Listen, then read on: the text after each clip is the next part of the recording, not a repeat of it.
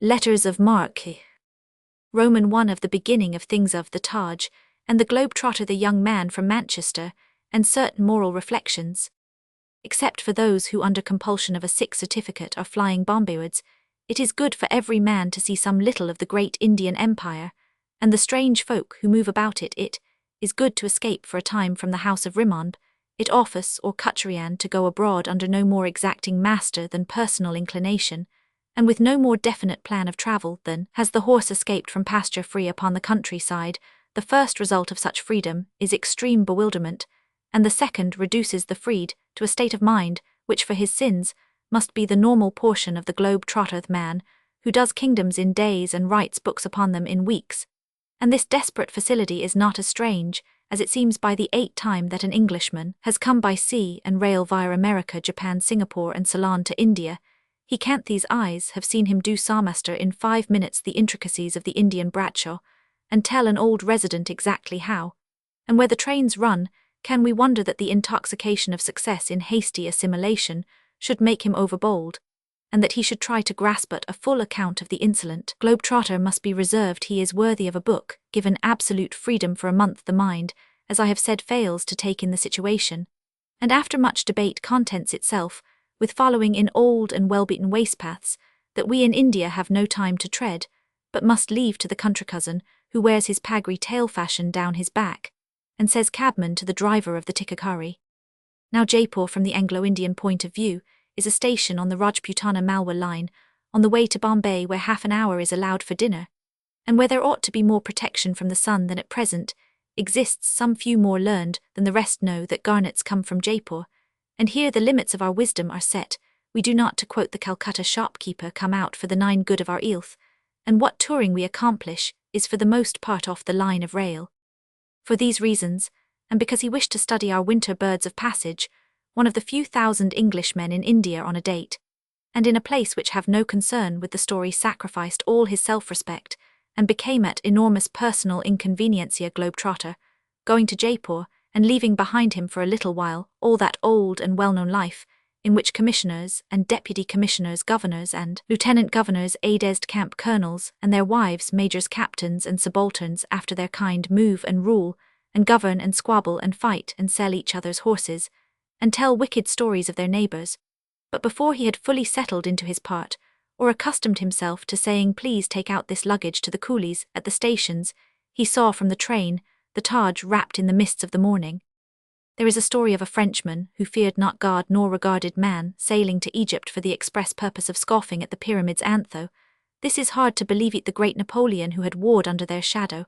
It is on record that blasphemous Gaul came to the Great Pyramid, and wept through mingled reverence and contrition, for he sprang from an emotional race. To understand his feelings, it is necessary to have read a great deal too much about the Taj, its design and proportions, to have seen execrable pictures of it at the Simla Fine Arts Exhibition, to have had its praises sung by superior and travelled friends, till the brain loathed the repetition of the word, and then sulky with want of sleep, heavied, unwashen, and chilled to come upon it suddenly. Under these circumstances, everything, you will concede, is in favour of a cold, critical, and not too impartial verdict. As the Englishman leaned out of the carriage, he saw first an opal-tinted cloud on the horizon, and later certain towers. The masts lay on the ground, so that the splendour seemed to be floating free of the earth, and the mists rose in the background, so that at no time could everything be seen clearly. Then, as the train sped forward, and the mists shifted, and the sun shone upon the mists, the Taj took 100 new shapes, each perfect, and each beyond description. It was the ivory gate through which all good dreams come. It was the realization of the glimmering halls of dawn that Tennyson sings of. It was veritably the aspiration fixed, the sigh made stone of a lesser poet, and over and above concrete comparisons, it seemed the embodiment of all things pure, all things holy, and all things unhappy. That was the mystery of the building. It may be that the mists wrought the witchery, and that the Taj, seen in the dry sunlight, is only, as guide-books say, a noble structure. The Englishman could not tell, and has made a vow that he will never go nearer the spot for fear of breaking the charm of the unearthly pavilions. It may be, too, that each must view the Taj for himself with his own eyes, working out his own interpretation of the sight. It is certain that no man can, in cold blood and colder ink, set down his impressions, if he has been in the least moved. To the one who watched and wondered that November morning, the thing seemed full of sorrow of the man who built it for the woman he loved, and the sorrow of the workmen who died in the building used up like cattle, and in the face of this sorrow, the Taj flushed in the sunlight, and was beautiful after the beauty of a woman who has done no wrong. Here the train ran in under the walls of Agra fort, and another train off, thought incoherent as that written above came to an end. Let those who scoff at overmuch enthusiasm look at the Taj and thenceforward be dumb. It is well on the threshold of a journey to be taught reverence and awe. But there is no reverence in the globe-trotter. He is brazen. A young man from Manchester was travelling to Bombay in order how the words hurt be home by Christmas. He had come through America, New Zealand and Australia, and finding that he had 10 days to spare at Bombay, conceived the modest idea of doing India. I don't say that I've done it all, but you may say that I've seen a good deal. Then he explained that he had been much pleased at Agra, much pleased at Delhi and last profanation, very much pleased at the Taj indeed. He seemed to be going through life, just then much pleased at everything with rare and sparkling originality. He remarked that India was a big place, and that there were many things to buy. Verily this young man must have been a delight to the Delhi barkswallahs. He had purchased shawls and embroidery to the tune of a certain number of rupees duly set forth, and he had purchased jewellery to another tune. These were gifts for friends at home, and he considered them very Eastern. If silver filigree work modelled on Palais Royal patterns or aniline blue scarves be Eastern, he had succeeded in his heart's desire for some inscrutable end. It has been decreed that man shall take a delight in making his fellowman miserable. The Englishman began to point out gravely the probable extent to which the young man from Manchester had been swindled. And the young man said, "By Jove, you don't say so. I hate being done. If there's anything I hate, it's being done."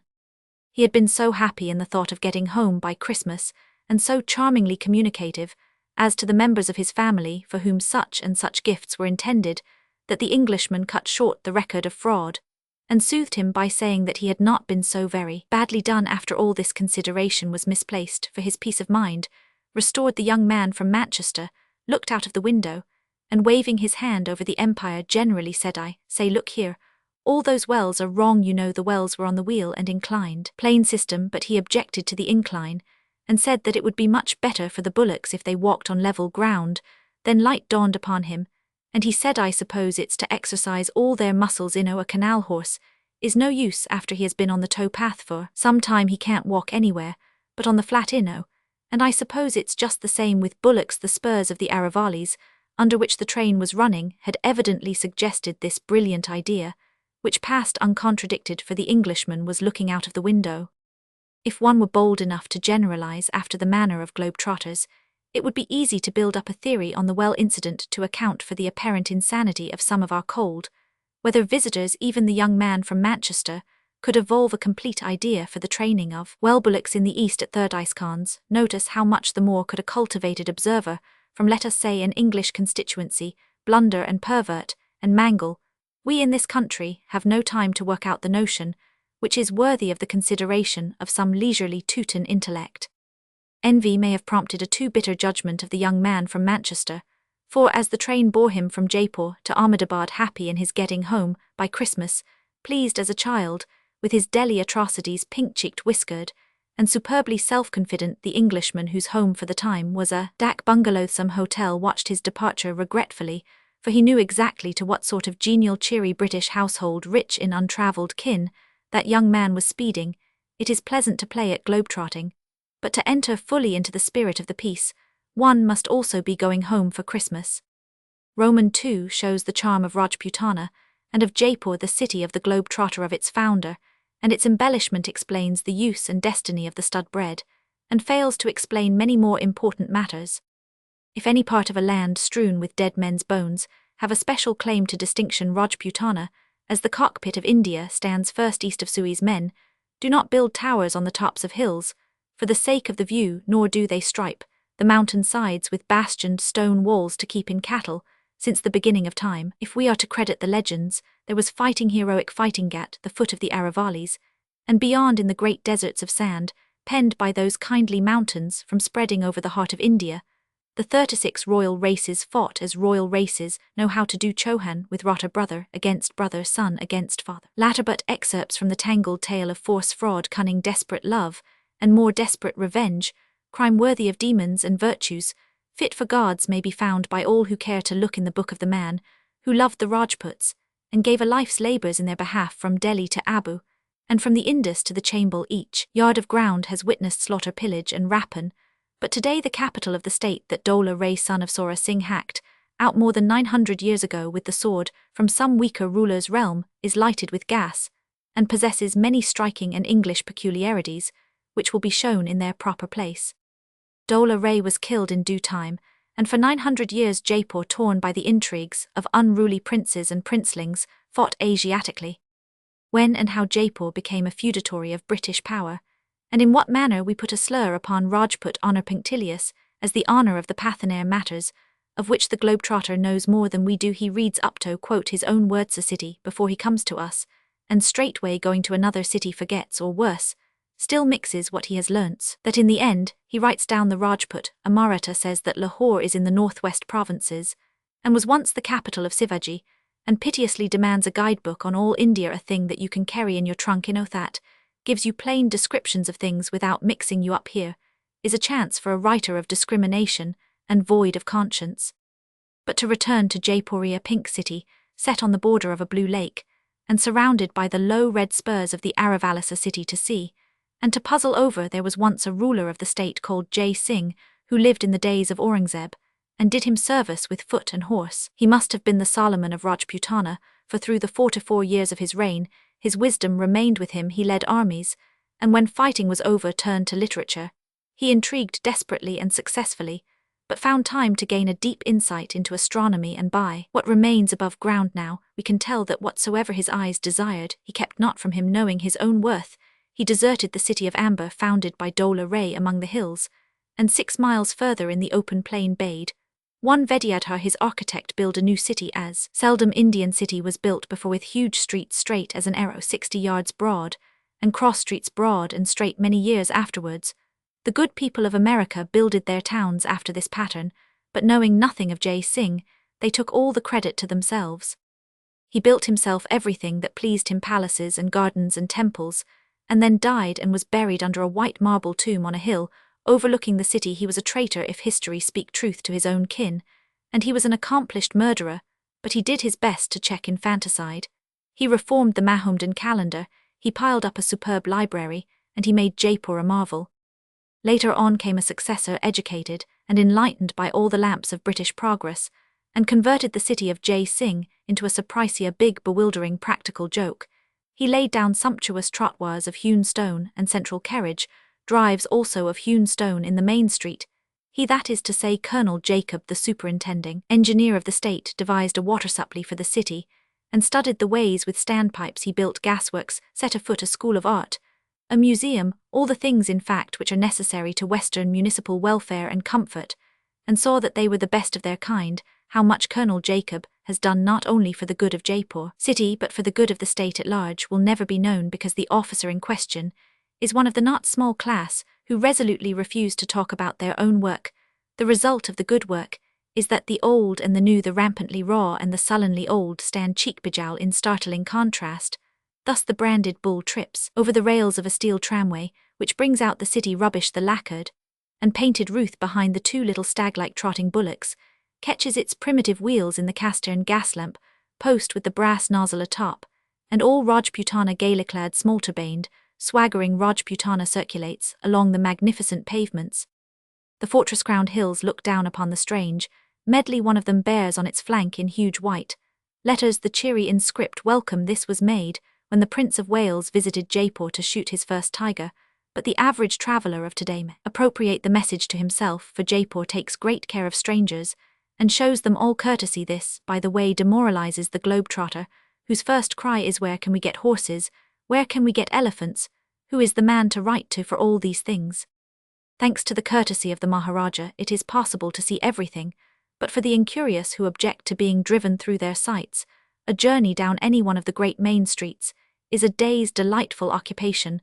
The view is as unobstructed as that of the Champs-Élysées, but in place of the white stone fronts of Paris rises a long line of openwork screen wall, the prevailing tone of which is pink cramal pink, but house owners have unlimited license to decorate their tenements as they please. Jaipur, broadly considered, is Hindu, and her architecture of the riotous Manyach type, which even the globetrotter after a short time learns to call Hindu.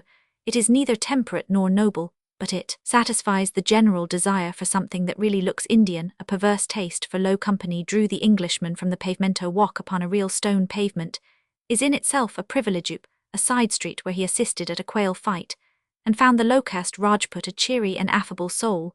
The owner of the losing quail was a sore Maharaja's army. He explained that his pay was 6 rupees a month paid bi-monthly. He was cut the cost of his khaki blouse, brown leather accoutrements, and jackboots, lance, saddle, sword and horse were given free. He refused to say for how many months in the year he was drilled, and said vaguely that his duties were mainly escort ones, and he had no fault to find with them. The defeat of his quail had vexed him, and he desired the Sahib to understand that the sowars of His Highness' army could ride a clumsy attempt at a compliment, so fired his martial blood that he climbed into his saddle, and then and there insisted on showing off his horsemanship. The road was narrow, the lance was long, and the horse was a big one, but no one objected, and the Englishman sat him down on a doorstep, and watched the fun. The horse seemed in some shadowy way familiar. His head was not the lean head of the Kadiawar, nor his crest the crest of the Marwari, and his forelegs did not seem to belong to the stony district. Where did he come from? The sowar pointed northward, and said from Amritsar, but he pronounced it Amritsar. Many horses had been brought at the spring fairs in the Punjab. They cost about Rs 200 each, perhaps more. The sowar could not say. Some came from Hisar, and some from other places beyond Delhi. They were very good horses. That horse there, he pointed to one a little distance down the street, is the son of a big Sirkar horse, the kind that the Sirkar make for breeding horse. So high the owner of that horse swaggered up, jaw-bandaged and cat-moustached, and bade the Eng 23 Lishman look at his mouth. But of course, when a butcher, both men together, said that the Sahib had better examine the Maharaja Sahib's stable, where there were hundreds of horse huge as elephants or tiny as sheep. To the stables the Englishman accordingly went, knowing beforehand what he would find and wondering whether the Sirkar's big horses were meant to get mounts for Rajput sowars.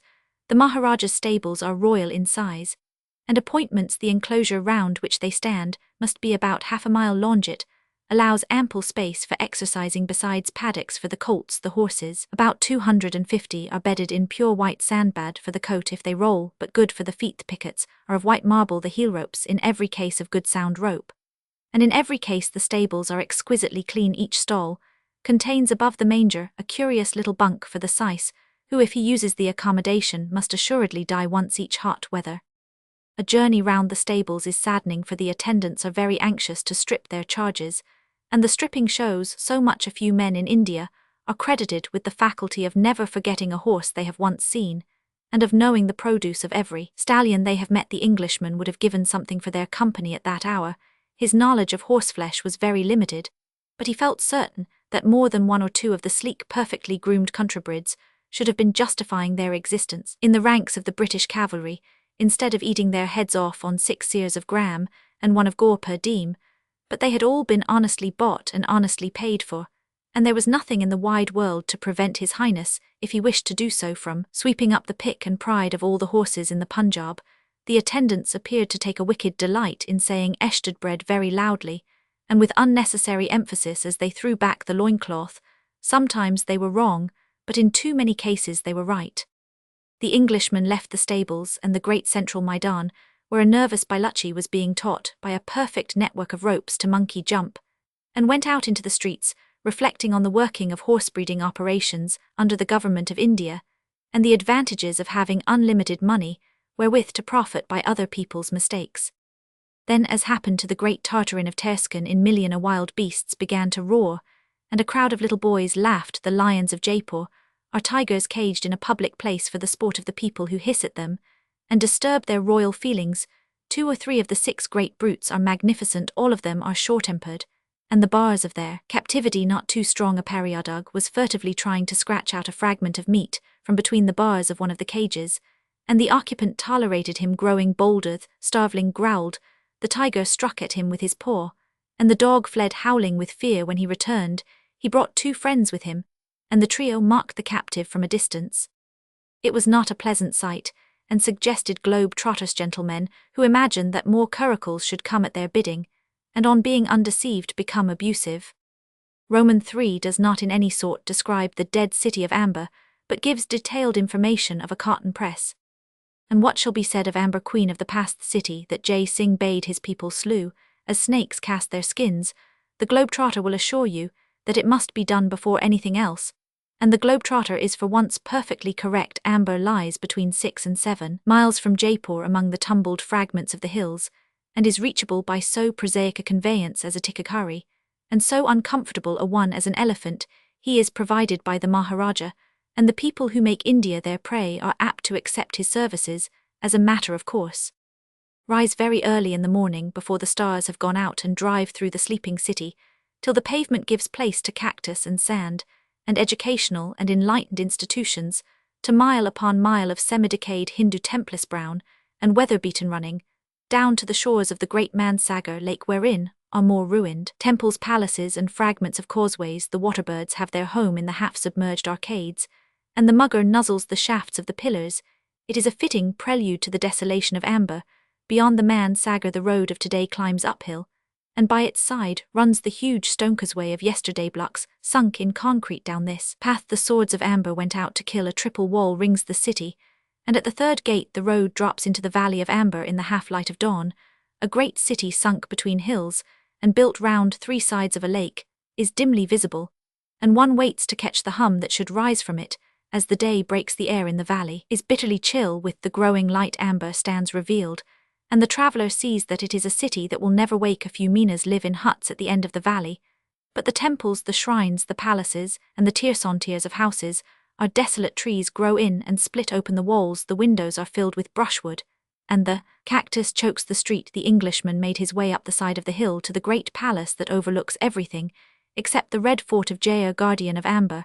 As the elephant swung up the steep roads, paved with stone, and built out on the sides of the hill, the Englishman looked into empty houses where the little grey squirrel sat and scratched its ears, the peacock walked upon the housetops, and the blue pigeon roosted within. He passed under iron-studded gates, whereof the hinges were eaten out with rust, and by walls plumed and crowned with grass, and under more gateways, till at last he reached the palace, and came suddenly into a great quadrangle where 2 blinded arrogant stallions covered with red and gold trappings screamed and neighed at each other from opposite ends of the vast space. For a little time, these were the only visible living beings, and they were in perfect accord with the spirit of the spot. Afterwards, certain workmen appeared, for it seems that the Maharaja keeps the old palace of his forefathers in good repair, but they were modern and mercenary, and with great difficulty were detached from the skirts of the traveller. A somewhat extensive experience of palace seeing had taught him that it is best to see palaces alone, for the Oriental, as a guide, is undiscriminating, and sets too great a store on corrugated iron roofs and glazed drainpipes. So the Englishman went into this palace, built of stone, bedded on stone, springing out of scarped rock, and reached by stone waste nothing but stone. Presently he stumbled across a little temple of Kali, a gem of marble tracery and inlay, very dark, and at that hour of the morning very cold.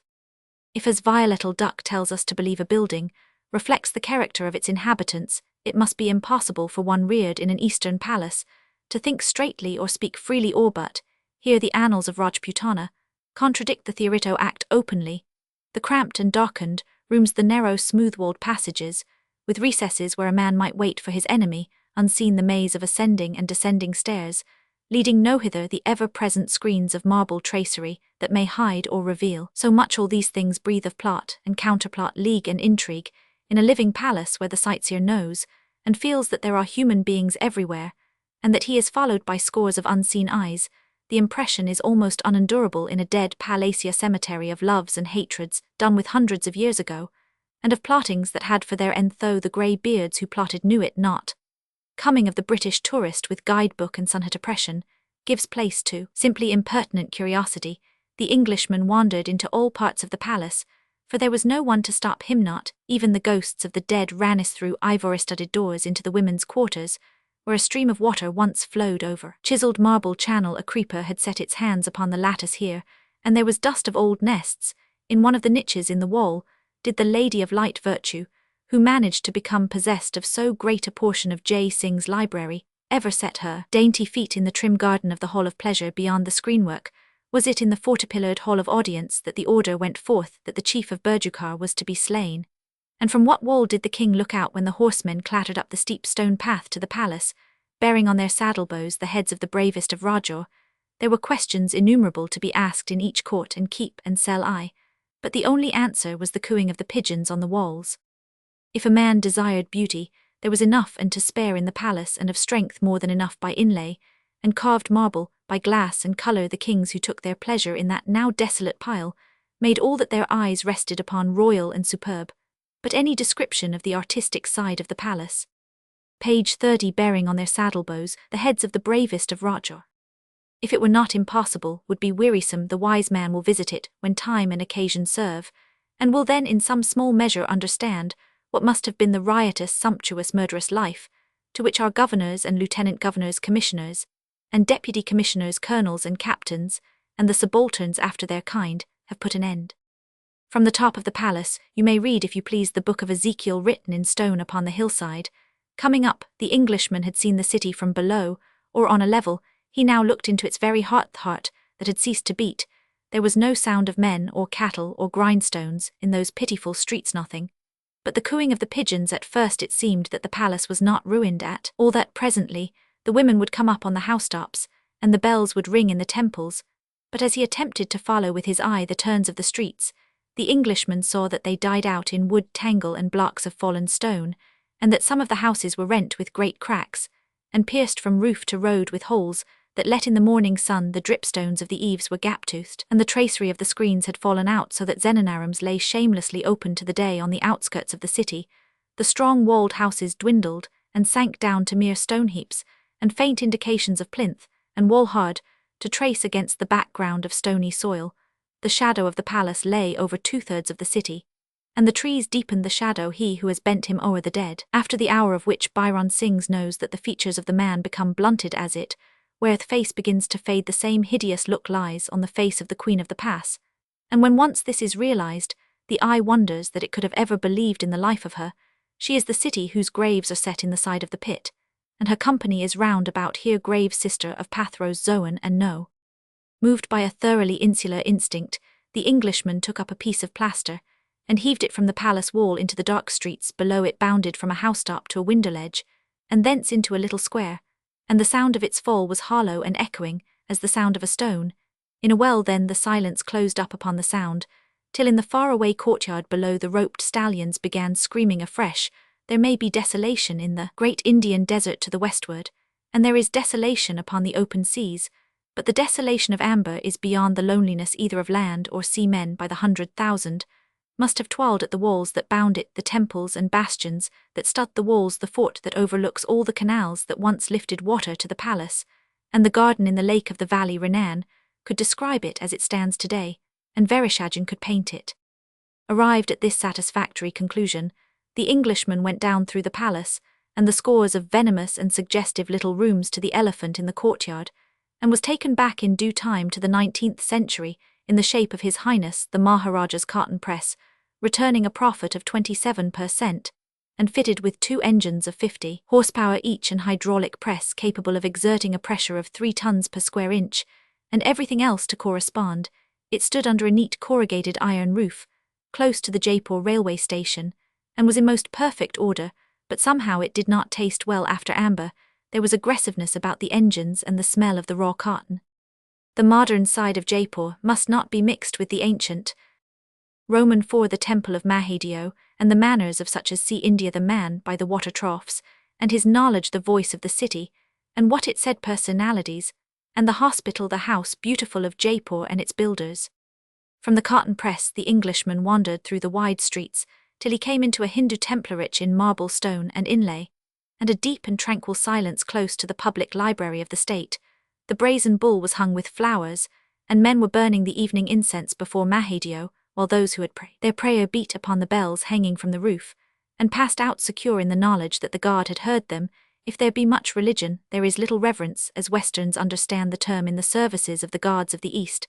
A tiny little maiden child of a monstrously ugly priest, with one chalk-white eye, staggered across the marble pavement to the shrine, and threw with a gust of childish laugh 35 the blossoms she was carrying into the lap of the great Mahadev himself.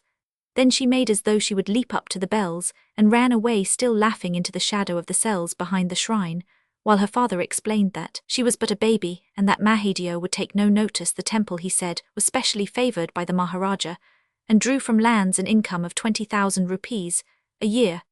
Thakors and great men also gave gifts out of their benevolence, and there was nothing in the wide world to prevent an Englishman from following their example. By this time for amber and the cotton press had filled the hours night was falling, and the priests unhooked the swinging jets, and began to light up the impassive face of Mahadio with gas. They used TND sticker matches. Full night brought the hotel and its curiously composed human menagerie. There is if a workaday world will give credit a society entirely outside, and unconnected with that of the station, a planet within a planet where nobody knows anything about the collector's wife, the colonel's dinner party, or what was really the matter with the engineer. It is a curious and insatiably curious thing, and its literature is Newman's Bradshaw wandering. Old armsellers and others live upon it, and so do the garnet men and the makers of ancient Rajput shields. The world of the innocents abroad is a touching and unsophisticated place, and its very atmosphere urges the Anglo-Indian unconsciously to extravagant mendacity. Can you wonder then that a guide of long standing should in time grow to be an accomplished liar? Into this world sometimes breaks the Anglo-Indian returned from leave or a fugitive to the sea, and his presence is like that of a well-known landmark in the desert. The old armseller knows and avoids him, and he is detested by the Jabber of Garis, who calls everyone my lord in English and panders to the glaring race anomaly by saying that every carriage not under his control is rotten. My lord having been used by natives, one of the privileges of playing at tourist is the brevetrank of Lord Hazer, is not to be compared with it. There are many and some very curious methods of seeing India. One of these is buying English translations of the more scholastic of Zola's novels, and reading them from breakfast to dinner time in the veranda. Yet another, even simpler, is American in its conception. Take a Newman's Bradshaw and a blue pencil and race up and down the length of the empire, ticking off the names of the stations. Done to do this thoroughly, keep strictly to the railway buildings, and form your conclusions through the carriage windows. These eyes have seen both ways of working in full blast, and on the whole the first is the most commendable. Let us consider now with due reverence the modern side of Jaipur. It is difficult to write of a nickel-plated civilization, set down under the immemorial Aravalis, in the first state of Rajputana. The Redgree hills seem to laugh at it, and the ever-shifting sand dunes under the hills take no account of it, for they advance upon the bases of the monogrammed coronet-crowned lampposts, and fill up the points of the natty tramways near the waterworks, which are the outposts of the civilization of Jaipur. Escape from the city by the railway station, till you meet the cactus and the mudbank, and the Maharaja's cotton press pass between a tramway and a trough for wayfaring camels, till your foot sinks ankle-deep in soft sand, and you come upon what seems to be the fringe of illimitable desert, mound upon mound of tussocks overgrown with plumed grass, where the parrots sit and swing. Here, if you have kept to the road, you shall find a bund faced with stone, a great tank, and pumping machinery fine as the heart of a municipal engineer can desire a pure water sound pipes, and well-kept engines if you belong to what is sarcastically styled an able and intelligent municipality under the British Raj. Go down to the level of the tank, scoop up the water in your hands and drink, thinking meanwhile of the defects of the town whence you came. The experience will be profitable one. There are statistics in connection with the waterworks, figures relating to Three-throw-plungers' delivery and supply, which should be known to the professional reader. They would not interest the unprofessional, who would learn his lesson among the thronged standpipes of the city. While the Englishman was preparing in his mind a scathing rebuke for an erring municipality that he knew of, a camel swung across the sands, its driver's jaw and brow bound mummy fashion to guard against the dust. The man was evidently a stranger to the place, for he pulled up and asked the Englishman where the drinking troughs were. He was a gentleman, and bore very patiently with the Englishman's absurd ignorance of his dialect. He had come from some village with an unpronounceable name 30 kars away to see his brother's son, who was sick in the big hospital. While the camel was drinking, the man talked lying back on his mount. He knew nothing of Jaipur, except the names of certain Englishmen in it, the men who he said had made the waterworks and built the hospital for his brother's son's comfort. And this is the curious feature of Jaipur, though happily the city is not unique in its peculiarity. When the late Maharaja ascended the throne more than 50 years ago, it was his royal will and pleasure that Jaipur should advance, whether he was prompted by love for his subjects' desire for praise, or the magnificent vanity with which Jai Singh must have been so largely dowered, are questions that concern nobody. In the latter years of his reign, he was supplied with Englishmen who made the state their fatherland, and identified themselves with its progress, as only Englishmen can. Behind them stood the Maharaja, ready to spend money with a lavishness that no supreme government would dream of, and it would not be too much to say that the two made the state what it is. When Ram Singh died, Madho Singh, his successor, a conservative Hindu forbore, to interfere in any way with the work that was going forward. It is said in the city that he does not overburden himself with the cares of state, the driving power being mainly in the hands of a Bengali who has everything but the name of minister, nor do the Englishmen, it is said in the city, mix themselves with the business of government, their business being wholly executive. They can, according to the voice of the city, do what they please, and the voice of the city not in the main roads, but in the little sidles where the stoleless bull blocks the path. Artists, how well their pleasure has suited the pleasure of the people. In truth, to men of action few things could be more delightful than having a state of 15,000 square miles placed at their disposal, as it were to leave their mark on. Unfortunately, for the vagrant traveller, those who work hard for practical ends prefer not to talk about their doings, and he must therefore pick up what information he can at second hand, or in the city. The men at the standpipes explained that the Maharaja Sahib's father gave the order for the waterworks, and that Yaqub Sahib made them. Not only in the city, but out away in the district, did people grow more crops thereby. Of course they did. Were canals made to wash in only how much more crops? Who knows? The Sahib had better go and ask some official. Increased irrigation means increase of revenue for the state somewhere, but the man who brought about the increase does not say so. After a few days of amateur globetrotting, a shamelessness great as that of the other loafer, the red-nosed man, who hangs about compounds, and is always on the eve of starting for Calcutta, possesses the masquerader, so that he feels equal to asking a resident for a parcel gilt howdah, or dropping in to dinner with a lieutenant governor. No man has a right to keep anything back from a globe-trotter, who is a mild, temperate, gentlemanly, and unobtrusive seeker after truth. Therefore, he who, without a word of enlightenment, sends the visitor into a city which he himself has beautified and adorned and made clean and wholesome deserves unsparing exposure, and the city may be trusted to betray him. The Mali in the Ram Nua's Gardens, Gardenshire. The Englishman can speak from a fairly extensive experience, a finer than any in India, and fit to rank with the best in Paris. Says that the Maharaja gave the order, and Yaqub Sahib made the gardens. He also says that the hospital just outside the gardens was built by Yaqub Sahib, and if the Sahib will go to the centre of the gardens, he will find another big building, a museum, by the same hand. But the Englishman went first to the hospital, and found the outpatients beginning to arrive. A hospital cannot tell lies about its own progress, as a municipality can. Sick folk either come or lie in their own villages.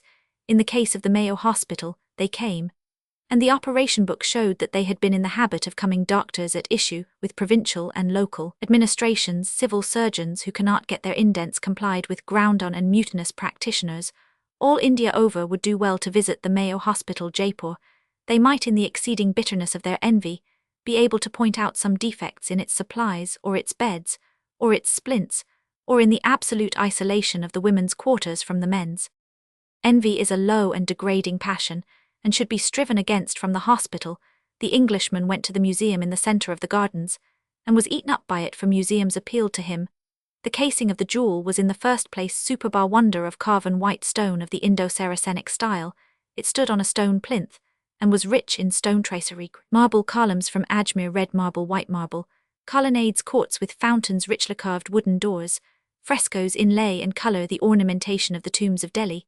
The palaces of Agra and the walls of Amber have been laid under contribution to supply the designs in bracket arch and soffit, and stonemasons from the Jaipur School of Art have woven into the work the best that their hands could produce. The building, in essence, if not in the fact of today, is the work of Freemasons. The men were allowed a certain scope in their choice of detail, and the result, but it should be seen to be understood as it stands in those imperial gardens, and observe the man who had designed it, who had superintended its erection, had said no word to indicate that there was such a thing in the place, or that every foot of it, from the domes of the roof to the cool green chunam dados, and the carving of the rims of the fountains in the courtyard, was worth studying. Round the arches of the great centre court are written in Sanskrit and Hindi texts from the great Hindu writers of old, bearing on the beauty of wisdom and the sanctity of knowledge. In the central corridor are 6 great frescoes, each about 9 feet by 5, copies of illustrations in the royal folio of the Razname, the Mahabharata, which Akbar caused to be done by the best artists of his day. The original is in the museum, and he who can steal it will find a purchaser at any price up to £50,000. Roman 5 of the sordidness of the supreme government on the revenue side, and of the palace of Jaipur, a great king's pleasure house, and the work of the servants of state. Internally there is in all honesty no limit to the luxury of the Jaipur Museum. It revels in South Kensington case-off, the approved pattern that turn the beholder homesick, and South Kensington labels, whereon the description, measurements, and price of each object are fairly printed. These make savage one who knows how labeling is bungled in some of the government museums, those starved barns that are supposed to hold the economic exhibits, not of little states, but of great provinces. The floors are of dark red chunam, overlaid with a discreet and silent matting.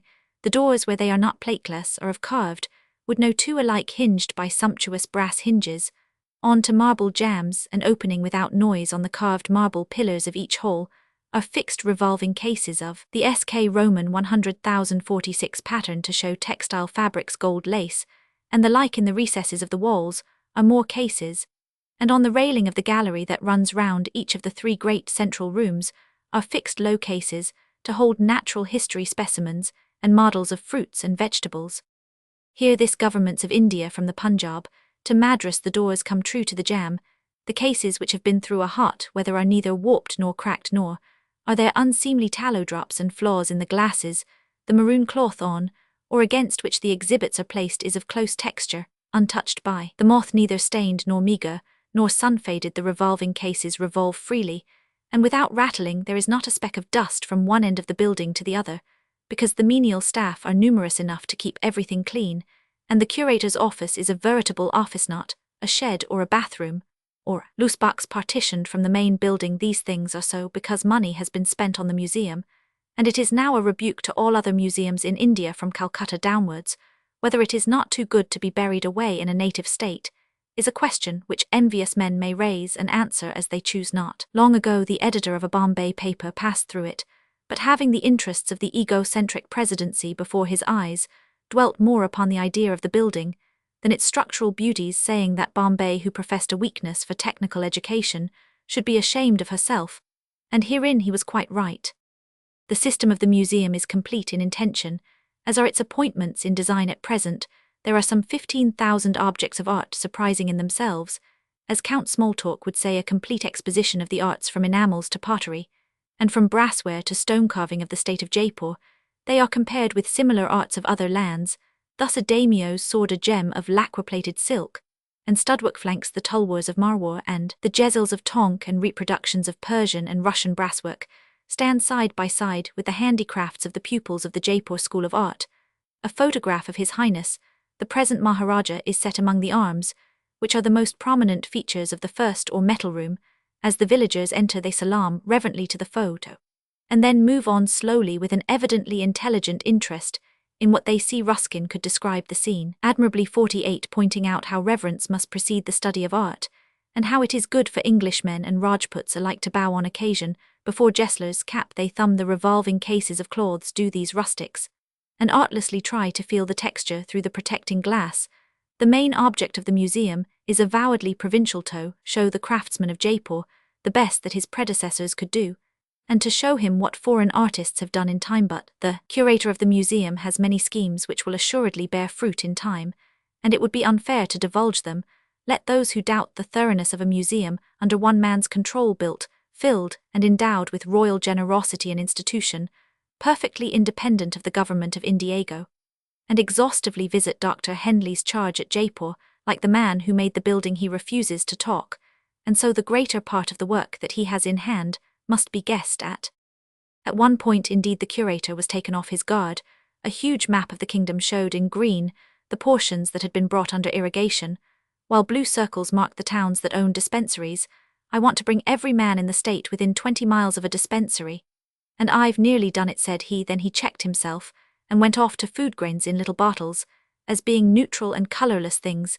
Envy is forced to admit that the arrangement of the museum far too important a matter to be explained offhand is continental in its character, and has a definite end and bearing a trifle, omitted by many institutions other than museums. Beaut in fine, what can one say of a collection whose very labels are gilt-edged shameful extravagance, nothing of the kindly finish, perfectly in keeping with the rest of the fittings of finish, that we in Kutcha India have failed to catch, that is all.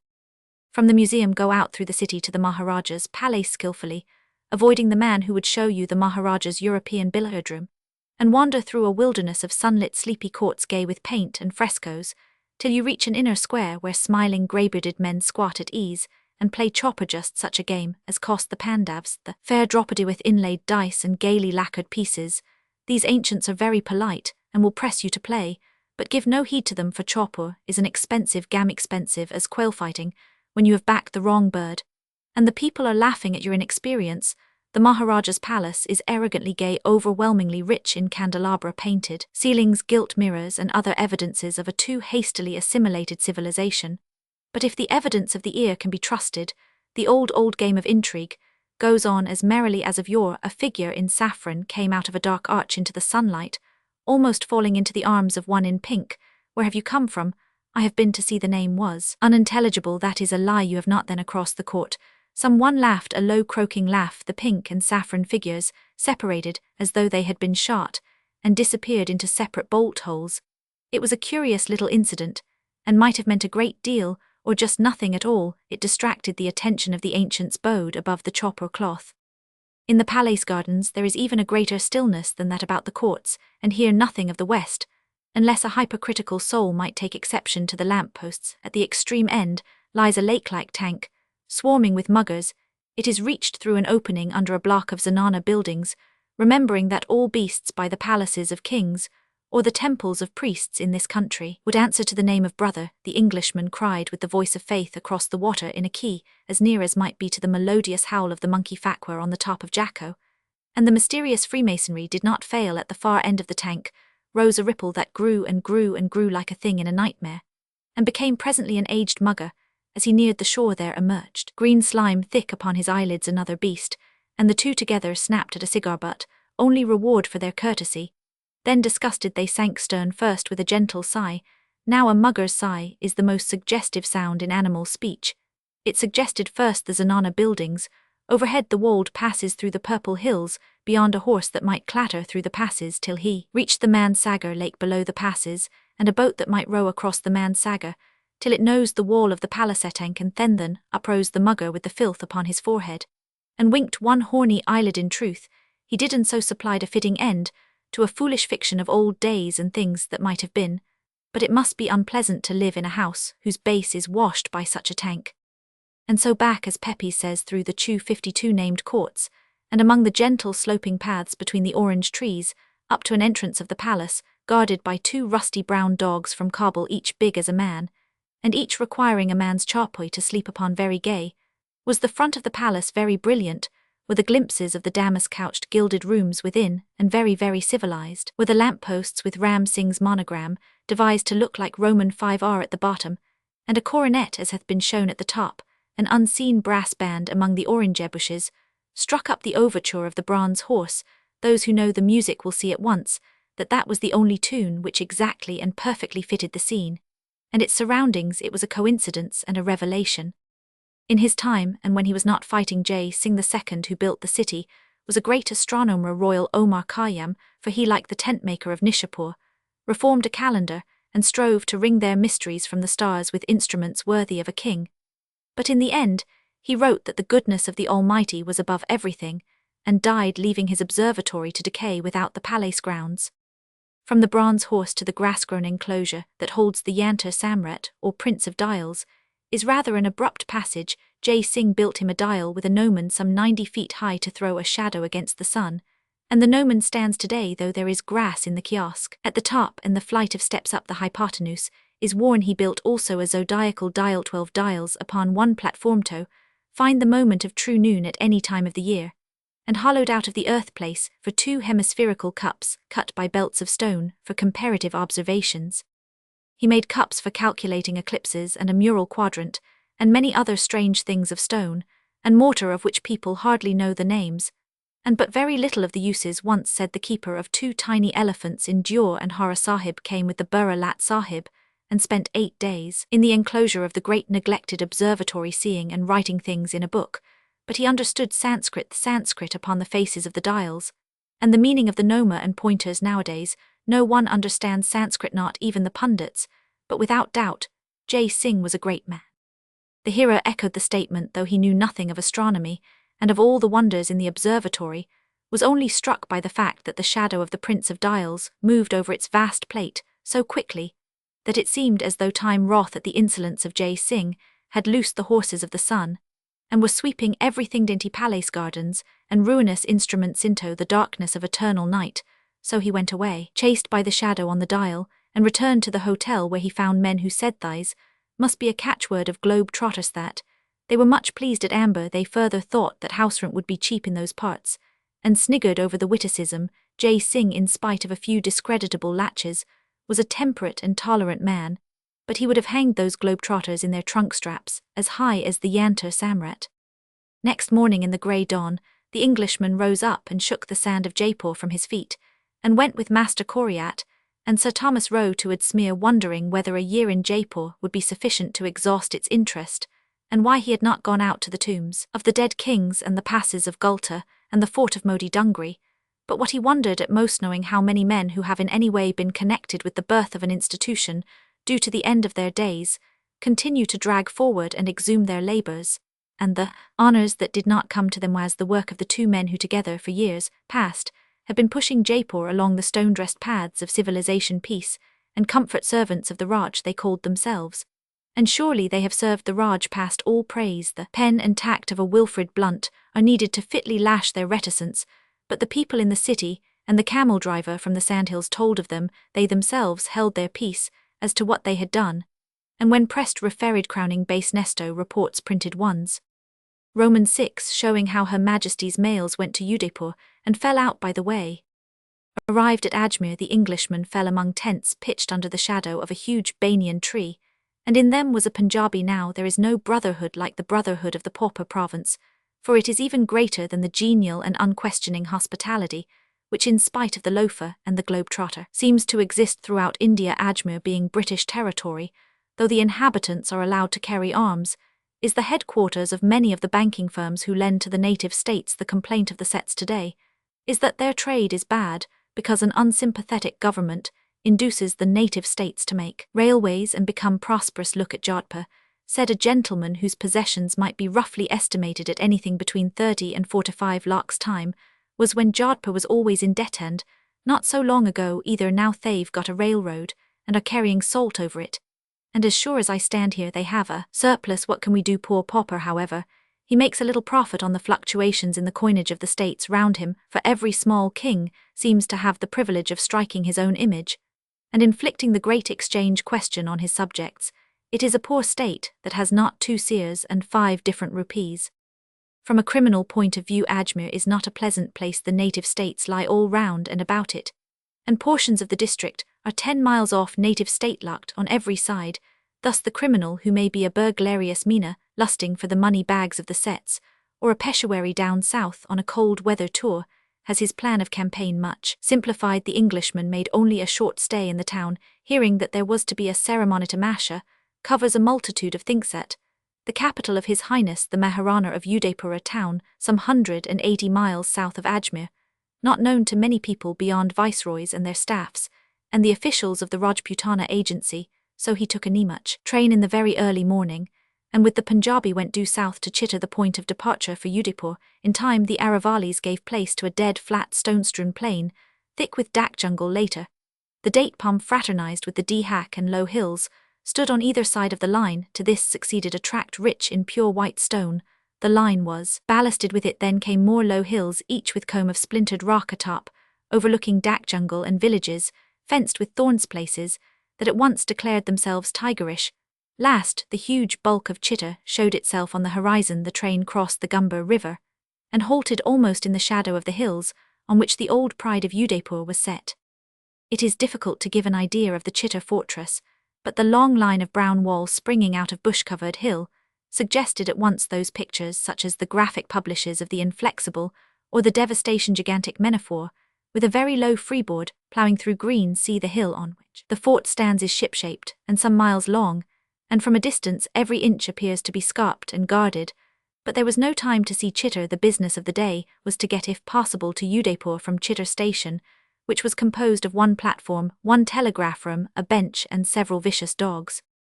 The state of Udaipur is as backward as Jaipur is advanced. If we judge it by the stand 59 ard of civilization, it does not approve of the incursions of Englishmen, and to do it justice, it thoroughly succeeds in conveying its silent sulkiness. Still, where there is 1 English resident, 1 doctor, 1 engineer, 1 settlement officer, and 1 missionary. There must be a mail at least once a day. There was a mail, the Englishman, men said, might go by it if he liked, or he might not. Then, with a great sinking of the heart, he began to realize that his caste was of no value in the stony pastures of Muir. Among the swaggering gentlemen who were so lavishly adorned with arms, there was a male, the ghost of a tonga with tattered sidecloths and patched roof, inconceivably filthy within and without. And it was Her Majesty's. There was another tonga on Aram, tonga, but the Englishman was not to have it. It was reserved for a Rajput Thakur, who was going to Udaipur with his tail, the Thakur in claret-coloured velvet, with a blue turban, a revolver, army pattern, a sword, and 5 or 6 friends also with swords came by and endorsed the statement. Now, the male tonga had a wheel which was destined to become the wheel of fate, and to lead to many curious things. 2 diseased yellow ponies were extracted from a dunghill and yoked to the tonga, and after due deliberate 60 on Her Majesty's mail started the Thakur following. In 12 hours or thereabouts, the 70 miles between Chitta and Udaipur would be accomplished. Behind the tonga cantered an armed Soor. He was the guard. The Thakur's tonga came up, with a rush ran deliberately across the bows of the Englishman, shipped a pony, and passed on 1 lives, and learns the Thakur seems to object to following the foreigner. At the halting stages once in every 6 miles, that is to say, the ponies were carefully undressed, and all their accoutrements fitted more or less accurately on to the backs of the ponies that might happen to be near the released animals, finding their way back to their stables alone. And unguided, there were no seises, and the harness hung on by special dispensation of Providence. Still, the ride over a good road, driven through a pitilessly stony country, had its charms for a while. At sunset the low hills turned to opal and wynard, and the brown dust flew up pure gold, for the tonga was running straight into the sinking sun. Now and again would pass a traveller on a camel, or a gang of bunjaras, with their pack-bullocks, and their women, and the sun touched the brasses of their swords and guns, till the poor wretches seemed rich merchants come back from travelling with Sindbad. On a rock on the right-hand side, 34, great vultures were gathered over the carcass of a steer, and this was an evil omen. They made unseemly noises as the tonga passed, and a raven came out of a bush on the right, and answered them. To crown all, one of the hide and skin castes sat on the left-hand side of the road, cutting up some of the flesh that he had stolen from the vultures. Could a man desire 3 more inauspicious signs? For a night's travel, twilight came, and the hills were alive with strange noises, as the red moon nearly at her full rose over Chitta to the low hills of the mad geological formation, the tumbled strata that seemed to obey no law succeeded level ground, the pasture lands of Muir, cut by the Baruch and Wyan streams running over smooth water-worn rock, and as the heavy embankments and ample waterways showed very lively in the rainy season. In this region occurred the last and most inauspicious omen of all. Something had gone wrong with a crupper, a piece of blue and white punkah cord. The Englishman pointed it out, and the driver descending danced on that lonely road an unholy dance, singing the while 62, the dumpchai, the dumpchai, the dumpchai, in a shrill voice. Then he returned and drove on, while the Englishman wondered into what land of lunatics he was heading. At an average speed of 6 miles an hour it is possible to see a great deal of the country, and under brilliant moonlight Muir was desolately beautiful. There was no night traffic on the road, no one, except the patient saw his shadow, an inky blot on white, cantering 20 yards behind. Once the tonga strayed into a company of data trees that fringed the path, and once rattled through a little town, and once the ponies shied at what the driver said was a rock, but it jumped up in the moonlight and went away. Then came a great blasted heath, whereon nothing was more than 6 inches high, a wilderness, covered with grass and low thorn, and here, as nearly as might be midway between Chitta and Udaipur, the wheel of fate, which had been for some time beating against the side of the tonga, came off, and Her Majesty's mail's 2 bags including parcels collapsed on the wayside, while the Englishman repented him that he had neglected the omens of the vultures, and the raven, the low-caste man, and the mad driver. There was a consultation and an examination of the wheel, but the whole tonga was rotten, and the axle was smashed, and the axlepins were bent and nearly red-hot. It is nothing, said the driver, the mail often does this. What is a wheel? He took a big stone, and began hammering the wheel proudly on the tire to show that at least was sound. A hasty court-martial revealed that there was absolutely not one single breakdown tonga on the whole road between Chitta and Udaipur. Now this wilderness was so utterly waste that not even the barking of a dog or the sound of a nightfall could be heard. Luckily, the Thakur had some 20 miles back stepped out to smoke by the roadside, and his tonga had been passed. Meanwhile, the Soor was sent back to find that tonga and bring it on. He cantered into the haze of the moonlight and disappeared. Then said the driver, had there been no tonga behind us, I should have put the mails on a horse, because the Sirkar's dak cannot stop. The Englishman sat down upon the parcels bag, for he felt that there was trouble coming. The driver looked east and west, and said, I too will go and see if the tonga can be found for the Sirkar's dak cannot stop. Meantime, O Sahib, do you take care of the mailstone bag, and one bag of parcels.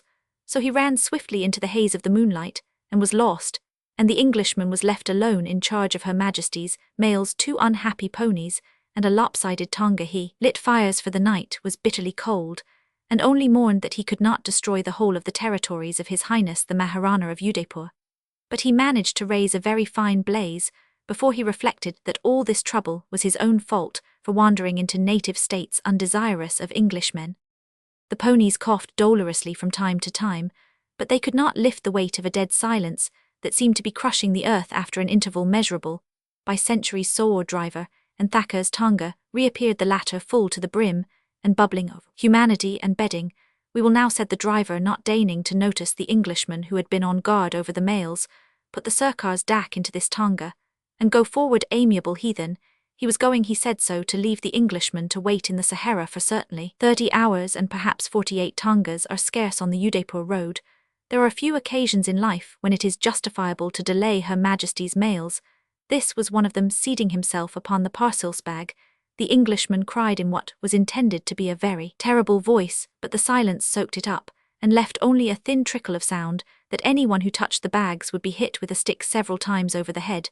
The bags were the only link between him and the civilization he had so rashly foregone, and there was a pause. The Thacker put his head out of the tonga, and spoke shrilly in Mueri. The Englishman replied in English Urdu. The Thacker withdrew his head, and from certain grunts that followed seemed to be wakening his retainers. Then 2 men fell sleepily out of the tonga, and walked into the night. Come in, said the Thacker, you and your baggage, my banduk is in that corner. Be careful. The Englishman, taking a mailbag in one hand for safety's Saketh wilderness, inspires an Anglo-Indian cockney, with unreasoning fear climbed into the tonga, which was then loaded far beyond Plimsoll Marque, and the procession resumed its journey. Everyone in the vehiclate seemed as full as the railway carriage that held Alice through the looking-glass was Sahib and Hazer. Except the Englishman, he was simple Tum, and a revolver army pattern was printing every diamond in the checkerwork of its handle into his right hip. When men desired him to move, they prodded him with the handles of tulwars, till they had coiled him into an uneasy lump. Then they slept upon him or cannoned against him. As the tonga bumped, it was an Aram tonga, or tonga, for ease, that was the bitterest thought of all. In due season, the harness began to break once every 5 minutes, and the driver vowed that the wheels would give way also. After 8 hours in one position, it is excessively difficult to walk, still more difficult to climb up an unknown road into a dak bungalow, but he who has sought sleep on an arsenal, and under the bodies of burly Rajputs, can do it. The grey dawn brought Udaipur and a trench bedstead. As the tonga jingled away, the Englishman heard the familiar crack of broken harness, so he was not the Jonah he had been taught to consider himself all through that night of penance. A jackal sat in the veranda and howled him to sleep, wherein he dreamed that he had caught a viceroy under the walls of Chitter, and beaten him with a tulwar till he turned into a dakpani, whose near foreleg was perpetually coming off, and who would say nothing but when he was asked why he had not built a railway from Chitta to Udaipur. Romans 7 touching the children of the sun and their city, and the hat-marked caste and their merits, and a good man's works in the wilderness. It was worth a night's discomfort, and a revolver bed to sleep upon this city of the Suryavansi, hidden among the hills that encompass the great Piccola lake. Truly the king who governs today is wise in his determination to have no railroad to his capital. His predecessor was more or less enlightened, and had he lived a few years longer would have brought the iron horse through the Dobaraith Green Gate, which is the entrance of the Gurwa or girdle of hills round Udaipur, and with the train would have come the tourist who would have scratched his name upon the temple of Garuda and laughed horse laughs upon the lake. Let us therefore be thankful that the capital of Muir is hard to reach, and go abroad into a new and a strange land rejoicing. Each man who has any claims to respectability walks armed, carrying his tulwar sheathed in his hand, or hung by a short sling of cotton, passing over the shoulder under his left armpit his matchlock, or smoothbore, if he has one, is borne naked on the shoulder.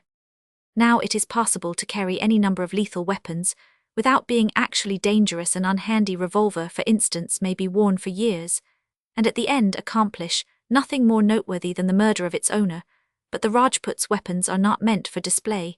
The Englishman caught a camel driver who talked to him in Mueri, which is a heathenish dialect, something like Multani to listen to, and the man very gracefully and courteously handed him his sword, and matchlock the latter a heavy stumpstock arrangement. Without pretense of sights, the blade was as sharp as a razor, and the gun in perfect working order. The coiled fuse on the stock was charred at the end, and the curled ramshorn powder horn opened as readily as a whisker flask. That is much handled. Unfortunately, ignorance of Mueri prevented conversation, so the camel driver resumed his accoutrements and jogged forward on his beast, a superb black one, with the short curled Hubshi hairwell. The Englishman went to the city, which is built on hills on the borders of the lake. By the way, everything in Udaipur is built on a hill. There is no level ground in the place, except the Durbar Gardens, of which more hereafter, because colour holds the eye more than form. The first thing noticeable was neither temple nor fort, but an ever-recurring picture, painted in the rudest form of native art, of a man on horseback armed with a lance charging an elephantophore.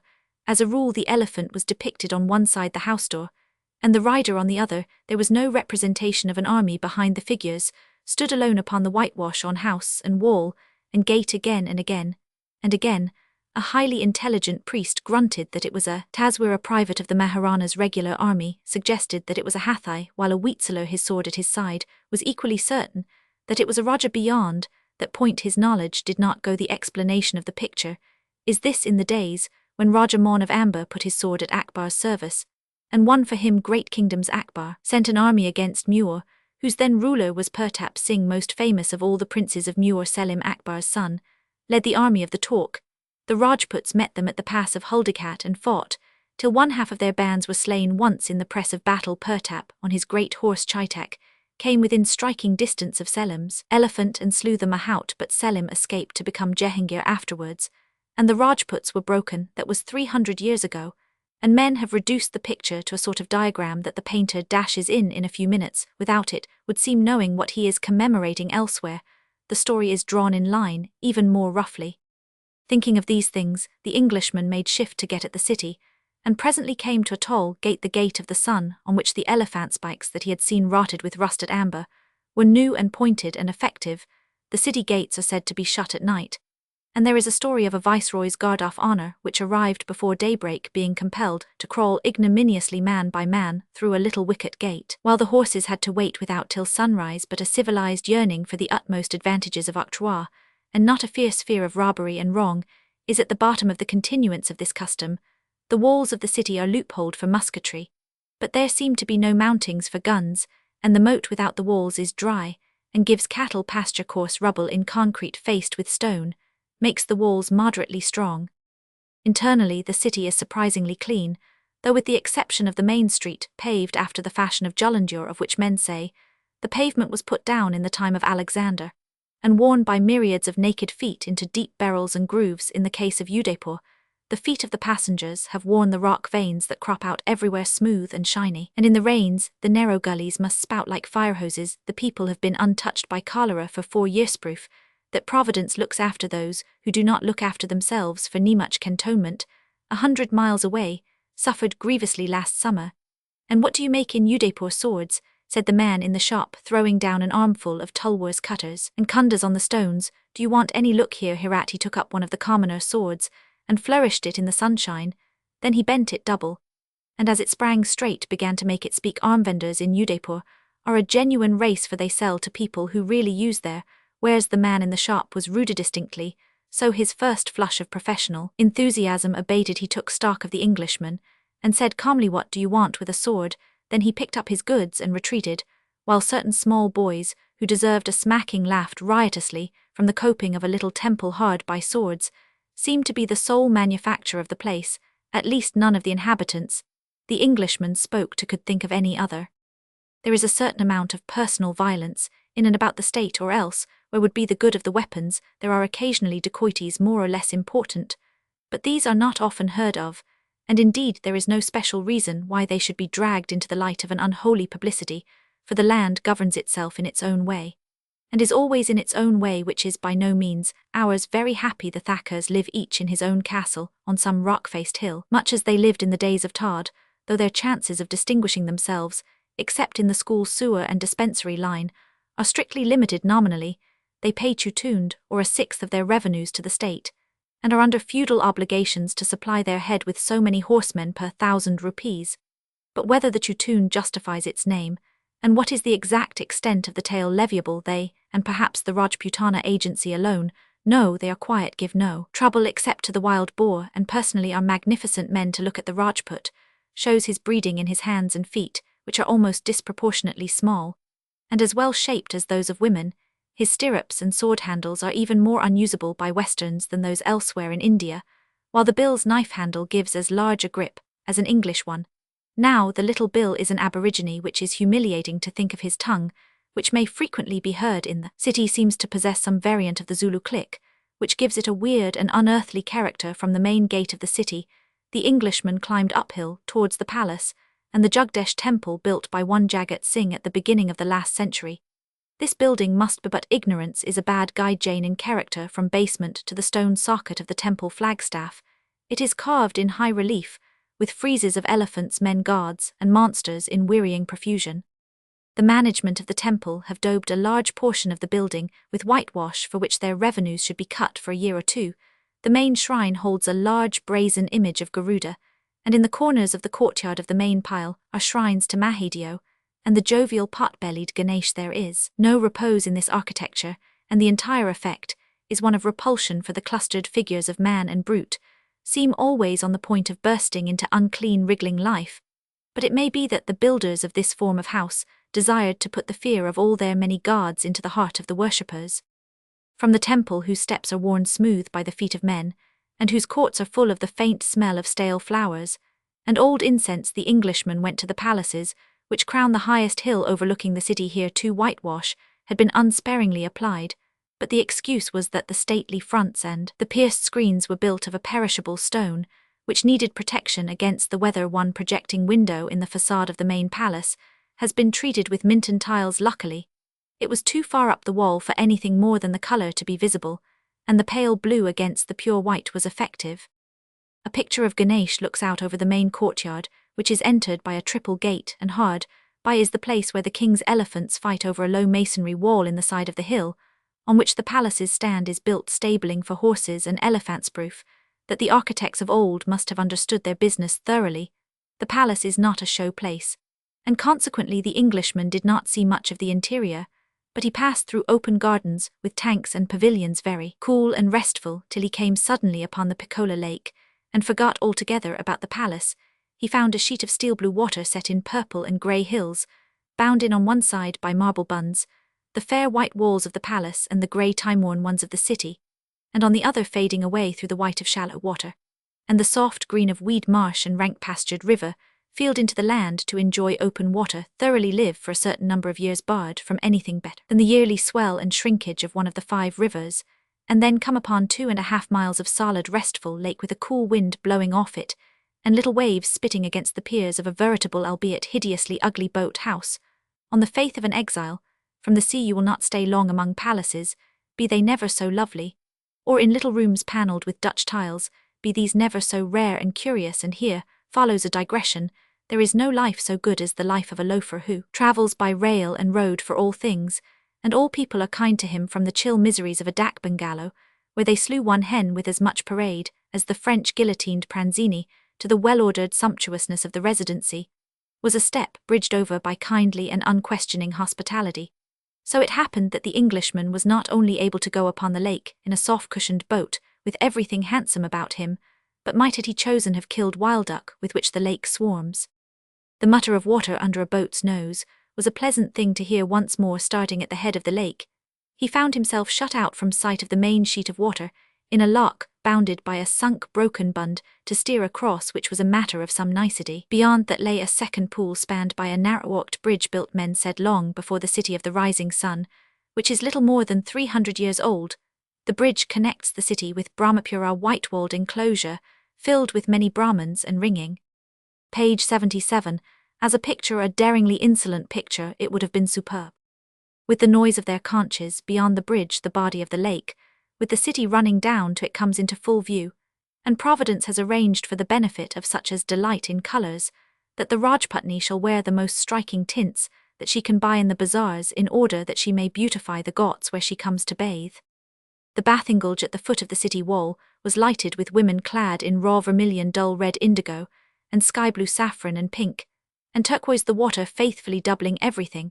But the first impression was of the unreality of the sight, for the Englishman found himself thinking of the Simla Fine Arts exhibition and the overdaring amateurs who had striven to reproduce scenes such as these. Then a woman rose up, and clasping her hands behind her head, looked at the passing boat, and the ripples spread out from her waist in blinding white silver far across the water, as a picture, a daringly insolent picture. It would have been superb. The boat turned aside to shores where huge turtles were lying, and a stork had built her a nest big as a haycock in a withered tree, and a bevy of coots were flapping and gabbling in the weeds, or between great leaves of the Victoria Regia. An escape from the Durbar Gardens here, whereas Manville hath it all manner of strange fowladivers and waders after their kind, kingfishers and snack-necked birds of the cormorant family, but no duck. They had seen the guns in the boat, and were flying to and fro in companies across the lake, or settling wise birds in the glare of the sun on the water. The lake was swarming with them, but they seemed to know exactly how far a 12-bore would carry. Perhaps their knowledge had been gained from the Englishman at the Residency later, as the sun left the lake, and the hills began to glow like opals. The boat made her way to the shallow side of the lake, through fields of watergrass and dead lotus raffle that rose as high as the bows and clung lovingly about the rudder, and parted with the noise of silk. When it is torn, there she waited for the fall of twilight, when the duck would come home to bed, and the Englishman sprawled upon the cushions in deep content and laziness, as he looked across to where 2 marble palaces floated upon the waters, and saw all the glory and beauty of the city, and wondered whether Todd in cocked hat and stiff stock had ever come shooting among the reeds, and if so, how in the world he had ever managed to bowl over. Duck and drake, by Jove, confiding beasts, weren't they? High Lala, jump out and get them. It was a brutal thing, this double-barreled murder perpetrated in the silence of the marsh, when the kingly wildduck came back from his wanderings, with his mate at his side. But the birds were very good to eat after this, and many other slaughters had been accomplished. The boat went back in the full dusk down narrow water lanes, and across belts of weed, disturbing innumerable fowl on the road, till she reached open water, and the moon like a rick of fire was rising over the dale, and it was not the whit of the nightingale, but the stately honk of some wild geese, thanking their stars that these pestilent shikaris were going away. If the Venetian owned the Piccola Sagar, he might say with justice, see it and die. But it is better to live and go to dinner and strike into a new life, that of the men who bear the hat mark on their brow, as plainly as the well-born native carries the tristle of Shiva. They are of the same caste as the toilers on the frontier, tough bronzed men, with wrinkles at the corners of the eyes gotten by looking across much sunglare. When they would speak of horses, they mention Arab ponies, and their talk for the most part drifts Bombaywards, or to Abu, which is their Simla. By these things the traveller may see that he is far away from the presidency, and will presently learn that he is in a land where the railway is an incident, and not an indispensable luxury. Folk tell strange stories of drives in bullock carts in the rains, of breakdowns in nullahs 50 miles from everywhere, and of elephants that used to sink for rest and refreshment halfway across swollen streams. Every place here seems 50 miles from everywhere, and the legs of a horse are regarded as the only natural means of locomotion also, and this to the Indian cockney, who is accustomed to the bleached or office man, is curious. There are to be found many veritable tiger menot story spinners, but such as have in their wanderings from Bikaneer to Indore dropped their tiger in the way of business. They are enthusiastic over princelings of little-known fiefs, lords of austere estates perched on the tops of unthrifty hills, hard riders and good sportsmen.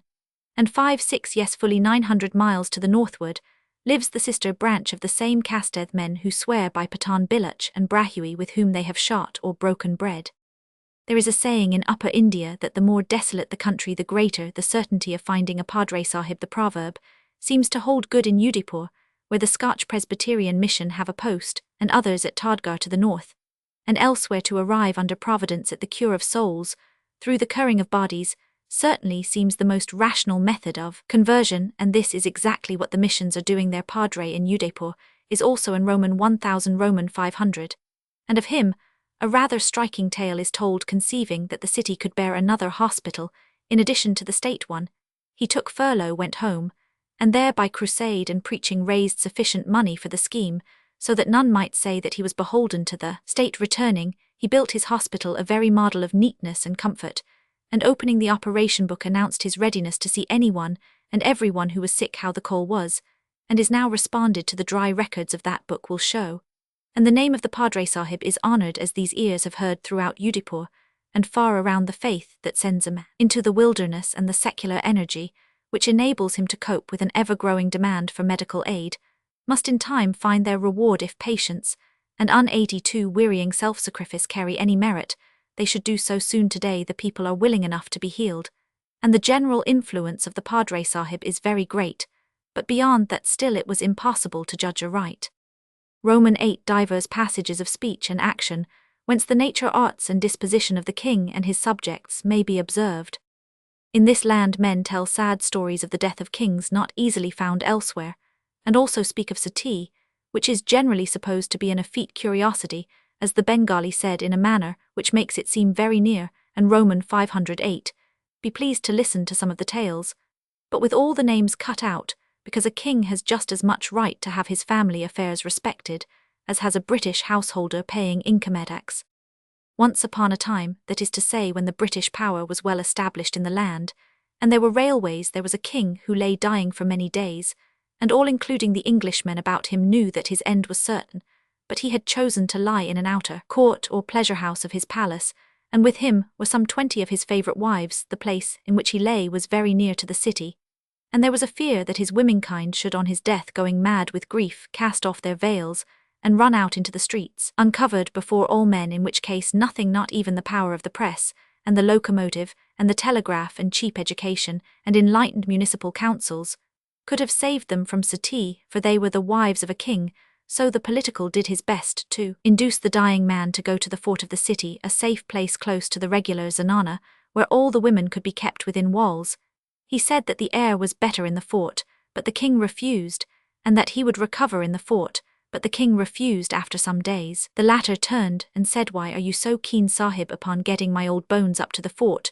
Driven to his last defences, the political said simply, "Well, Maharana, Sahib, the place is close to the road you see." And the king saw and said, "Oh, that's it, I've been puzzling my brain for 4 days to find out what on earth you were driving at. I'll go tonight. But there may be some difficulty," began the political. "You think so," said the king. "If I only hold up my little finger, the women will obey me. Go now, and come back in 5 minutes, and all will be ready for departure." As a matter of fact, the political withdrew for the space of 15 minutes, and gave orders that the conveyances which he had kept in readiness day and night should be got ready in 15 minutes. Those 20 women with their handmaidens were packed and ready for departure, and the king died later at the fort, and nothing happened here. The Englishman asked why a frantic woman must of necessity become sati, and felt properly abashed when he was told that she must, there was nothing else for her, if she went out unveiled deliberately. The rush out forces the matter, and indeed if you consider the matter from a Rajput point of view it does. Then followed a very grim tale of the death of another king of the long vigil by his bedside, before he was taken off the bed to die upon the ground of the shutting of a certain mysterious door behind the bedhead, which shutting was followed by a rustle of women's dress of a walk on the top of the palace, to escape the heated air of the sick room, and then in the grey dawn the wail upon wail breaking from the zanana. As the news of the king's death went in, I never wished to hear anything more horrible and awful in my life. You could see nothing, you could only hear the poor wretches, said the political with a shiver.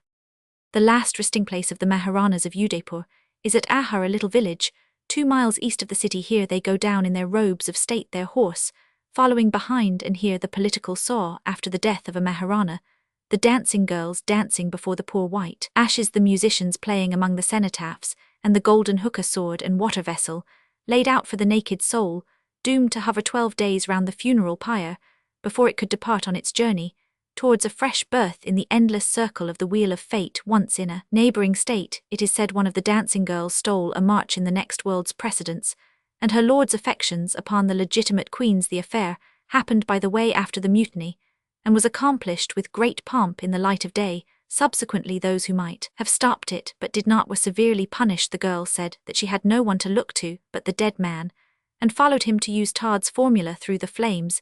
It would be curious to know what is done now and again among these lonely hills in the walled holds of the Thakurs. But to return from the burning ground to modern Udaipur, as at present worked under the Maharana and his Prime Minister Ray Punna Lal. Roman 100 Roman 1e, to begin with, His Highness is a racial anomaly, in that judged by the strictest European standard. He is a man of temperate life, the husband of one wife whom he married before he was chosen to the throne. After the death of the Maharana Sujan Singh in 1884, Sujan Singh died childless, and gave no hint of his desires as to succession and omitting all the genealogical and political reasons which would drive a man mad. Fateh Singh was chosen by the Thakurs from the Saurati branch of the family, which Sangram Singh Roman II founded. He is thus a younger son of a younger branch of a younger family, which lucid statement should suffice to explain everything. The man who could deliberately unravel the succession of any one of the Rajput states would be perfectly capable of clearing the politics of all the frontier tribes from Jumrud to Quetta.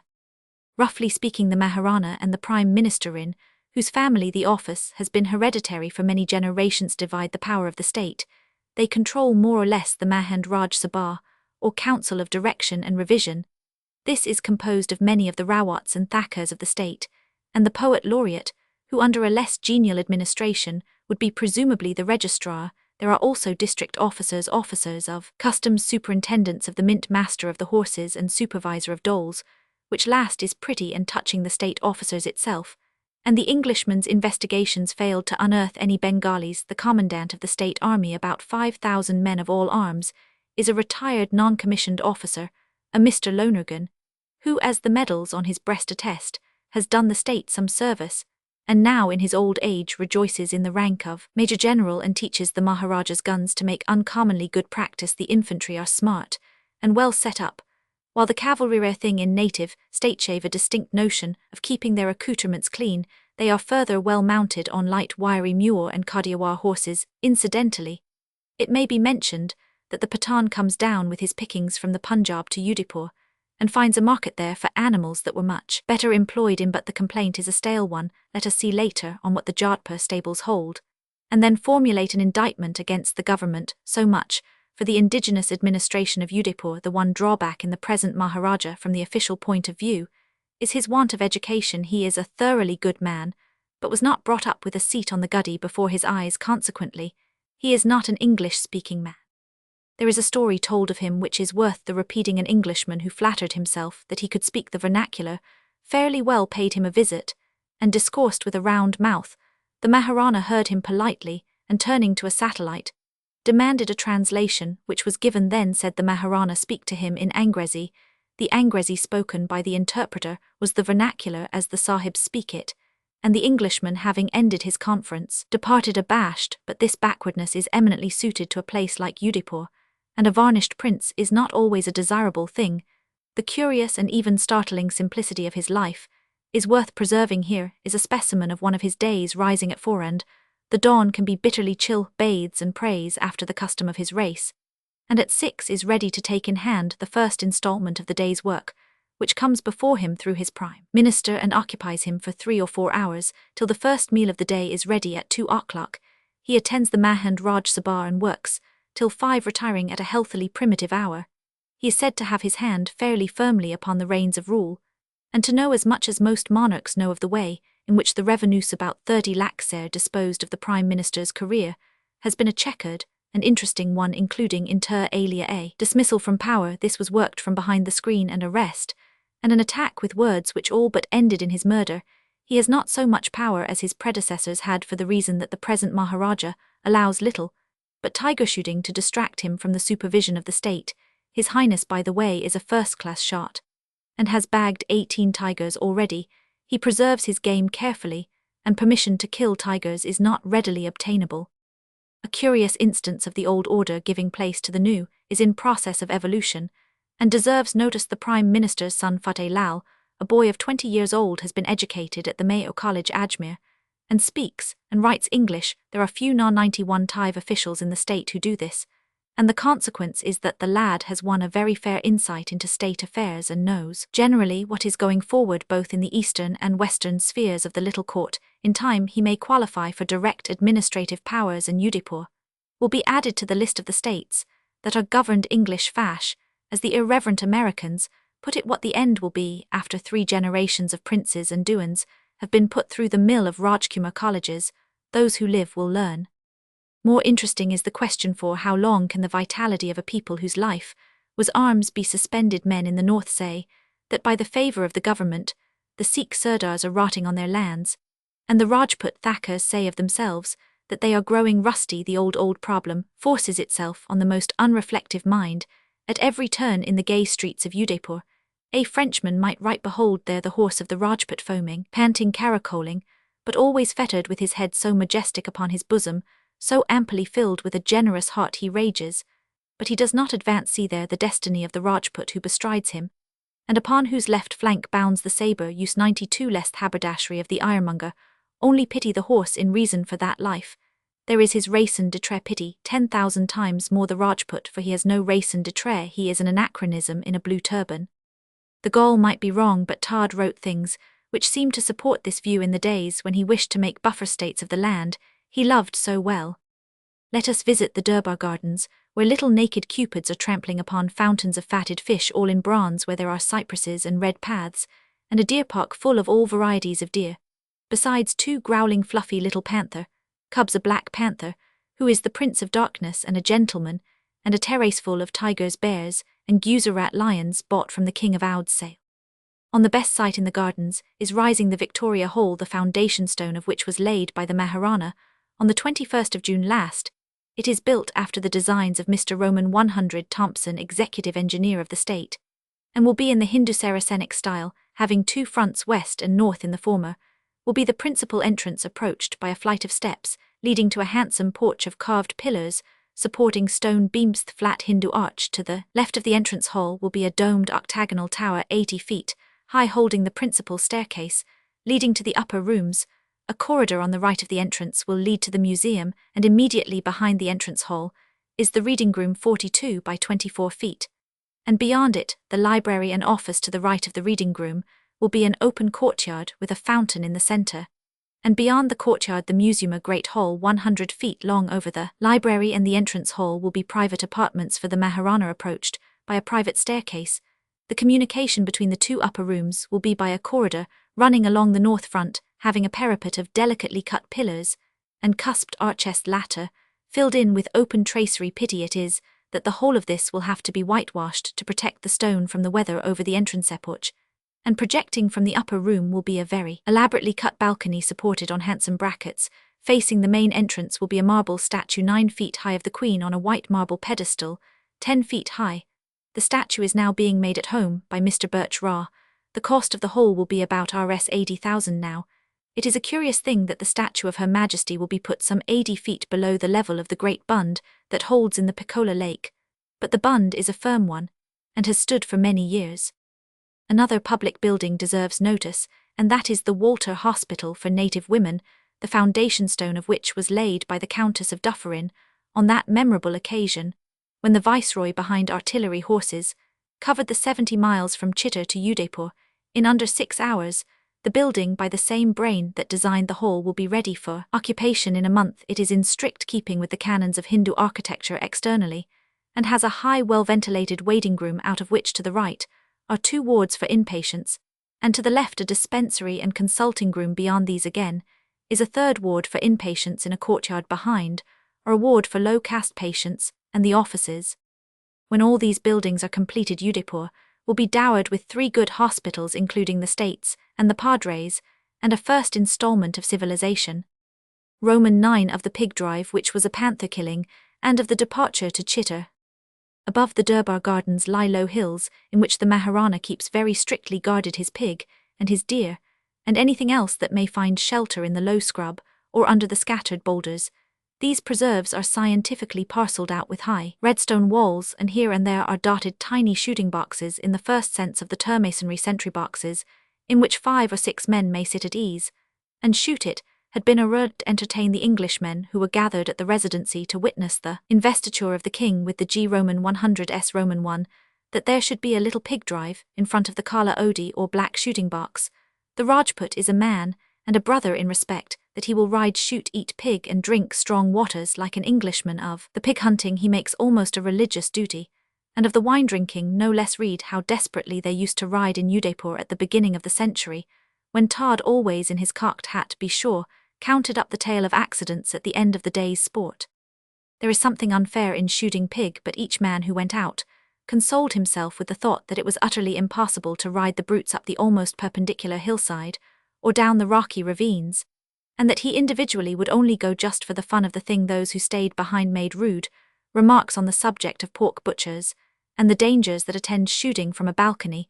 These were treated with the contempt they merited. There are ways and ways of slaying pig from the orthodox method, which begins with the boar the mighty boar overnight, and ends with a shaky bridle hand, next morn to the sober and solitary pot shot at dawn, from a railway embankment running through River Marsh. But the perfect way is this: get a large 4-horse brake and drive, till you meet an unlimited quantity of paid elephants waiting at the foot of rich hill preserves. Mount slowly, and with dignity, and go in swinging procession by the marble-faced border of one of the most lovely lakes on earth, strike off on a semi-road semi-hill torrent path, through unthrifty thorny jungle, and so climb up and up and up, till you see spread like a map below the lake and the palace and the city hemmed in by the sea of hills that lies between Udaipur and Mount Abu, 100 miles away. Then take your seat in a comfortable chair in a pucca 2-storied grand stand with an awning spread atop to keep off the sun, while the Rawat of Amit and the Prime Minister's heir no less invite you to take your choice of the many rifles spread on a ledge at the front of the building. This gentleman who screw your pet ponies at early dawn, after the sounder that vanishes into cover, soon as sighted, or painfully follow the tiger through the burning heats of Muir in May. This is shooting after the fashion of Udain musk and ambergris, and patchouli. It is demoralizing. One of the best and hardest riders of the Lahore Tent Club in the old days, as the Boers of Buli Lena Singh knew well, said openly, this is a first-class bundobust, and fell to testing his triggers, as though he had been a pot hunter from his birth. Derision and threats of exposure moved him not. Give me an armchair, said he, this is the proper way to deal with pig, and he put up his feet on the ledge and stretched himself. There were many weapons to have choice among, from the double-barreled 500 Express, whose bullet is a tearing rending shell, to the Rawat of Amit's regulation, military Martini Henry. A profane public at the Residency had suggested clubs and saws as amply sufficient for the work in hand. Herein they were moved by envy, which passion was tenfold increased, when but this comes later on. The beat was along a deep gorge in the hills, flanked on either crest by stone walls manned with beaters. Immediately opposite the shooting box, the wall on the upper or higher hill made a sharp turn downhill, contracting the space through which the pig would have to pass to a gut, which was variously said to be from 150 to 400 yards across. Most of the shooting was up or downhill.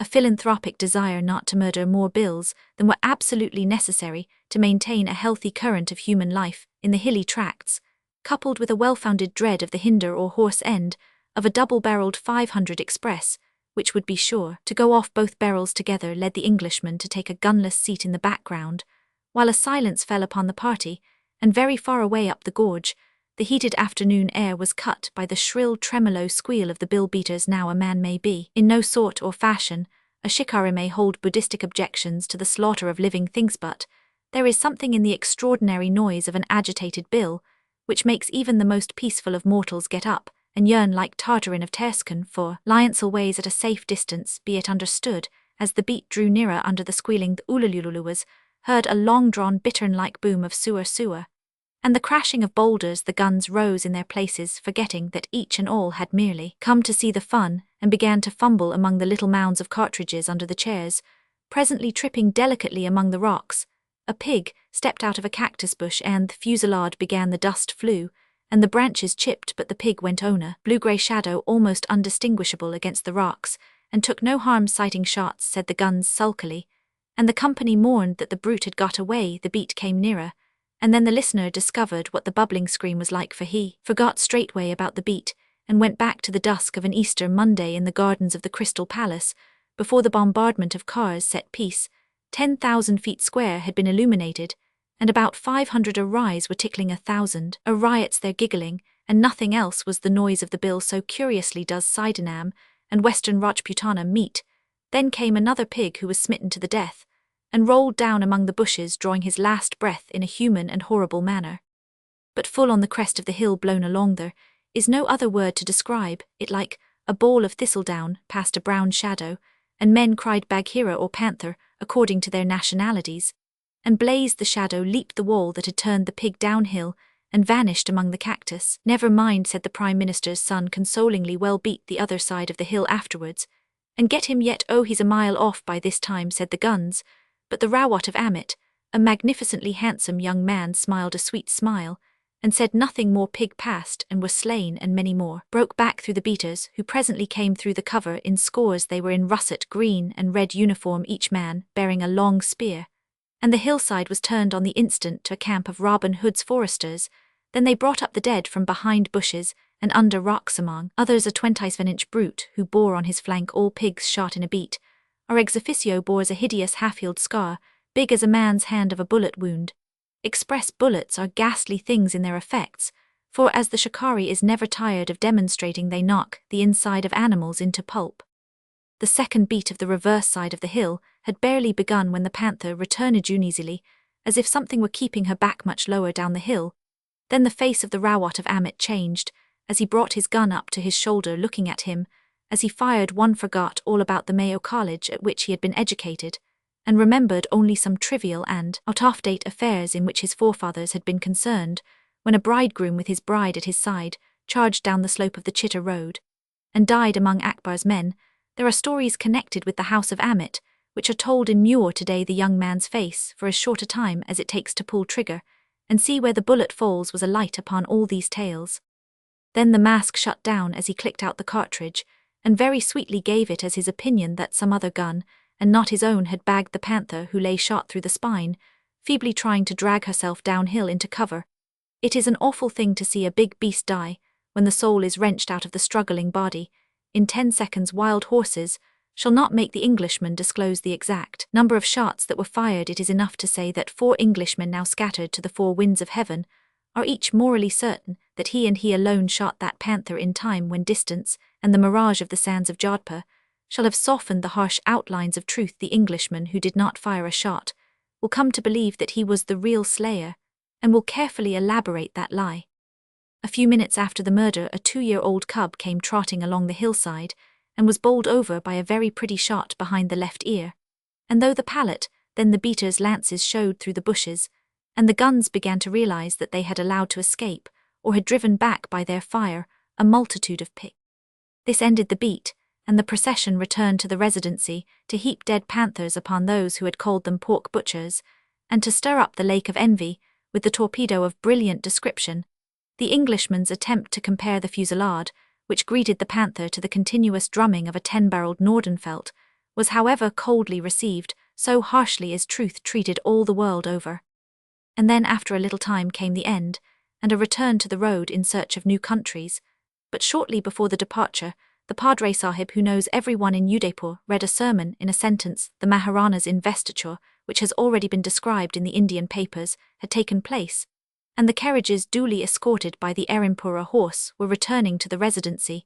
In a niche of waste land under the shadow of the main gate, a place strewn with rubbish and shards of pottery, a dilapidated old man was trying to control his horse, and a hooker on the saddlebow. The blundering Gerin had been made restive by the rush past, and the hooker all but fell from the hampered hands. See that man, said the padre tersely, that Singh he intrigued for the throne not so very long ago. It was a pitiful little picture, and needed no further comment. For the benefit of the loafer, it should be noted that Udaipur will never be pleasant or accessible. Until the present male contractors have been hanged, they are extortionate and untruthful, and their one set of harness and one tanga are as rotten as pears. However, the weariness of the flesh must be great indeed to make the wanderer blind to the beauties of a journey by clear starlight, and in biting cold to Chitter, about 6 miles from Udaipur, the granite hills close in upon the road, and the air grows warmer, until with a rush and a rattle the tanga swings through the great Dober, the gate, in the double circle of hills round Udaipur on to the pastures of Muir. More than once the Gurwa has been a death trap to those who rashly entered it, and an army has been cut up on the borders of the Picola lake. Even now the genius of the place is strong upon the hills, and as he felt the cold air from the open ground, without the barrier, the Englishman found himself repeating the words of one of the Hatmark tribe whose destiny kept him within the Dobera. You must have a shauk of some kind in these parts, or you'll die. Very lovely is Udaipur, and thrice pleasant are a few days spent within her gates. But read what Todd said, who stayed 2 years behind the Dobera, and accepted the deserts of Marwar as a delightful change. It is good to be free, a wanderer upon the highways, knowing not what tomorrow will bring forth, whether the walladin niceties of an English household rich in all that makes life fair and desirable, or a sleepless night in the society of a good scum booking office come parcels clerk, on 15 rupees a month, who tells in stilted English the story of his official life, while the telegraph gibbers like a maniac once in an hour, and then is dumb, and the pariah dogs fight and howl over the cotton bales on the platform. Verily there is no life like life on the road when the skies are cool and all men are kind. Roman 10 A little of the history of Chitter and the malpractices of a she-elephant. There is a certain want of taste and almost actual indecency in seeing the sun rise on the earth until the heathaze begins, and the distances thicken. Nature is so very naked that the acton who has surprised her dressing blushes sunrise on the plains of Muir is an especially brutal affair. The moon was burnt out, and the air was bitterly cold when the Englishman headed due east in his tonga, and the patient sawyer behind nodded and yawned in the saddle. There was no warning of the day's advent. The horses were unharnessed at one halting stage, in the thick soft shadows of night and air. Their successors had limped under the bar. A raw and cruel light was upon all things, so that the Englishman could see every rent seam in the rocks around sea, even to the uttermost farthing a little further, and he came upon the black bulk of Chitter between him and the morning sun. It has already been said that the fort resembles a man-of-war. Every distant view heightens this impression, for the swell of the sides follows the form of a ship, and the bastions on the south wall make the sponsions in which the machine guns are mounted from bow to stern. The thing, more than 3 miles long, is between 300 and 500 feet high, and from 1/2 to 1/4 of a mile broad. Have patience now to listen to a rough history of Chitter. In the beginning no one knows clearly who scarped the hillsides of the hill rising out of the bare plain, and made of it a place of strength. It is written that 11.5 centuries ago Bappa Rowell, the demigod whose stature was 20 cubits, whose loincloth was 500 feet long, and whose spear was beyond the power of mortal man to lift, took Chitter from Man Singh the Maori prince, and wrote the first chapter of the history of Muir, which he received ready-made from Man Singh, who, if the chronicles speak sooth, was his uncle. Many and very marvellous legends cluster round the name of Bappa Rowell, and he is said to have ended his days far away from India in Khorasan, where he married an unlimited number of the daughters of Heth, and was the father of all the Noshra Pathans. Some who have wandered by the signposts of inscription into the fogs of old time aver that 2 centuries before Bappa Rowell took Chitter, the Maori division of the Pramar Rajputs, who are the ruling family of Muir, had found a hold in Bilwar, and for 4 centuries before that time had ruled in Kadiawar, and had royally sacked and slain and been sacked and slain in turn. But these things are for the curious and the scholar, and not for the reader who reads lightly. 9 princes succeeded Bappa between 728 and 1068, a Roman 500, and among these was one Aluji who built a Jain tower upon the brow of the hill, for in those days though the sun was worshipped men were Jains. And here they lived and sallied into the plains and fought, and increased the borders of their kingdom, or were suddenly and stealthily murdered, or stood shoulder to shoulder against the incursions of the devil men from the north. In 1150, a Roman 500 was Samar Singh, and he married into the family of Prithvi Raj, the last Hindu emperor of Delhi, who was at feud in regard to a succession question with the Prince of Kannauj, in the war that followed, Kannauj being hard pressed by Prithvi Raj, and Samar Singh called Shahbud 109 Din Gori to his aid. At first Samar Singh and Prithvi Raj broke the army of the Northmen somewhere in the lower Punjab, but 2 years later Shahbuddin came again, and after 3 days fighting on the banks of the Khaggar slew Samar Singh, captured and murdered Prithvi Raj, and sacked Delhi and Amber, while Samar Singh's favourite queen became Sati at Chitter, but another wife, a princess of Patan, kept her life, and when Shahbuddin sent down Kutbuddin to waste her lands, led the Rajput army in person from Chitter and defeated Kutbuddin. Then followed confusion through 11 turbulent reigns that the annalist has failed to unravel. Once in the years between 1193 and the opening of the 14th century, Chitter must have been taken by the Musalman, for it is written that one prince recovered Chitter, and made the name of Rana to be recognized by all 6 princes were slain in battles against the Musalman, in vain attempts to clear faraway Jaya from the presence of the infidel. Then Alauddin Khilji, the Pathan emperor, swept the country to the Deccan in those days, and these things are confusedly set down as having happened at the end of the 13th century. A relative of Rana Laxman Singh, the then Rana of Chitter, had married a Rajput princess of Ceylon, Padmini, and she was fairest of all flesh on earth. Her fame was sung through the land by the poets, and she became in some sort the Helen of Chitter. Alauddin heard of her beauty and promptly besieged the fort. When he found his enterprise too difficult, he prayed that he might be permitted to see Padmini's face in a mirror, and this wish, so says the tale, was granted. Knowing that the Rajput was a gentleman, He entered Chitta, almost unarmed, saw the face in the mirror, and was well treated, the husband of the fair Padmini accompanying him in return to the camp, at the foot of the hill like Raja Ranjit, in the ballad, the Rajput. Trusted a Musalman's word. Wah trust a liar to lie. Out of his eyrie they tempted my bird. Fettered his wings that he could not fly.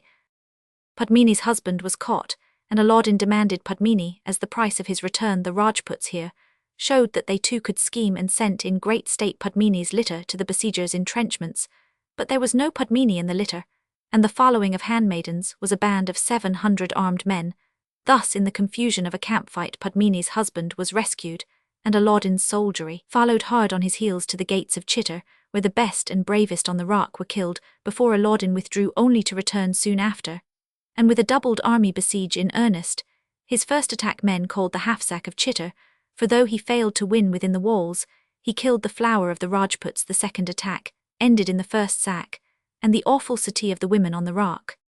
When everything was hopeless, and the very terrible goddess who lives in the bowels of Chitta had spoken and claimed for death 11 out of the 12 of the Rana's sons, all who were young or fair women, betook themselves to a great underground chamber, and the fires were lit, and the entrance was walled up, and they died. The Rajputs opened the gates and fought till they could fight no more, and Aladdin, the victorious, entered a wasted and desolated city.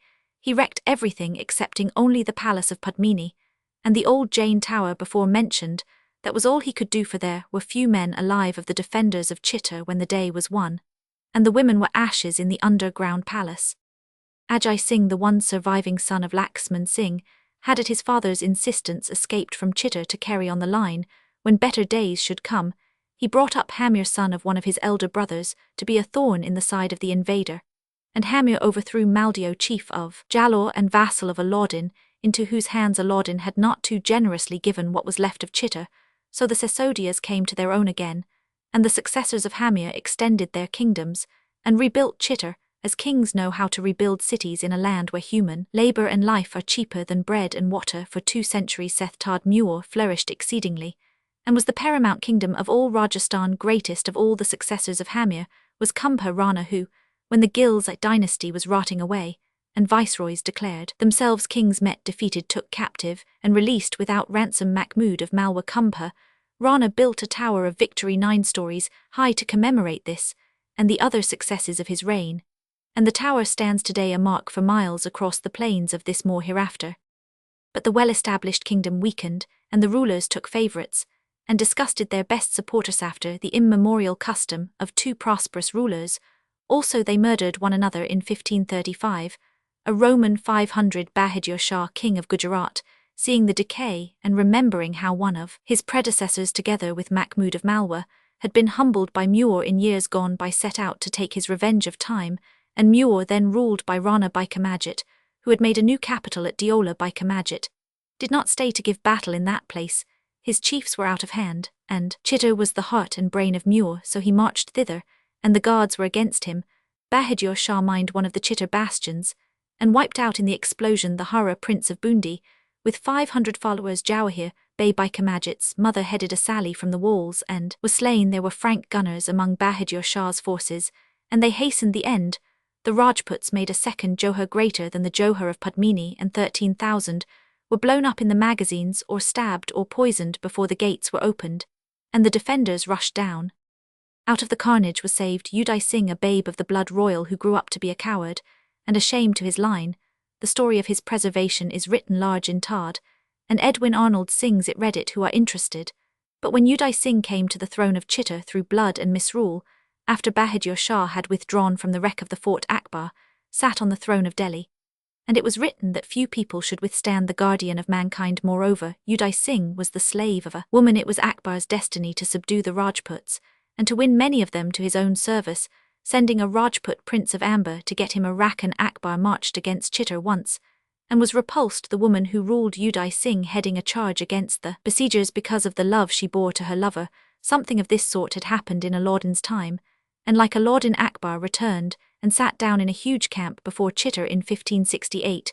A Roman 500 Uday Singh fled what was coming, and because the goddess of Chitta demands always that a crowned head must fall if the defense of her home is to be successful, Chitta fell, as it had fallen before in a johar of thousands, a last rush of the men, and the entry of the conqueror into a reeking, ruined Slaughterpan Akbar's sack was the most terrible of the three, for he killed everything that had life upon the rock, and wrecked and overturned, and spoiled the wonder. The lasting wonder is that he did not destroy Kumbha Rana's tower of victory, and memorial of the defeat of a Mahomedan prince with the third sack. The glory of Chittor departed, and Uday Singh founded himself a new capital, the city of Udaipur. Though Chittor was recovered in Jehangir's time by Uday Singh's grandson, it was never again made the capital of Muir. It stood and rooted where it stood, till enlightened and loyal feudatories in the present years of grace made attempts with the help of executive engineers to sweep it up and keep it in repair. The above is roughly, very roughly indeed, the tale of the sacks of Chittor. Follows an interlude, for the study even of inaccurate history is indigestible to many. There was an elephant at Chittor to take birds of passage up the hill, and Shesh was 51 years old, and her name was Jerolia. Came to the Dak Bungalow, for the Englishman. Let not the word Dak Bungalow deceive any man into believing that there is even moderate comfort at Chittor. Jerolia waited in the sunshine and chuckled to herself like a female pauper when she receives snuff. The mahout said that he would go away for a cup of water, so he walked and walked and walked till he disappeared on the stone-strewn plains, and the Englishman was left alone with Jerolia, aged 51. She had been tied by the chain on her near hind leg to a pillar of the veranda, but the string was moonge string only, and more an emblem of authority than a means of restraint. When she had thoroughly exhausted all the resources of the country within range of her trunk, she ate up the string and began to investigate the veranda. There was more moonge string, and she ate it all, while the Mistrai, who was repairing the Dak Bungalow, cursed her and her ancestry from afar. About this time the Englishman was roused to a knowledge of the business, for Jerolia, having exhausted the string, tried to come into the veranda. She had most unwisely been pampered with biscuits an hour before the Mistrai stood on an outcrop of rock, and said angrily, "See what damage your Hathai has done." "Sahib, tisn't my Hathai," said the Sahib plaintively. "You ordered it," quoth the Mistrai, "and it has been here ever so long, eating up everything herewith." He threw pieces of stone at Jerolia and went away. It is a terrible thing to be left alone with an unshackled elephant, even though she be a venerable spinster. Jerolia moved round the Dak Bungalow, blowing her nose in a nervous and undecided manner, and presently found some more string, which she ate. This was too much. The Englishman went out and spoke to her. She opened her mouth and salaamed, meaning thereby biscuits. So long as she remained in this position she could do no harm. Imagine a boundless rock-strewn plain, broken here and there by low hills dominated by the rock of Chittor, and bisected by a single metre gauge railway track running into the infinite, and unrelieved by even a weigh inspector's trolley in the foreground. Put a brand new Dak Bungalow furnished with a French bedstead and nothing else, and in the veranda place an embarrassed Englishman smiling into the open mouth of an idiotic female elephant. But Jerolia could not live on smiles alone. Finding that no food was forthcoming, she shut her mouth and renewed her attempts to get into the veranda, and ate more moonge string. To say H to an elephant is a misdirected courtesy. It quickens the pace, and if you flick her on the trunk with a wet towel, she curls the trunk out of harm's way. Special education is necessary. A little breechless boy passed carrying a lump of stone, hit on the feet. Sahib said he hit on the feet. Jerolia had by this time nearly scraped off her pad, and there were no signs of the mahout. The Englishman went out and found a tent peg, and returning in the extremity of his wrath, smote her bitterly on the nails of the near forefoot. Then, as Rider Haggard used to say, though the expression was patented by at least one writer, before he made it his own, a curious thing happened. Jerolia held up her foot to be beaten, and made the most absurd noises, squawked, in fact, exactly like an old lady who has narrowly escaped being run over. She backed out of the veranda, still squawking, on 3 feet, and in the open held up near and off forefoot alternately to be beaten. It was very pitiful, for one swing of her trunk could have knocked the Englishman flat. He ceased whacking her, but she squawked for some minutes, and then fell placidly asleep in the sunshine. When the mahout returned, he beat her for breaking her tether exactly as the Englishman had done, but much more severely, and the ridiculous old thing hopped on 3 legs for fully 5 minutes. "Come along, Sahib," said the mahout, "I will show this mother of bastards who is the mahout, fat daughter of the devil. Sit down. You would eat string, would you? How does the iron taste?" And he gave Jerolia a headache which affected her temper all through the afternoon. She set off across the railway line, which runs below the rock of Chittor, into broken ground, cut up with nullahs, and covered with low scrub, over which it would have been difficult to have taken a sure-footed horse, so fragmentary and disconnected was its nature. Roman 11 proves conclusively the existence of the Dark Tower visited by Childe Roland, and of Bogey who frightens children. The Gambury River clear as a trout stream runs through the waste round Chitter, and is spanned by an old bridge, very solid and massive, said to have been built before the sack of Loddon. The bridge is in the middle of the stream. The floods have raced round either end of it and is reached by a steeply sloping causeway from the bridge to the new town of Chitter, which lies at the foot of the hill, runs a straight and well-kept road, flanked on either side by the scattered remnants of old houses and here and there fallen temples. The road, like the bridge, is no new thing, and is wide enough for 20 horsemen to ride abreast. New Chitter is a very dirty and apparently thriving little town, full of grain merchants and sellers of arms. The ways are barely wide enough for the elephant of dignity, and the little brown babies of impudence the Englishman went through always on a slope, painfully accentuated by Gerolia, who, with all possible respect to her years, must have been a baggage animal, and no true sahibs. Mount let the local Baedeker speak for a moment. The ascent to Chitter, which begins from within the southeast angle of the town, is nearly a mile to the upper gate, with a slope of about 1 in 15. There are 2 zigzag bends, and on the 3 portions thus formed are 7 gates, of which one, however, has only the basement left. This is the language of fact, which very properly leaves out of all account the genius of the place, who sits at the gate nearest the new city, and is with the sightseer throughout. The first impression of repulsion and awe is given by a fragment of tumbled sculpture, close to a red-daubed lingam, near the paddle pal, or lowest gate. It is a piece of frieze, and the figures of the men are worn nearly smooth by time. What is visible is finely and frankly obscene to an English mind. The road is protected on the Cud side by a thick stone wall loopholed for musketry, 1 aperture to every 2 feet, between 15 and 20 feet high. This wall is being repaired throughout its length by the Maharana of Udaipur on the hillside, among the boulders, loose stones, and Dayascrub lies stone wreckage that must have come down from the brown bastions above. As Gerolia laboured up the stone-shod slope, the Englishman wondered how much life had flowed down this sluice of battles, and been lost at the paddle polt last and lowest gatewhere in the old days. The besieging armies put their best and bravest battalions once at the head of the lower slope.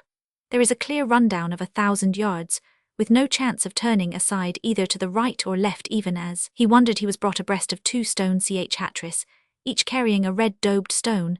They were the graves of 2 very brave men, Jemal of Bednor and Kala, who fell in Akbar's sack fighting. Like Rajputs, read the story of their deaths, and learn what manner of warriors they were. Their graves were all that spoke openly of the hundreds of struggles on the lower slope, where the fight was always fiercest. At last, after half an hour's climb, the main gate, the rampal, was gained, and the Englishman passed into the city of Chitter Anthan, and there formed a resolution, since broken, not to write 1 word about it for fear that he should be set down as a babbling and a gushing enthusiast. Objects of archaeological interest are duly described in an admirable little book of Chitter, which after 1 look the Englishman abandoned. One cannot do Chitter with a guidebook.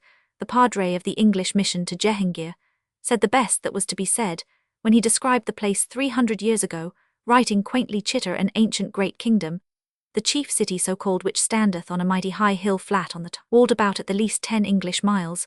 There appear to this day above 100 ruined churches, and divers fair palaces, which are lodged in like manner among their ruins, as many Englishmen, by the observation, have guessed its chief inhabitants today are Zum and Ohim, birds and wild beasts, but the stately ruins thereof give a shadow of its beauty. While it flourished in its pride, Gerolia struck into a narrow pathway, forcing herself through garden trees, and disturbing the peacocks. An evil guideman on the ground waved his hand, and began to speak, but was silenced. The death of Amber was as nothing to the death of Chittorabadi, whence the life had been driven by riot, and sword men had parcelled the gardens of her palaces and the courtyards of her temples into fields, and cattle grazed among the remnants of the shattered tombs. But all over, rent bastion, split temple wall, pierced roof, and prone pillar lay the shadow of its beauty.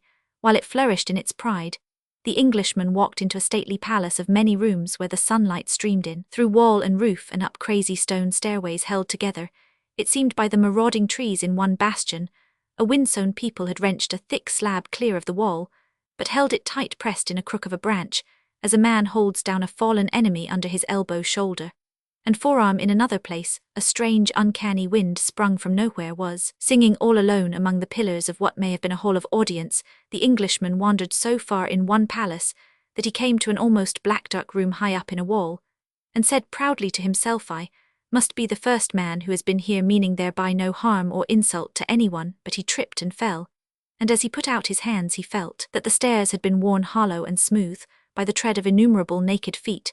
Then he was afraid, and came away very quickly, stepping delicately over fallen friezes and bits of sculptured men, so as not to offend the dead, and was mightily relieved when Ray 125 covered his elephant, and allowed the guide to take him to Kumbha Rana's Tower of Victory. This stands like all things in Chitta among ruins, but time and the other enemies have been good to it. It is a Jain edifice 9 stories high-crowned. Atop was this designed insult, or undesigned repair with a purely Mahomedan dome, wherein the pigeons and the bats live. Excepting this blemish, the Tower of Victory is nearly as fair as when it left the hands of the builder whose name has not been handed down to us. It is to be observed here that the first or more ruined Tower of Victory, built in Aluji's days, when Chitta was comparatively young, was raised by some pious Jain, as proof of conquest over things spiritual. The second tower is more worldly in intent. Those who care to look may find elsewhere a definition of its architecture, and its more striking peculiarities. It was in kind, but not in degree, like the Jagdesh temple at Udipur.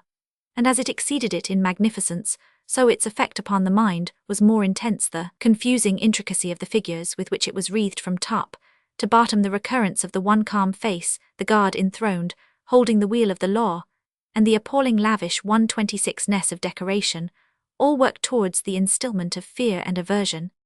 Surely this must have been one of the objects of the architect. The tower, in the arrangement of its stairways, is like the interior of a Chinese carved ivory puzzle ball. The idea given is that even while you are ascending, you are wrapping yourself deeper and deeper in the tangle of a mighty maze. Add to this the half-light, the thronging armies of sculptured figures, the mad profusion of designs splashed as impartially upon the undersides of the stone window slabs as upon the doorbeam of the threshold. Add, most abhorrent of all, the slippery sliminess of the walls worn smooth by naked men, and you will understand that the tower is not a soothing place to visit. The Englishman fancied presumptuously that he had in a way grasped the builder's idea, and when he came to the top story and sat among the pigeons, his theory was this: to attain power, wrote the builder of old in sentences of fine stone, it is necessary to pass through all sorts of close-packed horrors, treacheries, battles, and insults in darkness, and without knowledge whether the road leads upward or into a hopeless cul-de-sac. Kumbha Rana must many times have climbed to the top story and looked out towards the uplands of Malwa on the one side, and his own great Muir on the other, in the days when all the rock hummed with life, and the clatter of hooves upon the stony ways, and Mahmud of Malwa was safe in hold. How he must have swelled with pride, fine insolent pride of life and rule and power, not only to break things, but to compel such builders as those who piled the tower to his royal.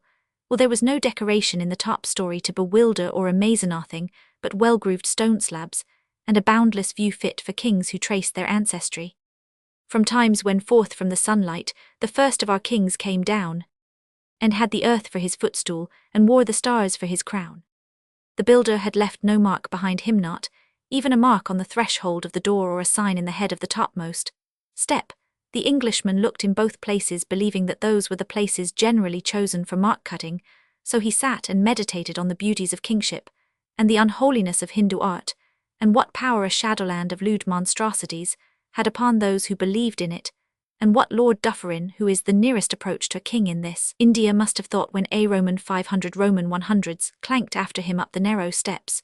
But the day was wearing, and he came down in both senses, and in his descent the carven things on every side of the tower, and above and below, once more took hold of, and perverted his fancy, so that he arrived at the bottom in a frame of mind eminently fitted for a descent into the Gau muck, which is nothing more terrible than a little spring falling into a reservoir in the side of the hill.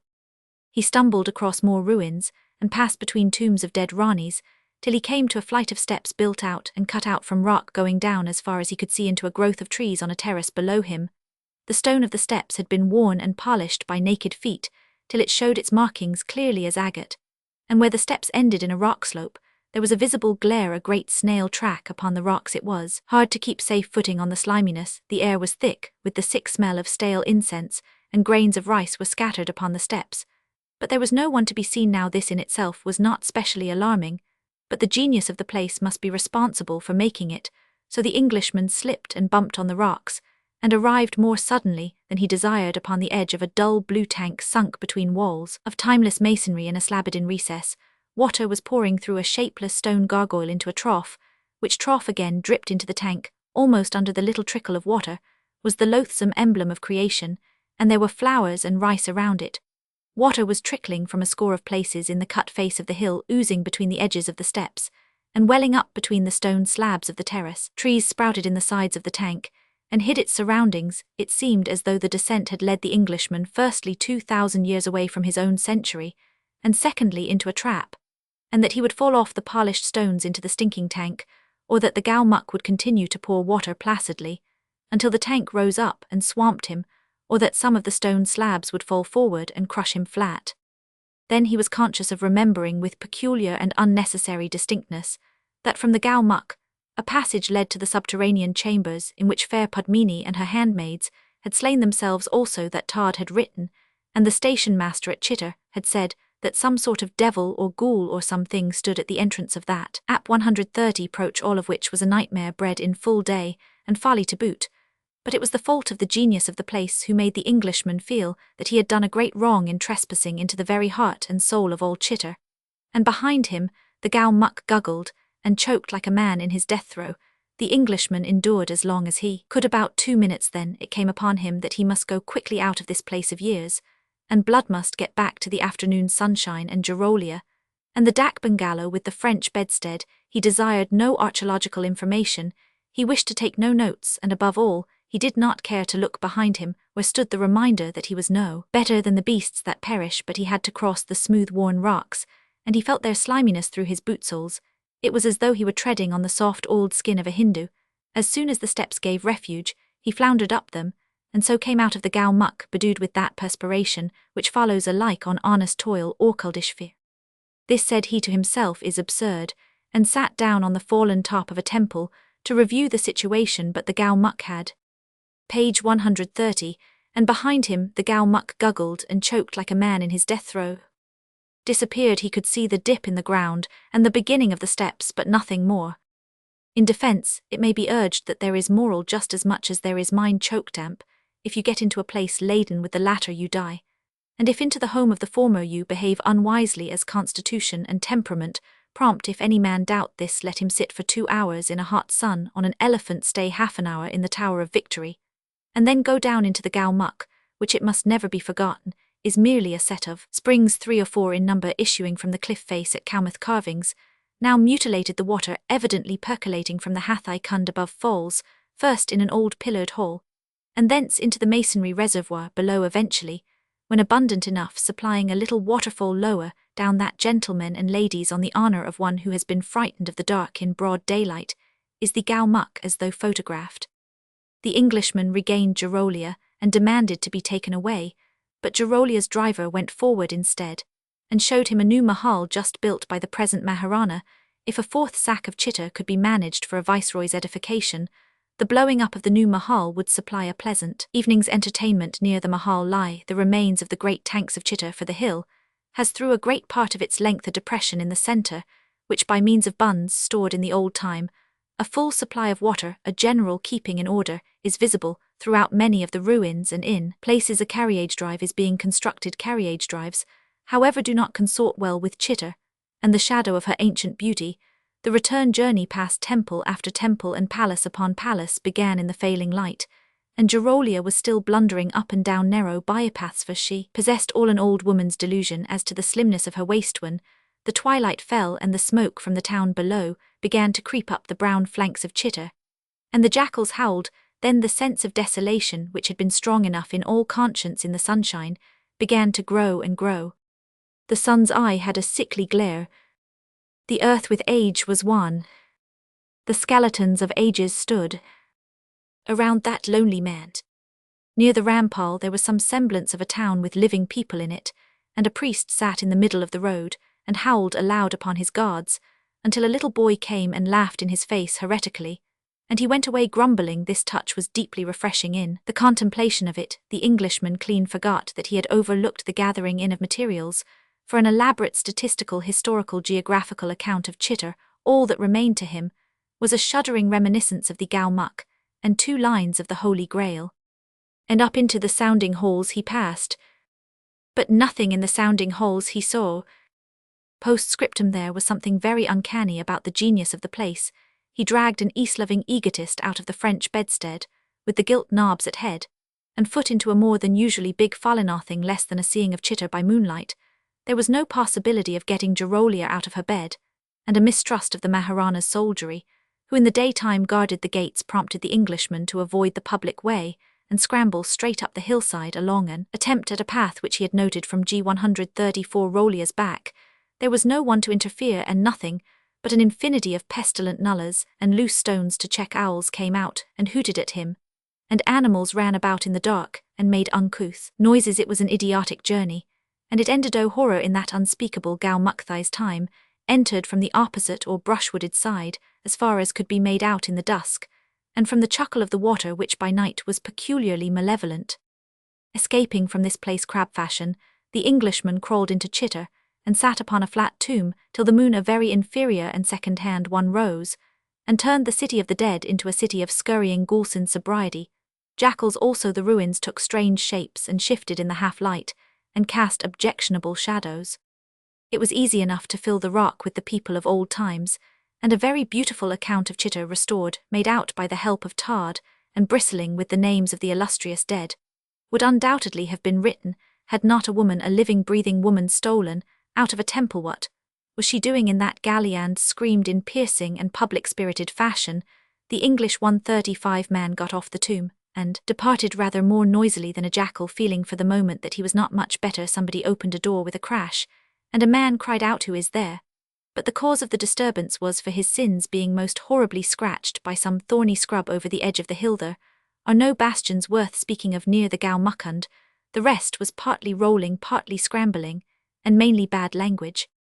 When you are too lucky, sacrifice something, a beloved pipe for choice, to Ganesh. The Englishman has seen Chitter by moonlight, not the best moonlight truly, but the watery glare of a nearly spent moon, and his sacrifice to luck is this: he will never try to describe what he has seen, but will keep it as a love letter, a thing for one pair of eyes only, a memory that few men today can be sharers in. And does he through this fiction evade insulting by the daubery of pen and ink a scene as lovely, wild, and unmatchable as any that mortal eyes have been privileged to rest upon? An intelligent and discriminating public are perfectly at liberty to form their own opinions. Roman 12 contains the history of the Bumia of Jarwasa, and the record of a visit to the House of Strange Stories demonstrates the felicity of loaferdom, which is the veritable companionship of the Indian Empire, and proposes a scheme for the better officering of two departments. Come away from the monstrous gloom of Chitter, and escape northwards. The place is unclean and terrifying. Let us catch today by both hands, and return to the station master, who is also booking parcels and telegraph clerk, and who never seems to go to bed, and to the comfortably wadded bunks of the Rajputana Malwa line. While the train is running, be pleased to listen to the perfectly true story of the Bumia of Jarwasa, which is a story the sequel whereof has yet to be written. Once upon a time, a Rajput landholder, a Bumia, and a Mahomdan Jaghardar were next-door neighbours in Ajmer territory. They hated each other thoroughly for many reasons, all connected with land, and the Jaghardar was the bigger man of the two in those days. It was the law that victims of robbery or dacoity should be reimbursed by the owner of the lands on which the affair had taken place. The ordinance is now swept away as impracticable. There was a highway robbery on the Bumia's holding, and he vowed that it had been put up by the Mahomdan, who he said was an Ahab. The reivjelt payable nearly ruined the Rajput, and he, labouring under a galling grievance or a groundless suspicion, fired the Jaghardar's crops, was detected, and brought up before the English judge, who gave him 4 years' imprisonment. To the sentence was appended a recommendation that on release the Rajput should be put on heavy securities for good behaviour. Otherwise, wrote the judge, who seems to have known the people he was dealing with, he will certainly kill the Jaghardar. 4 years passed, and the Jaghardar obtained wealth and consideration, and was made, let us say, a Khan Bahadur and an honorary magistrate. But the Bumia remained in jail and thought over the highway robbery. When the day of release came, a new judge hunted up his predecessor's finding and recommendation, and would have put the Bumia on security. Sahib, said the Bumia, I have no people, I have been in jail, what am I now, and who will find security for me if you will send me back to jail again? I can do nothing, and I have no friends. So they released him, and he went away into an outlying village, and borrowed a sword from one house, and had it sharpened in another for love. 2 days later fell the birthday of the Khan Bahadur, and the honorary magistrate, and his friends and servants and dependents made a little durbar, and did him honour after the native custom. The Bumia also attended the levee, but no one knew him, and he was stopped at the door of the courtyard, by the servants say that the Bumir of Jarwasa has come to pay his salam, said he. They let him in, and in the heart of Ajmer city in broad daylight, and before all the Jaghardar's household, he smote off his enemy's head so that it rolled upon the ground. Then he fled, and though they raised the countryside against him, he was never caught and went into Bikaner. 5 years later word came to Ajmer that Chimbo Singh the Bumir of Jarwasa had taken service under the Thakur Sahib of Palitana. The case was an old one, and the chances of identification musty, but the suspected was caught and brought in, and one of the leading native barristers of the Bombay Bar was retained to defend him. He said nothing, and continued to say nothing, and the case fell through. He is believed to be wanted now for a fresh murder committed within the last few months out by Bikaner way. And now that the train has reached Ajmer, the crew of Rajputana, whither shall a tramp turn his feet? The Englishman set his stick on end, and it fell with its point northwest, as nearly as might be. This being translated, meant Jodhpur, which is the city of the Haunhan hymns, and that all may be in keeping. The occasional resting place of fugitive yahoos, if you would enjoy Jodhpur thoroughly, quit at Ajmer the decent conventionalities of station life, and make it your business to move among gentlemen in the ordnance of the commissariat, or better still gentlemen on the railway. At Ajmer gentlemen will tell you what manner of place Jodhpur is, and their accounts, though flavoured with crisp and curdling oaths, are amusing in their eyes. The desert that rings the city has no charms, and they discuss affairs of the state, as they understand them, in a manner that would curl the hair on a political's august head. Jodhpur has been, but things are rather better now, a much favour 140 ed camping ground for the light cavalry of the road loafers, with a certain amount of brain and great assurance. The explanation is simple: there are more than 400 horses in His Highness city stables alone, and where the Haunhan him is, there also will be the Yahoo. This is sad, but true. Besides the Ulans who come and go on heaven knows what mysterious errands, there are bagmen travelling for the big English firms. Jodhpur is a good customer, and purchases all sorts of things more or less useful for the state or its friends. These are the gentlemen to know, if you would understand something of matters which are not written in reports. The Englishman took a train from Ajmer to Marwar Junction, which is on the road to Mount Abu westward from Ajmer, and at 5 in the morning under pale moonlight was uncarted at the beginning of the Jodhpur State Railway, of the quaintest little lines that ever ran a locomotive. It is the Maharaja's very own and pays about 10%, but its quaintness does not lie in these things.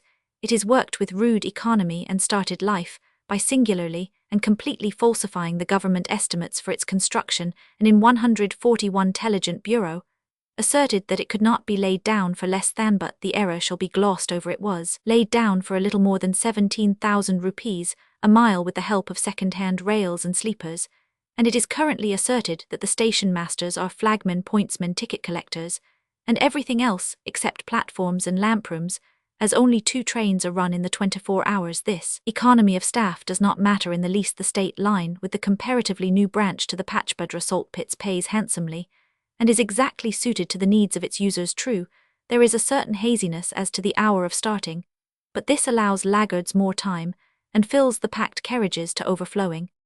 From Marwar Junction to Jodhpur the train leaves the Aravallis, and goes northwards into the region of death that lies beyond the Luni River. Sand, ack bushes and sandhills, varied with occasional patches of unthrifty cultivation, make up the scenery. Rain has been very scarce in Marwar this year, and the country consequently shows at its worst, for almost every square mile of the kingdom, nearly as large as Scotland, is dependent on the sky for its crops. In a good season, a large village can pay from 7,000 to 9,000 rupees revenue, without blenching. In a bad one, all the king's horses, and all the king's men may think themselves lucky if they raise rupees 15 only from the same place.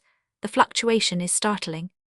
From a countryside which to the uninitiated seems about as valuable as a stretch of West African beach, the state gets a revenue of nearly 40 lakhs, and men who know the country vow that it has not been one tithe exploited, and that there is more to be made from salt and the marble. And curious thing in this wilderness good forest conservancy, than an open-handed Durbar dreams of an amiable weakness for unthinkingly giving away villages where ready cash failed has somewhat hampered the revenue in past years. But no, and for this the Maharaja deserves great credit. Jodhpur has a large and genuine surplus, and a very compact little scheme of railway extension. Before turning to a consideration of the city of Jodhpur, hear a true story in connection with the Hyderabad Pachbadra project, which those interested in the scheme may lay to heart. His state line, his ownest own, as has been said, very much delighted the Maharaja, who in 1 or 2 points is not unlike Sir Theodore Hope of sainted memory.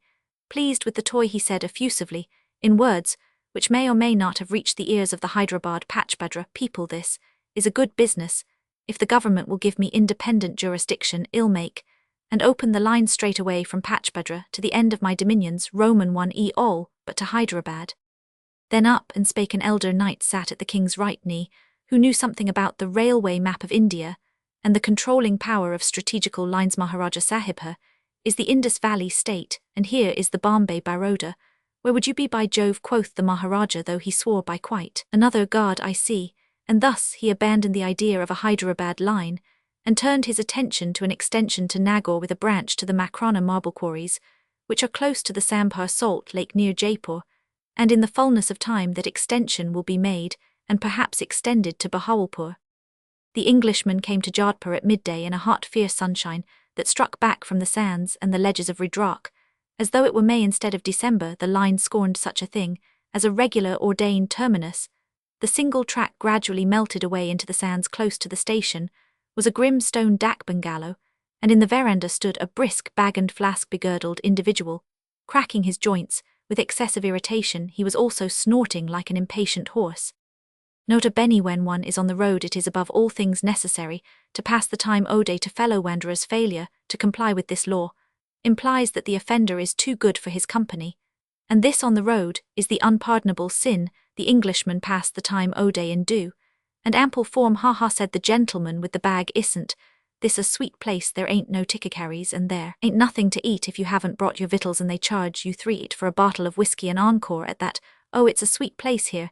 He skipped about the veranda and puffed, then turning upon the Englishman, he said fiercely, "What have you come here for now?" This was rude, because the ordinary form of salutation on the road is usually "And what are you for?" meaning "What house do you represent?" The Englishman answered dolefully that he was travelling for pleasure, which simple explanation offended the little man with the courier bag. He snapped his joints more excruciatingly than ever. "For pleasure, my God, for pleasure. Come here and wait 5 weeks for your money, and mark what I'm tellin' you now, you don't get it then. But perhaps your ideas of pleasure is different from most people's. For pleasure, yah." He skipped across the sand towards the station, for he was going back with the down train, and vanished in a whirlwind of luggage and the fluttering of female skirts in Jodhpur. "Women are baggage coolies," a level drawling voice spoke from an inner roomies. "A bit upset, that's what he is. I remember when I was at Gwalior." The rest of the story was lost, and the Englishman set to work to discover the nakedness of the dak bungalow. For reasons which do not concern the public, it is made as bitterly uncomfortable as possible. The food is infamous, and the charges seem to be willfully pitched about 80% above the tariff, so that some portion of the bill at least may be paid without bloodshed or the unseemly defilement of walls with the contents of drinking glasses. This is short-sighted policy, and it would perhaps be better to lower the prices and hide the tariff and put a guard about the house to prevent jackal-molested donkeys from stampeding into the verandas. But these be details. Jodhpur dak bungalow is a merry, merry place, and any writer in search of new ground to locate a madly improbable story in could not do better than study it diligently. In front lies sand, riddled with innumerable antholes, and beyond the sand the red sandstone wall of the city, and the Mahomdan burying ground that fringes it. Fragments of sandstone, set on end, mark the resting places of the faithful, who are of no great account here. Above everything a mark for miles round towers the Dunrid piles of the fort, which is also a palace. This is set upon sandstone rock, whose sharper features have been smoothed by the wash of the wind-blown sand.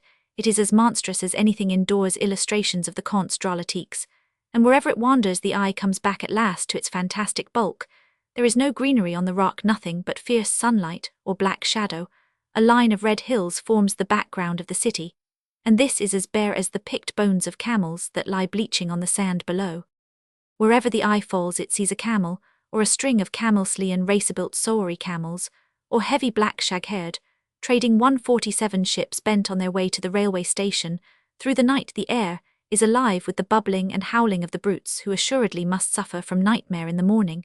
The chorus round the station is deafening. A camel has as wide a range of speech as an elephant. The Englishman found a little one crooning happily to itself, all alone on the sands. Its nose string was smashed, hence its joy, but a big man left the station and beat it on the neck with a 7-foot stick, and it rose up and sobbed. Knowing what these camels meant, but trusting nevertheless that the road would not be very bad, the Englishman went into the city, left A well-conquered road turned through a sand-worn red sandstone gate and sunk ankle-deep in fine reddish-white sand. This was the main thoroughfare of the city. 2 tame lynxes shared it with a donkey, and the rest of the population seemed to have gone to bed in the hot weather between 10 in the morning and 4 in the afternoon. All Jodhpur stays at home for fear of death by sunstroke, and it is possible that the habit extends far into what is officially called the cold weather, or perhaps being brought up among Sand's men do not care to tramp them for pleasure. The city internally is a walled and secret place, each courtyard being hidden from view by a red sandstone wall, except in a few streets where the shops are poor and mean. In an old house now used for the storing of tents, Akbar's mother lay 2 months before the guardian of mankind was born, drawing breath for her flight to Umarkat across the desert. Seeing this place, the Englishman thought of many things not worth the putting down on paper, and went on till the sand grew deeper and deeper, and a great camel heavily laden with stone came round a corner and nearly stepped on him. As the evening drew on, the city woke up, and the goats and the camels and the kine came in by hundreds, and men said that wild pig, which are strictly preserved by the princes for their own sport, were in the habit of wandering about the roads. Now, if they do this in the capital, what damage must they not do to the crops in the district? Men said that they did a very great deal of damage, and it was hard to keep their noses out of anything they took a fancy to. On the evening of the Englishman's visit, the Maharaja went out, as is his laudable custom, alone and unattended, to a road actually in the city, along which one specially big pig was in the habit passing. His Highness got his game with a single shot behind the shoulder, and in a few days it will be pickled and sent off to the Maharana of Udaipur as a love gift on account of the latter's investiture. There is great friendship between Jodhpur and Udaipur, and the idea of one king going abroad to shoot game for another has something very pretty and quaint in it. Night fell, and the Englishman became aware that the conservancy of Jodhpur might be vastly improved. Strong stenches, say the doctors, are of no importance, but there came upon every breath of heated errand in Jodhpur city. The air is warm in midwinter, the faint, sweet, sickly reek that one has always been taught to consider specially deadly. A few months ago, there was an impressive outbreak of cholera in Jodhpur, and the residency doctor, who really hoped that the people would be brought to see sense, did his best to bring forward a general cleansing scheme. But the city fathers would have none of it. Their fathers had been trying to poison themselves in well-defined ways for an indefinite number of years, and they were not going to have any of the sahib's sweeper nonsense. To clinch everything, one travelled member of the community rose in his place and said, "Why, I've been to Simla, yes, to Simla, and even I don't want it." This compliment should be engrossed in the archives of the Simla municipality. Sanitation on English lines is not yet acceptable to Jodhpur. When the black dusk had shut down, the Englishman climbed up a little hill and saw the stars come out and shine over the desert. Very far away, some camel drivers had lighted a fire and were singing as they sat by the side of their beasts. Sound travels as far over sand as over water, and their voices came into the city wall and beat against it in multiplied echoes. Then he returned to the house of strange storist Dak Bungalow and passed the time ode to the genial, light-hearted Bagmana Cockney, in whose heart there was no thought of India, though he had travelled for years throughout the length and breadth of the empire. And over New Burma as well. There was a fort in Jodhpur, but you see that was not in his line of business exactly, and there were stables. But you may take my word for it, them who has much to do with horses is a bad lot. You get hold of the Maharaja's coachman, and hell drive you all round the shop. I am only waiting here, collecting money. Jodhpur Dak Bungalow seems to be full of men waiting here. They lie in long chairs in the veranda and tell each other interminable stories or stare city words, and express their opinion of some dilatory debtor in language punctuated by free spitting. They are all waiting for something, and they vary the monotony of a life they make willfully dull beyond words by waging war with the Dak Bungalow consummate. Then they return to their long chairs or their couches, and sleep. Some of them in old days used to wait as long as 6 weeks. 6 weeks in May, when the 60 miles from Marwar Junction to Jodhpur was covered in 3 days by slow-pacing bullock carts. Some of them are bagmen able to describe the demerits of every Dak Bungalow from the Peshin to Pagan and southward, to Hyderabad men of substance who have the trades at their back. It is a terrible thing to be in the trades, that great doomsday book of Calcutta, in whose pages are written the names of doubtful debtors. Let light-hearted purchasers take note. And the others who wait and swear and spit and exchange anecdotes, what are they? Bummers, landsharks, skirmishers for their bread. It would be cruel in a fellow tramp to call them loafers. Their lien upon the state may have its origin in horses or anything else, for the state buys anything vendible from Abdul Ramo 152. NS most promising importations toa, patent self-acting corkscrew. They are a mixed crew, but amusing and full of strange stories of adventure by land and by sea, and their ends are as curiously brutal as their lives. A wanderer was once swept into the great still backwater that divides the loaferdom of Upper Indiathet, is to say Calcutta and Bombay, from the north-going current of Madras. Nim and pistol are highly finished articles, with certificates. This backwater is a dangerous place to break down in, as the men on the road know well. You can run Rajputana in a pair o' sack breeches and an old hat, but go to Central India with pice, says the wisdom of the road. So the waif died in the bazaar, and the barrack master sahib gave orders for his burial. It might have been the bazaar sergeant, or it might have been an hireling who was charged with the disposal of the body. At any rate, it was an Irishman who said to the barrack master sahib, What about that loafer? Well, what's the matter? I am considherin whether I am to mash in his thick head, or to break his long legs. He won't fit the store coffin anyways. Here the story ends. It may be an old one, but it struck the Englishman as being rather unsympathetic in its nature, and he has preserved it for this reason. Were the Englishman a mere Secretary of State, instead of an enviable and unshackled vagabond, he would remodel that philanthropic institution for teaching young subalterns how to spell variously called the intelligence and the political department, and, giving each omdwar the pair of sack breeches and old hat above prescribed, would send him out for a 12-month on the road, not that he might learn to swear Australian oaths, which are superior to anyone's in the market, or to drink bazaar drinks, which are very bad indeed, but in order that he might gain an insight into the tertiary politics of states, things less imposing than succession cases, and less wearisome than boundary disputes. Bother speaks Ferdinand Count Fathom, in an intermediate compartment, very drunk, and very happy, worth knowing a little, oh no, not at all. A small volume might be written of the ways and the tales of Indian loafers of the more brilliant order, such chevaliers of the order of industry as would throw their glasses in your face. Did you call them loafers? They are a genial, blasphemous, blustering crew, and preeminent even in a land of liars. Roman 13, a king's house and country. Further consideration of the hat-marked caste. The hospitality that spreads tables in the wilderness and shifts the stranger from the back of the hired camel into the two-horse Victoria must be experienced to be appreciated. To those unacquainted with the peculiarities of the native trained horse, this advice may be worth something. Sit as far back as ever you can, and if Oriental courtesy have put an English bit and bradoon in a mouth by education, intended for a spiked curb, leave the whole contraption alone. Once acquainted with the comparative smoothness of English ironmongery, your mount will grow frivolous, in which event a 4-pound steeplechase saddle, accepted through sheer shame, offers the very smallest amount of purchase to untrained legs. The Englishman rode up to the fort, and by the way learnt all these things and many more. He was provided with a racking female horse, who swept the gullies of the city by dancing sideways. The road to the fort, which stands on the hill of strife, wound in and out of 60-foot hills, with a skilful avoidance of all shade. And this was at high noon, when puffs of heated air blew from the rocks on all sides. What must the heat be in May? The Englishman's companion was a cheery Brahmin who wore the lightest of turbans and sat the smallest of neat little countrybrids. Awful, said the Brahmin, but not so bad as in the district. Look there. And he pointed from the brow of a bad eminence across the quivering heathays, to where the white sand faded into bleach blue sky, and the horizon was shaken and tremulous. It's very bad in summer. Knock you, oh yes, all to smash, but we are accustomed to it. A rock-strewn hill about half a mile, as the crow flies from the fort, was pointed out as the place whence at the beginning of this century the pretender Soe besieged Rajamon for 5 months, but could make no headway against his foe. 1 gun of the enemy's batteries specially galled the fort, and the Jodhpur king offered a village to any of his gunners who should dismount it. It was smashed. Said the Brahmin, oh yes, all to pieces. Practically the city which lies below the fort is indefensible, and during the many wars of Marwar has generally been taken up by the assailants without resistance.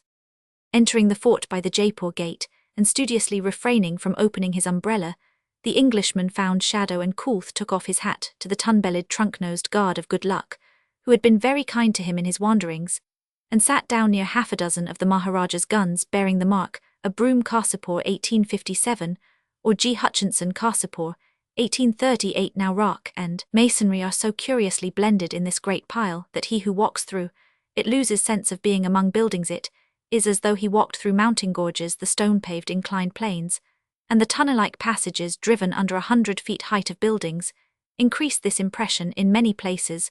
the wall and rock runs up unbroken by any window for 40 feet. It would be a week's work to pick out even roughly the names of the dead who have added to the buildings, or to describe the bewildering multiplicity of courts and ranges of rooms. And in the end, the result would be as satisfactory as an attempt to describe a nightmare. It is said that the rock on which the fort stands is 4 miles in circuit, but no man yet has dared to estimate the size of the city that they call the palace, or the mileage of its ways, ever since Ras Joda 400 years ago listened to the voice of a fogey and leaving Mundor built his eyrie on the bird's nest, as the Hill of Strife was called. The palaces have grown and thickened. Even today the builders are still at work.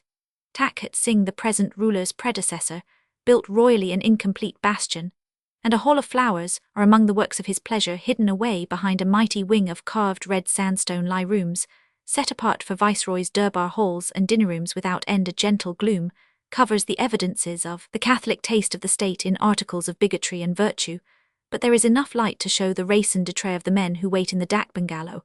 And after all, what is the use of royalty in these days, if a man may not take delight in the pride of the eye? Kumbha Rana, the great man of Chitta, fought like a Rajput, but he had an instinct which made him build the Tower of Victory, at who knows what cost of money and life. The fighting instinct, thrown back upon itself, must have some sort of outlet, and a merciful providence wisely ordains that the kings of the East in the 19th century shall take pleasure in sharpening on an imperial scale Dresden china, snuff-boxes, mechanical engines, electroplated fish slissers, musical boxes, and gilt blown-glass Christmas tree bowls do not go well with the splendors of a palace that might have been built by Titans and colored by the morning sun. But there are excuses to be made for kings who have no work to do, least such work as their fathers understood best. In one of the higher bastions stands a curious specimen of one of the earliest mitrailleuse cumbrous machine, carrying 20 gun barrels in 2 rows, which small-arm fire is flanked by 2 tiny cannon. As a muzzle-loading implement, its value after the first discharge would be insignificant, but the soldiers lounging by assured the Englishman that it had done good service in its time it was eaten with rust. A man may spend a long hour in the upper tiers of the palaces, but still far from the rooftops in looking out across the desert. There are Englishmen in these wastes who say gravely that there is nothing so fascinating as the sand of Bikaner, and Marwar, you see, explained an enthusiast of the hat-marked caste. You are not shut in by roads, and you can go just as you please, and somehow it grows upon you as you get used to it, and you end by falling in love with the place. Look steadily from the palace westward, where the city with its tanks and sarais is spread at your feet, and you will in a lame way begin to understand the fascination of the desert, which by those who have felt it is said to be even stronger than the fascination of the road.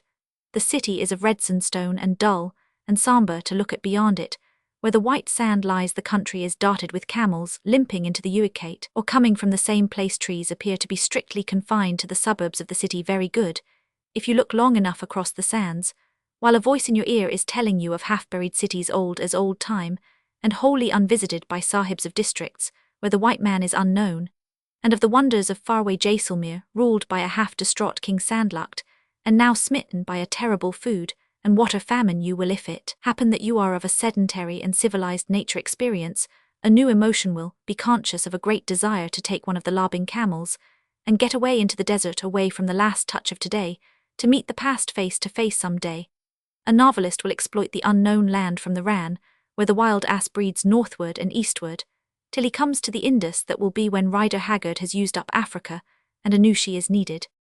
But the officials of Marwar do not call their country a desert. On the contrary, they administer it very scientifically, and raise, as has been said, about 38 larks from it, to come back from the influence and the possible use of the desert to more prosaic facts. Read quickly a rough record of things in modern Marwar. The old is drawn in Todd, who speaks the truth, the Maharaja's right hand in the work of the state, is Maharaj Sir Pertab Singh, Prime Minister, A Roman 500 Roman 100, to the Prince of Wales, capable of managing the Marwari, who intrigues like a Marwari, equally capable, as has been seen, of moving in London society, and colonel of a newly raised crack cavalry corps.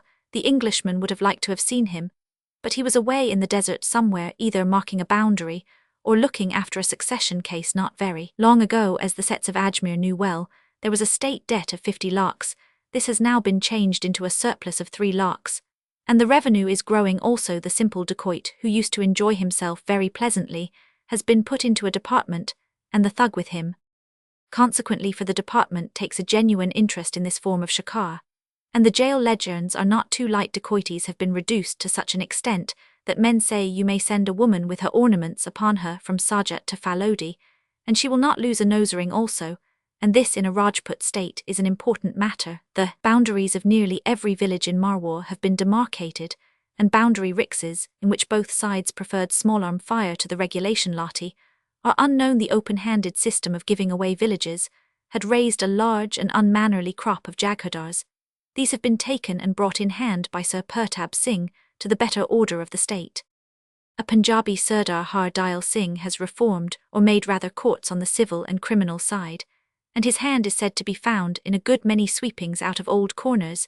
It must always be borne in mind that everything that has been done was carried through over and under unlimited intrigue, for Jodhpur is a native state. Intrigue must be met with intrigue by all except Gordons or demigods, and it is curious to hear how a reduction in tariff or a smoothing out of some tangled court had to be worked by shift and byway. The tales are comic, but not for publication. Howbeit Har Dayal Singh got his training in part under the Punjab government, and in part in a little native state far away in the Himalayas, where the gumname was not altogether an unknown animal to the credit of the pauper province.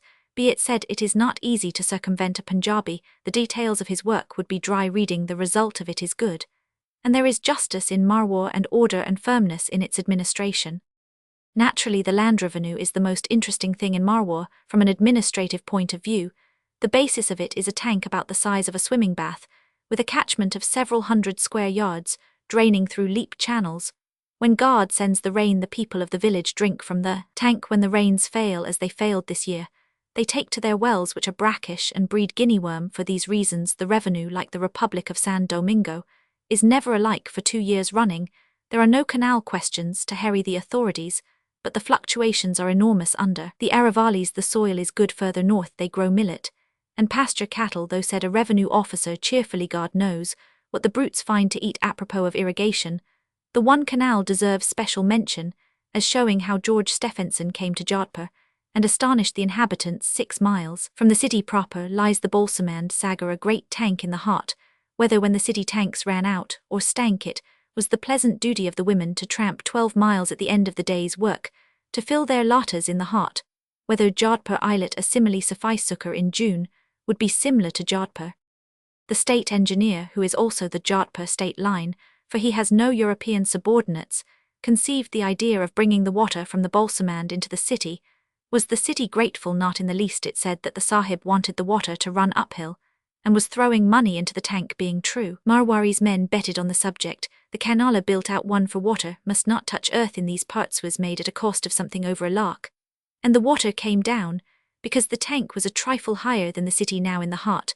Whether the women need not go for long walks, but the Marwari cannot understand how it was that the waters came down to Jodhpur from the Marwari to money matters, is an easy step. Formerly, that is to say up to within a very short time, the treasury of Jodhpur was conducted in a shiftless, happy-go-lucky sort of fashion, not uncommon in native states, whereby the Mahajans held the bag and made unholy profits on discount and other things, to the confusion of the Durbar funds and their own enrichment. There is now a treasury modelled on English lines, and English, in the important particular, that money is not to be got from it for the asking, and the items of expenditure are strictly looked after.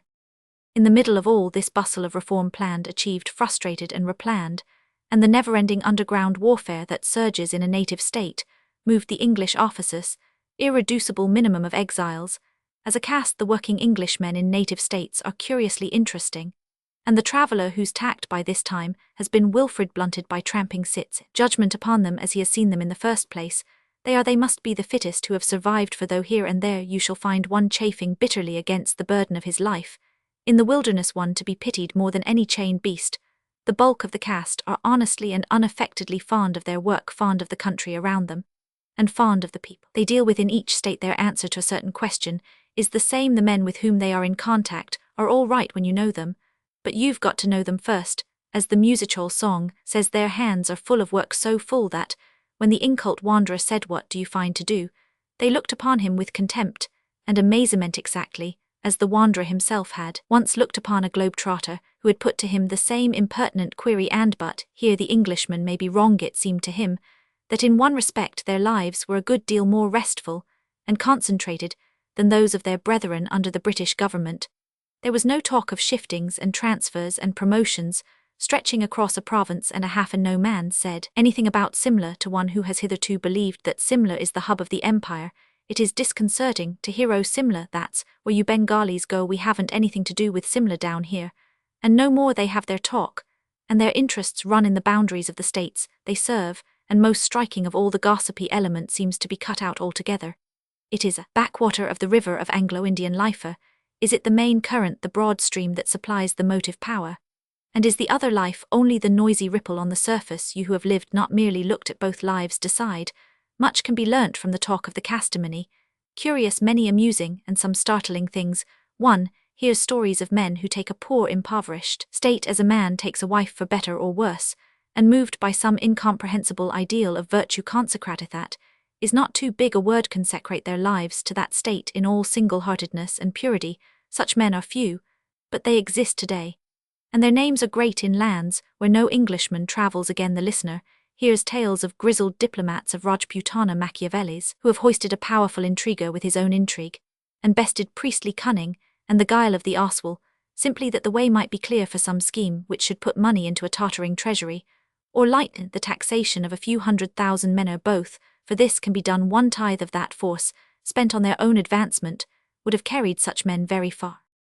Those who know anything of the internals of government know that such men must exist, for their works are written between the lines of the administration reports, but to hear about them, and to have them pointed out, is quite a different thing. It breeds respect, and a sense of shame and frivolity in the mind of the mere looker-on, which may be good for the soul. Truly the hat-marked caste are a strange people. They are so few and so lonely, and so strong they can sit down in one place for years, and see the works of their hands and the promptings of their brain grow to actual and beneficent life, bringing good to thousands, less fettered than the direct servant of the Indian government, and working over a much vaster charge. They seem a bigger and a more larger-minded breed, and that is saying a good deal. But let the others, the little people bound down and supervised and strictly limited and income-taxed, always remember that the hat-marked are very badly off. For shops, if they want a necktie, they must get it up from Bombay, and in the rains they can hardly move about, and they have no amusements, and must go a day's railway journey for a rubber, and their drinking water is doubtful, and there is rather less than one lady per 10,000 square miles. After all, comparative civilization has its advantages. Roman 14. Among the Howihins, Jodhpur differs from the other states of Rajputana, in that its royalty are peculiarly accessible to an inquiring public. There are wanderers the desire of whose life it is to see nabobs, which is the globetrotter's title for anyone in unusually clean clothes, or an oud talukdar in gala dress. Men asked in Jodhpur whether the Englishman would like to see His Highness. The Englishman had a great desire to do so if His Highness would be in no way inconvenienced. Then they scoffed, "Oh, he won't durbar you. You needn't flatter yourself. If he's in the humour, he'll receive you like an English country gentleman." How in the world could the owner of such a place as Jodhpur Palace be in any way like an English country gentleman? The Englishman had not long to wait in doubt. His Highness intimated his readiness to see the Englishman between 8 and 9 in the morning at the Reka Bagh.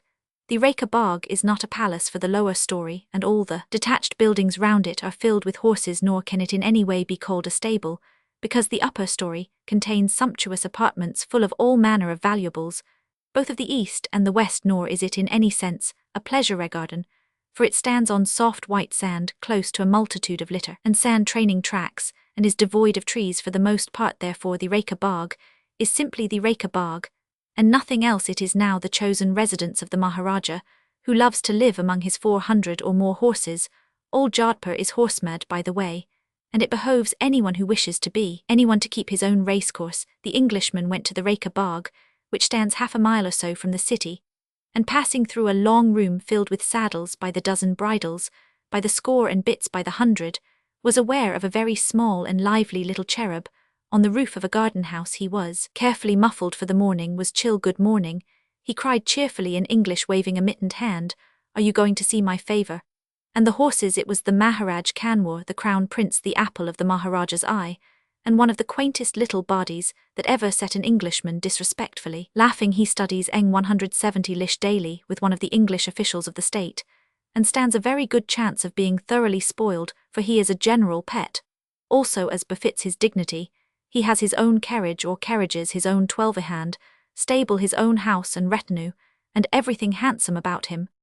A few steps further on, in a little enclosure in front of a small 2-storied white bungalow, sat His Highness the Maharaja deep in discussion with the state engineer. He wore an English ulster, and within 10 paces of him was the first of a long range of stalls. There was an informality of procedure about Jodhpur which, after the strained etiquette of other states, was very refreshing. The state engineer, who has a growing line to attend to, cantered away, and His Highness, after a few introductory words, knowing what the Englishman would be after, said, "Come along and look at the horses." Other formality there was absolutely none. Even the indispensable knot of Hangerson stood at a distance, and behind a paling in this most rustic country residence, a well-bred fox terrier took command of the proceedings, after the manner of dogs, all the world over, and the Maharaja led to the horseboxes. But a man turned up, bending under the weight of much bacon. "Oh, here's the I shot for Udaipur last night. You see, that is the best piece. It's pickled, and that's what makes it yellow to look at." He patted the great side that was held up. "There will be a camel sawar to meet it halfway to Udaipur, and I hope Udaipur will be pleased with it. It was a very big pig." "And where did you shoot it, Maharaja Sahib?" "Here," said His Highness, smiting himself high up under the armpit. "Where else would you have it?" Certainly this descendant of Raja Mon was more like an English country gentleman than the Englishman in his ignorance had deemed possible. He led on from horsebox to horsebox, the terrier at his heels, pointing out each horse of note. "And Jodhpur has many. There's Raja, twice winner of the Civil Service Cup."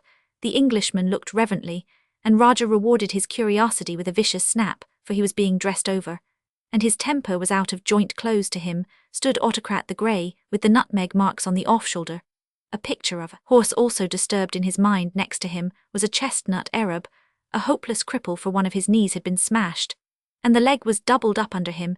It was Turquoise, who 6 or 8 years ago rewarded good feeding by getting away from his size, falling down and ruining himself, but who none the less has lived, an honoured pensioner on the Maharaja's bounty, ever since no horses are shot in the Jodhpur stables, and when one Deesthi have lost not more than 25 in 6 years. His funeral is an event. He is wrapped in a white sheet which is strewn with flowers, and amid the weeping of the sazes is borne away to the burial ground. After doing the honours for nearly half an hour, the Maharaja departed, and as the Englishman had not seen more than 40 horses, he felt justified in demanding more, and he got them. Eclipse and young Revenge were out down country, but Sherwood at the stud shear, Ali Conqueror Tynedale, Sherwood Roman II, a maiden of Abdul Rahman's, and many others of note were in and were brought out. Among the veterans, a wrathful, rampant red horse, still came Brian Boru, whose name has been written large in the chronicles of the Indian turf, jerking his size across the road. His near fore is altogether gone, but as a pensioner he condescends to go in harness, and is then said to be a handful. He certainly looks it. At the 257th horse, and perhaps the 20th block of stables, the Englishman's brain began to reel, and he demanded rest and information on a certain point. He had gone into some 50 stalls, and looked into all the rest, and in the looking had searchingly sniffed, but as truly as he was then standing far below Brian Boris Boney, Withers, never the ghost of a stench had polluted the keen morning air. This city of the Howihams was specklessly cleaner than any stable, racing or private, that he had been into. How was it done? The pure white sand accounted for a good deal, and the rest was explained by one of the masters of horse. Each horse has one size at least. Old Ringwood, he had 4, and we make 'em work. If we didn't, we'd be mucked up to the horses' bellies in no time. Everything is cleaned off at once, and whenever the sand's tainted it's renewed. There's quite enough sand, you see, hereabouts. Of course, we can't keep their coats so good as in other stables by reason of the rolling, but we can keep 'em pretty clean." To the eye of one who knew less than nothing about horseflesh, this immaculate purity was very striking, and quite as impressive was the condition of the horses, which was English, quite English, naturally. None of them were in any sort of training beyond daily exercise, but they were fit, and in such thoroughly good fettle. Many of them were out on the various tracks, and many were coming in. Roughly 200 go out of a morning, and it is to be feared learn from the heavy going of the Jodhpur courses how to hang in their stride. This is a matter for those who know, but it struck the Englishman that a good deal of the unsatisfactory performances of the Jodhpur stables might be accounted for by their having lost the clean stride on the sand, and having to pick it up gradually on the less holding down-country courses. Unfortunately, when they were not doing training gallops, but the real thing, this small theory is given for instant contradiction by those who understand. It was pleasant to sit down and watch the rush of the horses through the great opening gates, a not a ficted going on to the countryside, Where they take the air here, a boisterous unschooled Arab shot out across the road, and cried ha-ha in the scriptural manner, before trying to rid himself of the grinning black imp on his back behind him. A cabuleisurely all cabulies must have been born with pellums in their mouthspud, sulkily across the road, or threw himself across the path of a tall mild-eyed colonel-bred youngster, whose cocked ears and swinging head showed that though he was so sedate he was thoroughly taking in his surroundings and would very much like to know if there were anybody better than himself on the course that morning. Impetuous as a schoolboy and irresponsible as a monkey, one of the prince's polo ponies, not above racing in his own set, would answer the query by rioting past the pupil of Parrot, the monogram on his bardicloth flapping free in the wind and his head and hogged tail in the elements. As Uncle Remus hath it, the youngster would swing himself round and polka-mazurka for a few paces, till his attention would be caught by some dainty child of the desert fresh from the Bombay stables, sweating at every sound, backing and filling like a rudderless ship, then thanking his stars that he was wiser than some people. Number 177 would lob on to the track and settle down to his spin like the gentleman he was elsewhere.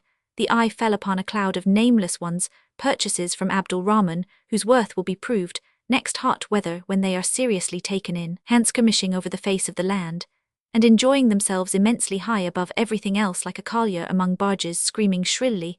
A black flamboyant Marwari stallion, with a crest like the crest of a barrel-bellied gooserumped and rivermond, pranced through the press while the slow-pacing whaler carriage horses eyed him with deep disfavour, and the Maharaj Kanwar's tiny mount capered under his pink Roman nose, kicking up as much dust as the foxhole colt, who had got on to a lovely patch of sand, and was dancing a saraband in it, in and out of the tangle, going down to, or coming back from the courses, ran, shuffled, rocketed, plunged, sulked, or stampeded countless horses of all kinds, shapes, and description, so that the eye at last failed to see what they were, and only retained a general impression of a whirl of bays, greys, iron greys, and chestnuts with white stockings, some as good as could be desired, others average, but not one distinctly bad.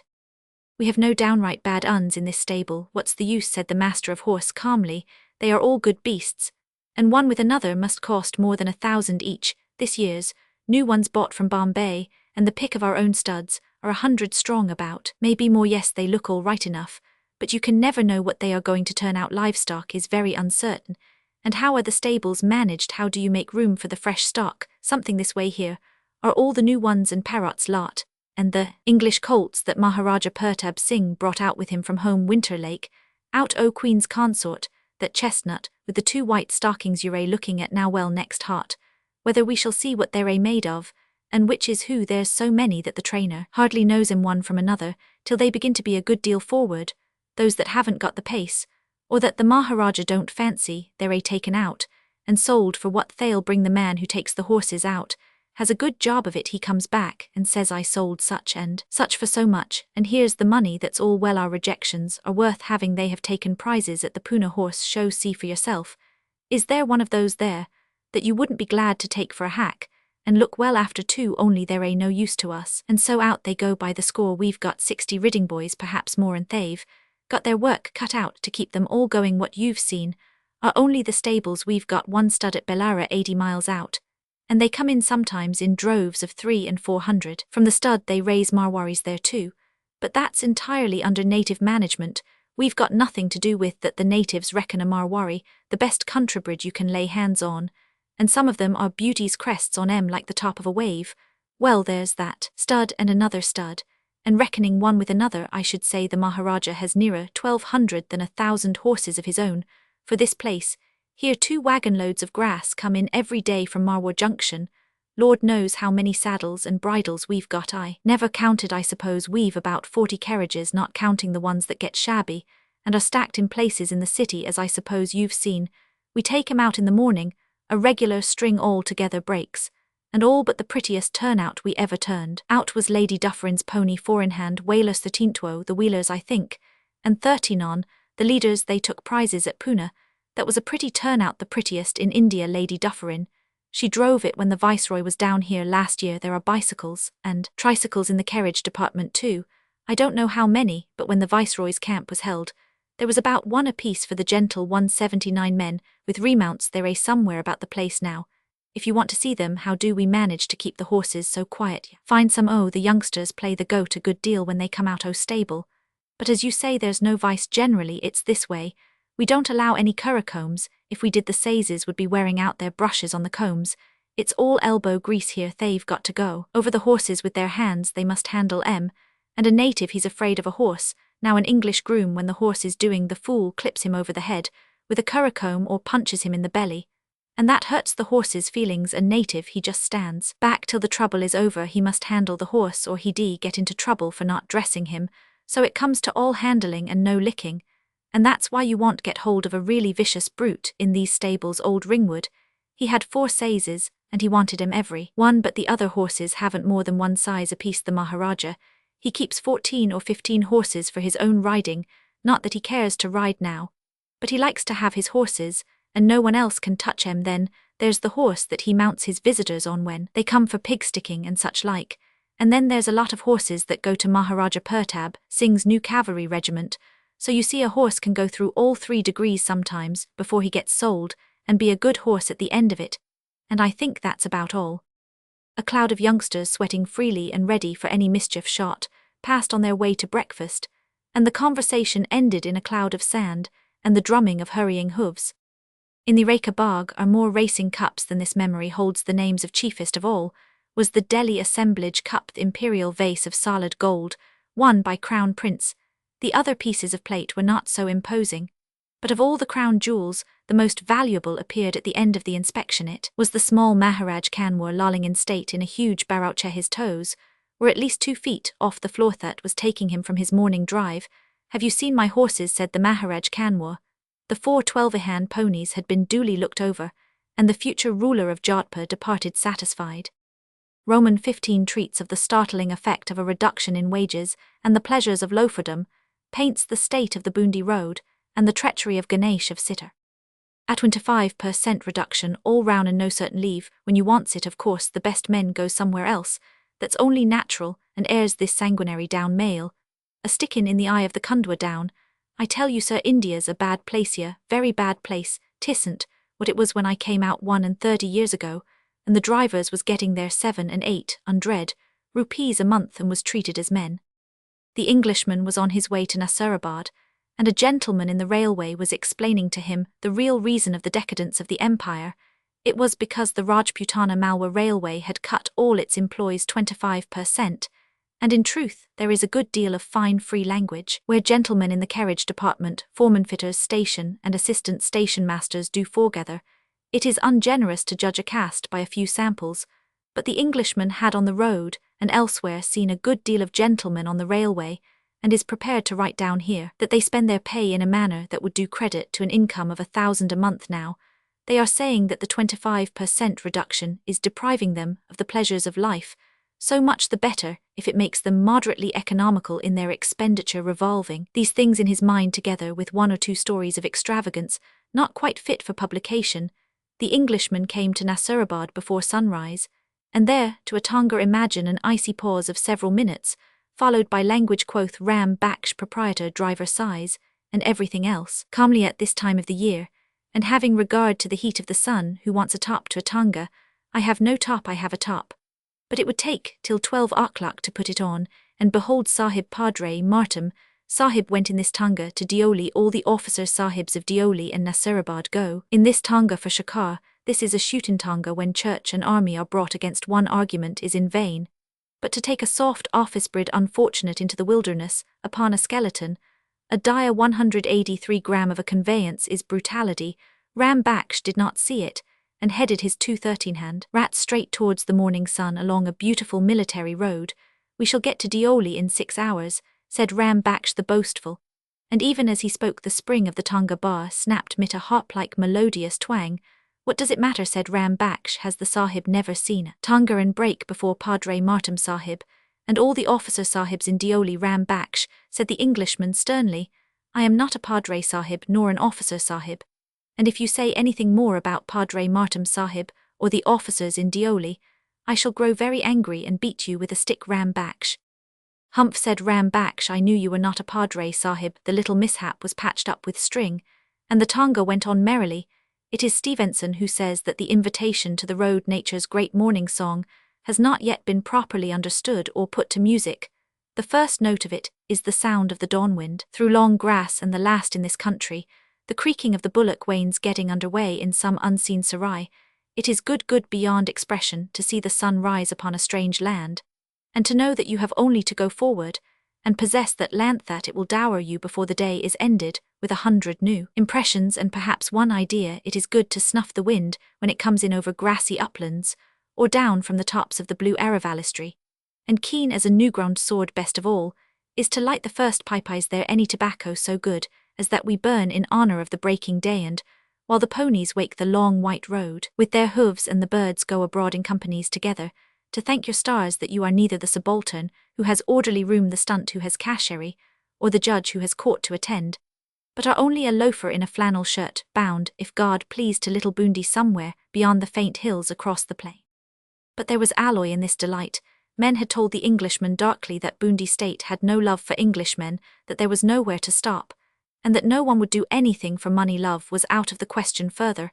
It was an acknowledged fact that there were no Englishmen of any kind in Bundy, but the Englishman trusted that Ganesh would be good to him, and that he would somehow or other fall upon his feet, as he had fallen before. The road from Nasirabad to Deoli, being military in its nature, is nearly as straight as a ruler, and about as smooth. It runs for the most part through Arthurian country, just such a land as the knights of the Round Table went a-looting, in eyes gently sloping pasture ground, where a man could see his enemy a long way off and ride a wallop at him, as the Mort d'Arthur puts it, of a clear half-mile here, and their little rocky hills, the last offshoots of the Aravalis to the west, break the ground, but the bulk of it is fair, and without pimples. The Deoli force are apparently so utterly irregular that they can do without a telegraph, have their mails carried by runners, and dispense with bridges over all the 56 miles that separate them from Nasirabad. However, a man who goes shikaring for any length of time in one of Ram Bakhsh's tangas would soon learn to dispense with anything and everything. All the sahibs use my tangas. I've got 8 of them, and 20 pairs of horses, said Ram Bakhsh. They go as far as Gangra, where the tigers are, for they are shooting tangas now. The Englishman knew Gangra slightly, having seen it on the way to Udaipur, and it was as perverse and rocky a place as any man would desire to see. He politely expressed doubt.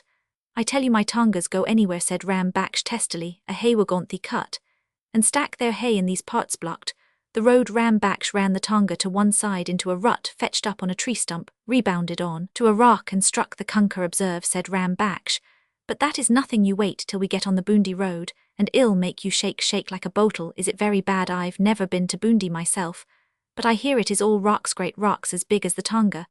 But though he boasted of himself and his horses nearly all the way, he could not reach Deoli in anything like the time he had set forth. If I am not at Bundi by 4, he had said at 6 in the morning, let me go without my fare. But by midday he was still far from Deoli, and Bundi lay 28 miles beyond that station.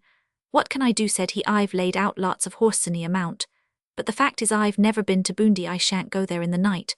Ram Bakhsh's lots of horses were 3 pair, but Nasirabad and Deoli 3 pair of undersized ponies, who did wonders one place after he had quitted a cotton wagon, a drove of Banjaras, and a man on horseback with his carbine across his saddlebow. The Englishman came to a stretch of road so utterly desolate that he said, now I am clear of everybody who ever knew me. This is the beginning of the waste into which the scapegoat was sent. From a bush by the roadside sprang up a fat man who cried aloud in English, how does your honour do? I met your honour in Simla this year. Are you quite well? Yas, I am here. Your honour remembers me. I am travelling. Yas, ha ha. And he went on, leaving his honour bemazed. It was a babu, a Simla babu, of that there could be no doubt.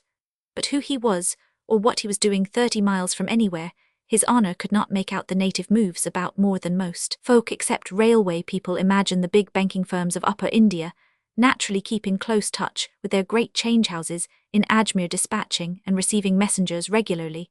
So it comes to pass that the necessitous circumstances of Lieutenant McRanamak of the Tyneside tailtwisters quartered on the frontier are thoroughly known, and discussed 1,000 miles south of the cantonment, where the light-hearted lieutenant goes to the beastly shroff. This is, by the way. Let us return to the banks of the Barnas River, where poor Kerry, as Todd calls him, came when he was sickening for his last illness. The Barnas is one of those streams which runs over golden sands with feet of silver, but from the scarp of its banks Deoli in the rains must be isolated. Ram Bakhsh, questioned hereon, vowed that all the officer sahibs never dreamed of halting, but went over in boats or on elephants according to Ram Baksh. The men of Dioli must be wonderful creatures, they do nothing but use his tongue as a break in some low hills, give on to the dead flat plain in which Dioli stands. You must stop here for the night, said Ram Baksh. I will not take my horses forward in the dark, God knows where the dak bungalow is, I've forgotten. But any one of the officer sahibs in Dioli will tell you those in search of a new emotion would do well to run about an apparently empty cantonment in a disgraceful shooting tonga in search of a place to sleep in Chaprasis, come out of the back verandas and are rude, and regimental babus hop out of godowns and are flippant while in the distance a sahib looks out of his room where he has evidently been sleeping and eyes the dusty forlorn hope with silent contempt. It should be mentioned that the dust on the Dioli road not only powders but masks the face and raiment of the passenger. Next morning Ram Baksh was awake with the dawn and clamorous to go on to Bundi. I've sent a pair of horses, big horses, out there. And the size is a fool, perhaps they will be lost, I want to find them. He dragged his unhappy passenger on to the road once more, and demanded of all who passed the dak bungalow, which was the way to Bundi. Observe, said he, there can be only one road, and if I hit it we are all right, and it'll show you what the tonga can do. Amen, said the Englishman devoutly, as the tonga jumped into and out of a larger hole. Without doubt, this is the Bundi road, said Ram Baksh. It is so bad. Beyond Dioli, the cultivated land gave place to more hills, peppered with stone stretches of axscrub and clumps of thorn, varied with a little jay-hill here and there for the benefit of the officers of the Dioli irregular force.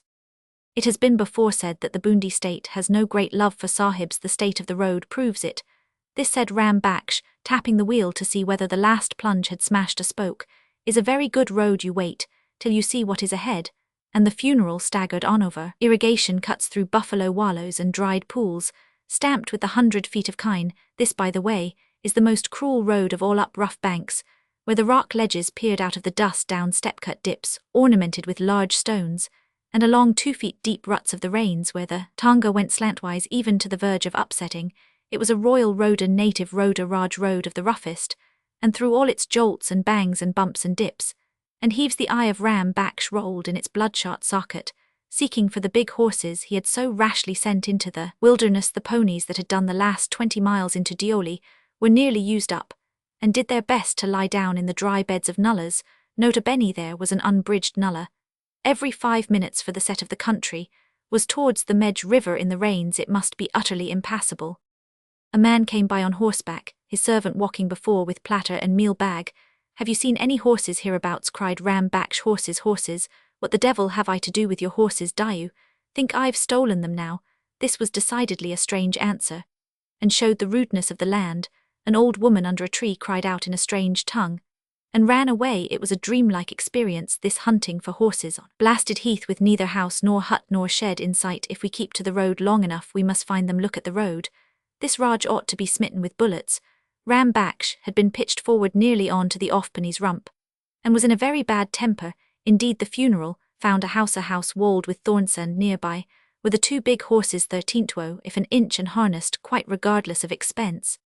Everything was repacked and rebound with triple ropes, and the sahib was provided with an extra cushion, but he had reached a sort of dreamsome nirvana, having several times bitten his tongue through, cut his boot against the wheel edge, and twisted his legs into a true lover's knot. There was no further sense of suffering in him. He was even beginning to enjoy himself faintly, and by gasps the road struck boldly into hills with all their teeth on edge, that is to say, their strata breaking across the road in a series of little ripples.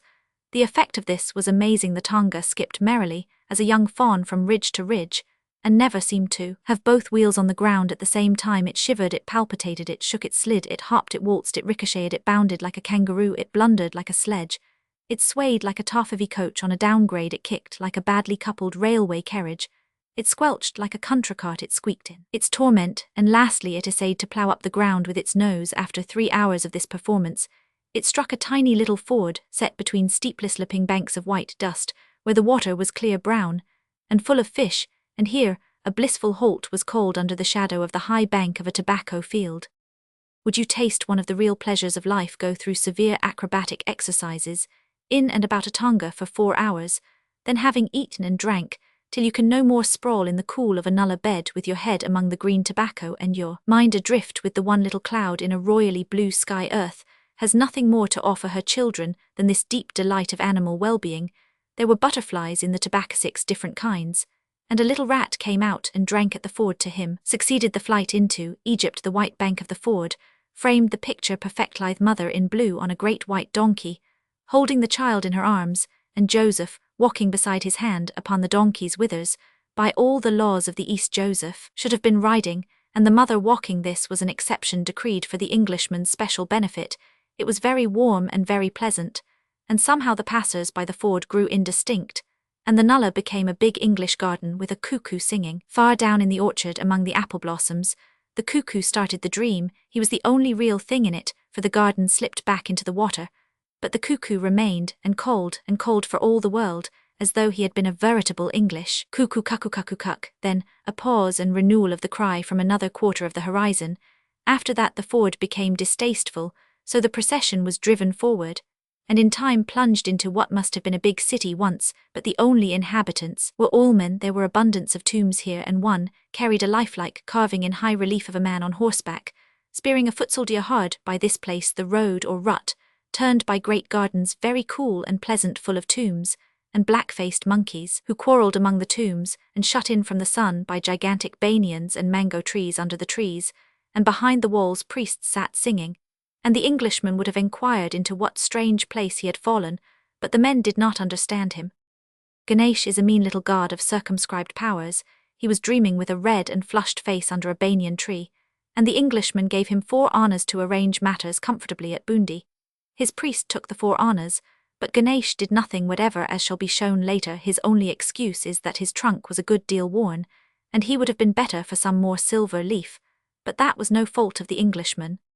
Beyond the dead city was a jay-hill full of snipe and duck, winding in and out of the hills, and beyond the jay-hill, hidden altogether among the hills, was Bundi. The nearer to the city the viler grew the road, and the more overwhelming the curiosity of the inhabitants, but what befell at Bundi must be reserved for another chapter.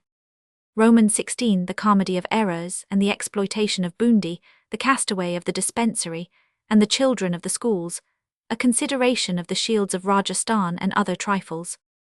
It is high time that a new treaty were made with Maha Rao Raja Ram Singh Bahadur Raja of Bundi. He keeps the 3rd article of the old one too faithfully, which says that he shall not enter into negotiations with anyone without the consent of the British government.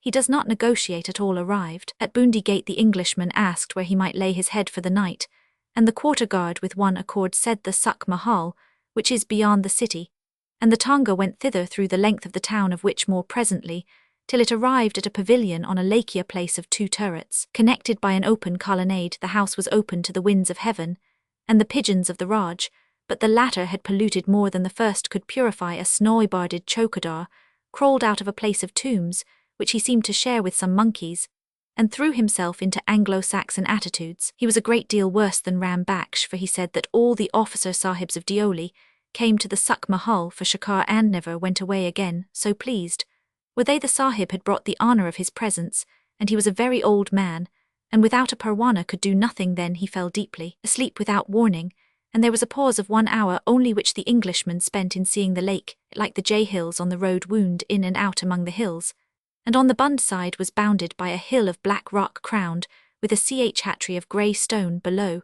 The Bund was a garden as fair as I could wish, and the shores of the lake were dotted with little temples. Given a habitable house, a mere Dakbangalow, it would be a delightful spot to rest in. Warned by some bitter experiences in the past, the Englishman knew that he was in for the demismuroyal or embarrassing reception, when a man, being the unwelcome guest of a paternal state, is neither allowed to pay his way and make himself comfortable, nor is he willingly entertained.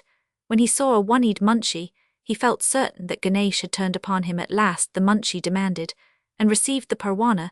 Then he sat down and questioned the traveller exhaustively as to his character and profession. Having thoroughly satisfied himself that the visitor was in no way connected with the government or the agency Sahib Bahadur, he took no further thought of the matter, and the day began to draw in upon a grassy Bund, an open work pavilion, and a disconsolate Tonga. At last the faithful servitor who had helped to fight the battle of the mail bags at Udaipur broke his silence, and vowing that all these devil people, not more than 12, had only come to see the tamasha, suggested the breaking of the munchie's head. And indeed that seemed the only way of breaking the ice for the munchie, had in the politest possible language put forward the suggestion that there was nothing particular to show that the sahib who held the parwana had really any right to hold it, the chowkidar woke up and chaunted a weird chaunt accompanied by the Anglo-Saxon attitudes. A new set he was an old man, and all the sahiblog said so, and within the pavilion were tables and chairs and lamps and bathtubs, and everything that the heart of man could desire. Even now an enormous staff of Kalassis were arranging all these things for the comfort of the Sahib Bahadur and protector of the poor, who had brought the honour and glory of his presence all the way from Deoli. What did tables and chairs and eggs and fowls and very bright lamps matter to the Raj? He was an old man, and who put the present Raja on the Guddi Lake Sahib promptly. Answered the chowkidar, I was there, that is the news of many old years now. Todd says it was he himself who installed Lalji the Beloved in the year 1821. The Englishman began to lose faith in the chowkidar. The munchie said nothing, but followed the Englishman with his one workable, a merry little breeze, crisped the waters of the lake, and the fish began to frolic before going to bed. Is nobody going to do or bring anything, said the Englishman, faintly wondering whether the local jail would give him a bed. If he killed the munchie, I am an old man, said the chowkidar, and because of their great respect and reverence for the sahib in whose presence I am only a bearer of orders, and a servant awaiting them, many men are bringing now kannats, which I with my own hands will wrap here, and there, and here in and about the pillars of this place. And thus you, O Sahib, who have brought the honour of your presence to the Bundi Raj over the road to Deoli, which is a Kutcha road, will be provided with a very fine and large apartment, over which I will watch, while you go to kill the tigers in these hills. By this time 2 youths had twisted kannats round some of the pillars of the colonnade, making a sort of loose box with a 2-foot airway all round the top. There was no door, but there were unlimited windows into this enclosure. The chowkidar heaped furniture, on which many generations of pigeons had evidently been carried off by cholera, until he was entreated to desist. What said he scornfully, are tables and chairs to this Raj? If 6 be not enough, let the presence give an order, and 12 shall be forthcoming. Everything shall be forthcoming here. He filled a kairag with kerosene oil, and set it in a box upon a stick. Luckily, the oil which he poured so lavishly from a quart bottle was bad, or he would have been altogether consumed. Night had fallen long before this magnificence was ended. The superfluous furniture wretches, for the most part, was shovelled out into the darkness, and by the light of a flamboyant kairaga, merry wind forbade candles, the Englishman went to bed, and was lulled to sleep by the rush of the water escaping from the overflow trap, and the splash of the water turtle as he missed the evasive fish. It was a curious sight. Cats and dogs rioted about the enclosure, and a wind from the lake bellied the kannats. The brushwood of the hills around snapped and cracked as beasts went through it, and creaturesnot jackals made dolorous noises on the lake. It seemed that hundreds of waterbirds were keeping a hotel, and that there were arrivals and departures throughout the night. The Raj insisted upon providing a guard of 2 sepoys, very pleasant men, on 4 rupees a month. These said that tigers sometimes wandered about on the hills above the lake, but were most generally to be found 5 miles away, and the Englishman promptly dreamed that a one-eyed tiger came into his tent without a parwana, but it was only a wild cat after all, and it fled before the shoes of civilization. The Suk Mahal was completely separated from the city, and might have been a country house. It should be mentioned that Bundi is jammed into a V-shaped Gorgeth valley, at the main entrance being something less than 500 yards across.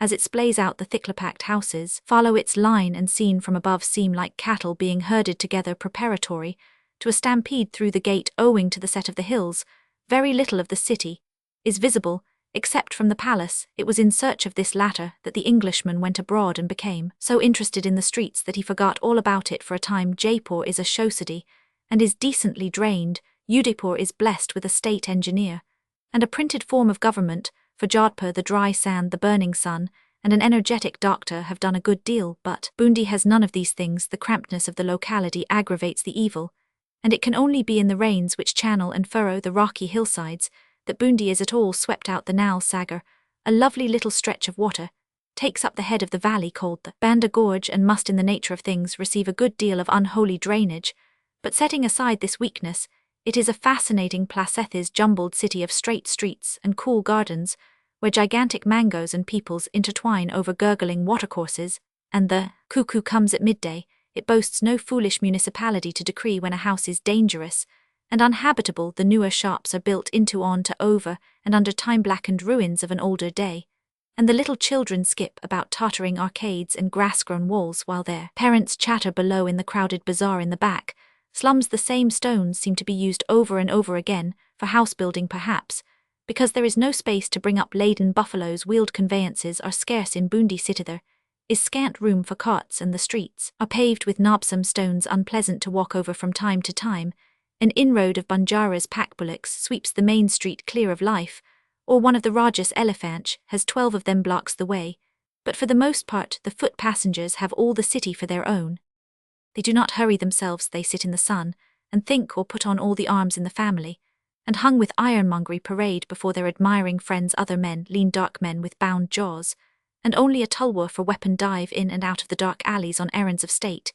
It is a blissfully lazy city, doing everything in the real, true, original native way. And it is kept in very good order by the Durbar. There either is or is not an order for everything. There is no order to Page 202. One of the Rajas' elephants has 12 of them blocks the way. Fishing hooks, or to supply an Englishman with milk, or to change for him currency notes. He must only deal with the Durbar for whatever he requires, and wherever he goes he must be accompanied by at least 2 men. They will tell him nothing, for they know, or affect to know, nothing of the city. They will do nothing except shout at the little innocents who joyfully run after the stranger and demand pice. But there they are, and there they will stay, till he leaves the city, accompanying him to the gate, and waiting there a little to see that he is fairly off and away. Englishmen are not encouraged in Bundi. The intending traveller would do well to take a full suit of political uniform, with the sunflowers, and the little black sword to sit down upon. The local guard is the Agenty Sahib, and he is an incarnation without a name, at least among the lower classes. The educated, when speaking of him, always use the courtly Bahadur affix, and yet it is a mean thing to gird at a state which after all is not bound to do anything for intrusive Englishmen, without any visible means of livelihood. The king of this fair city should declare the blockade absolute, and refuse to be troubled with anyone except Colonel Bolter, Agenty Sahib Bahadur, and the politicals. If ever rail 2 or 4 way is run through Kata, as men on the Bombay side declare, it must be the cloistered glory of Bundi will depart, for Kata is only 20 miles easterly of the city, and the road is moderately good in that day. The globetrotter will pry about the place, and the charitable dispensaria, gem among dispensaries, will be public property. The Englishman was hunting for the statue of a horse, a great horse hight Hunya, who was a steed of Iraq, and a king's gift to Rao Omda, one-time monarch of Bundi. He found it in the city square, as Todd had said, and it was an unlovely statue carven after the dropsical fashion of later Hindu art.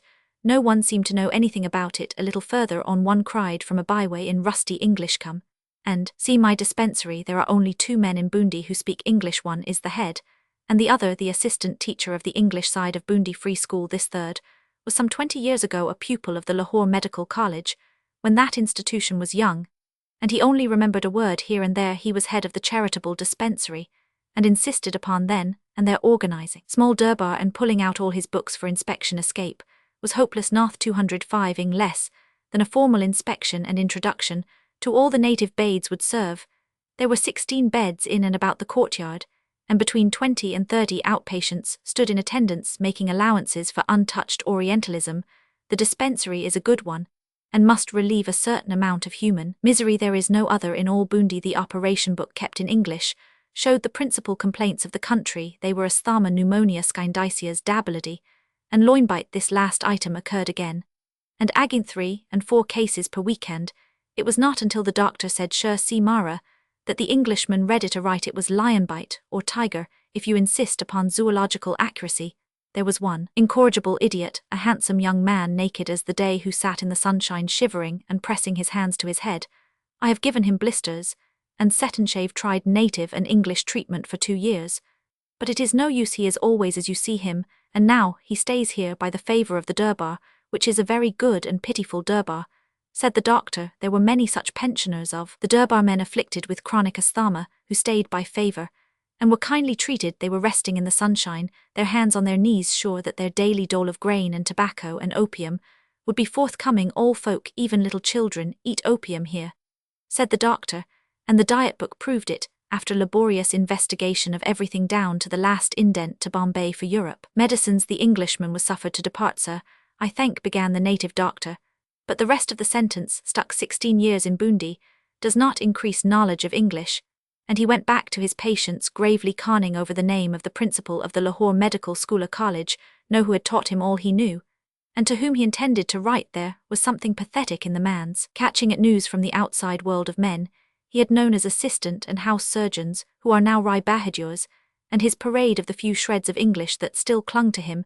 May he treat loin bites and cataracts successfully for many years, in the happy indolent fashion that must have merits which we cannot understand. He is doing a good work, and the Durbar allows his dispensary as much as it wants.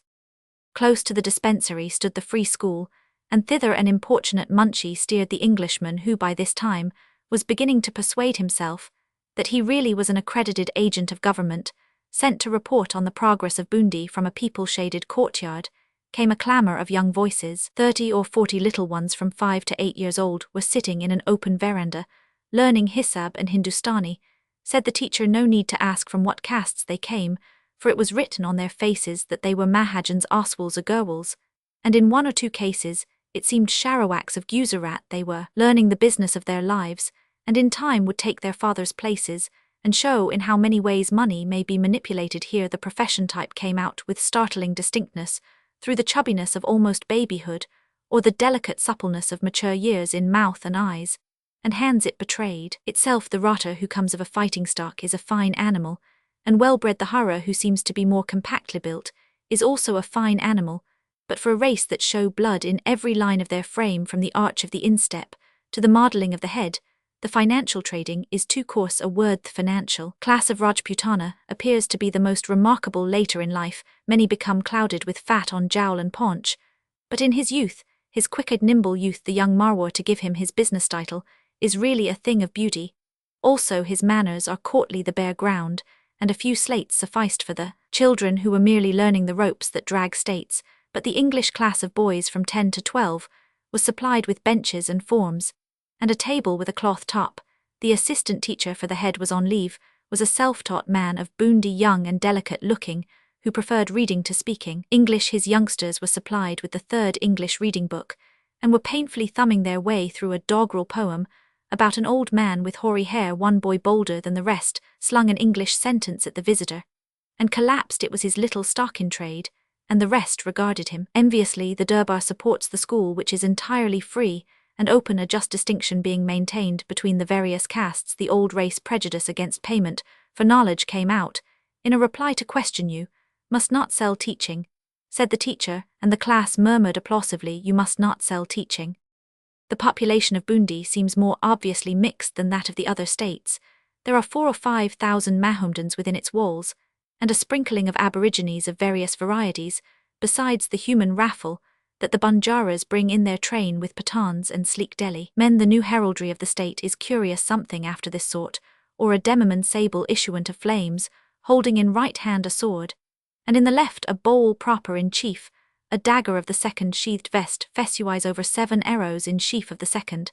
This latter blazon Bundi holds in commemoration of the defeat of an imperial prince who rebelled against the Delhi throne in the days of Jehangir.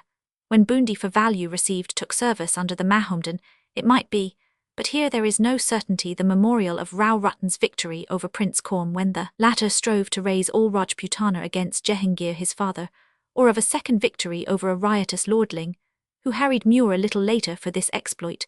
The annals say Jehangir gave Rao Rattan honorary flags and kettle drums, which may have been melted down by the science of the heralds. College into the blazon aforesaid, all the heraldry of Rajputana is curious, and for such as hold that there is any worth in the royal science interesting. Udaipur's shield is naturally gules a sun in splendour, as befits the children of the sun and fire, and one of the most ancient houses in India. Her crest is the straight Rajput sword, the Kunda, for an account of the worship of which very powerful divinity red tarred. The supporters are a Bill and a Rajput attired for the forlorn hope, commemorating not only the defences of Chittor, but also the connection of the great Bappa Rawal with the Bills, who even now play the principal part in the crown marking of a Rana of Udaipur. Here again, Tard explains the matter at length. Banswara claims alliance with Udaipur, and carries a sun with a label of difference of some kind. Jaipur has the 5-coloured flag of amber with a sun because the house claimed descent from Rama, and her crest is a Kuchnar tree, which is the bearing of Dasaratha, father of Rama, the white horse,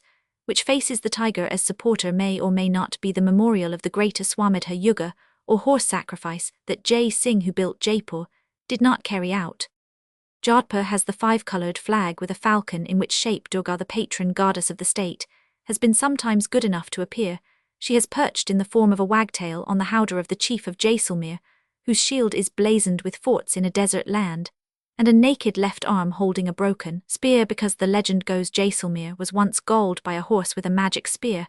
They tell the story today, but it is a long one. The supporters of the shield thighs is canting heraldry, with avenging seer antelopes of the desert spangled with gold coin, because the state was long the refuge of the wealthy bankers of India. Bikaner, a younger house of Jodhpur, carries 3 white hawks on the 5-coloured flag. The patron goddess of Bikaner once turned the thorny jungle round the city to fruit trees, and the crest therefore is a green tree, strange emblem for a desert principality. The motto, however, is a good one. When the greater part of the Rajput states were vassals of Akbar, and he sent them abroad to do his will, certain princes objected to crossing the Indus, and asked Bikaner to head the mutiny. Because his state was the least accessible, he consented on condition that they would all for one day greet him. Thus Jai Jangal Dar Badshah. History shows what became of the objector, and Bikaner's motto, "Hail to the King of the Waste," proves that the tale must be true. But from Bundi to Bikaner is a long digression bred by blissful idleness. On the Bund of the Burra, it would have been sinful not to let down a line into those crowded waters, and the guards, who were Mahomedans, said that if the Sahib did not eat fish, they Roman 999, and the Sahib fished luxuriously, catching 2 and 3 pounders of a perch-like build. Whenever he chose to cast, he was wearied of schools and dispensaries, and the futility of heraldry accorded well with laziness, that is to say, Bundi.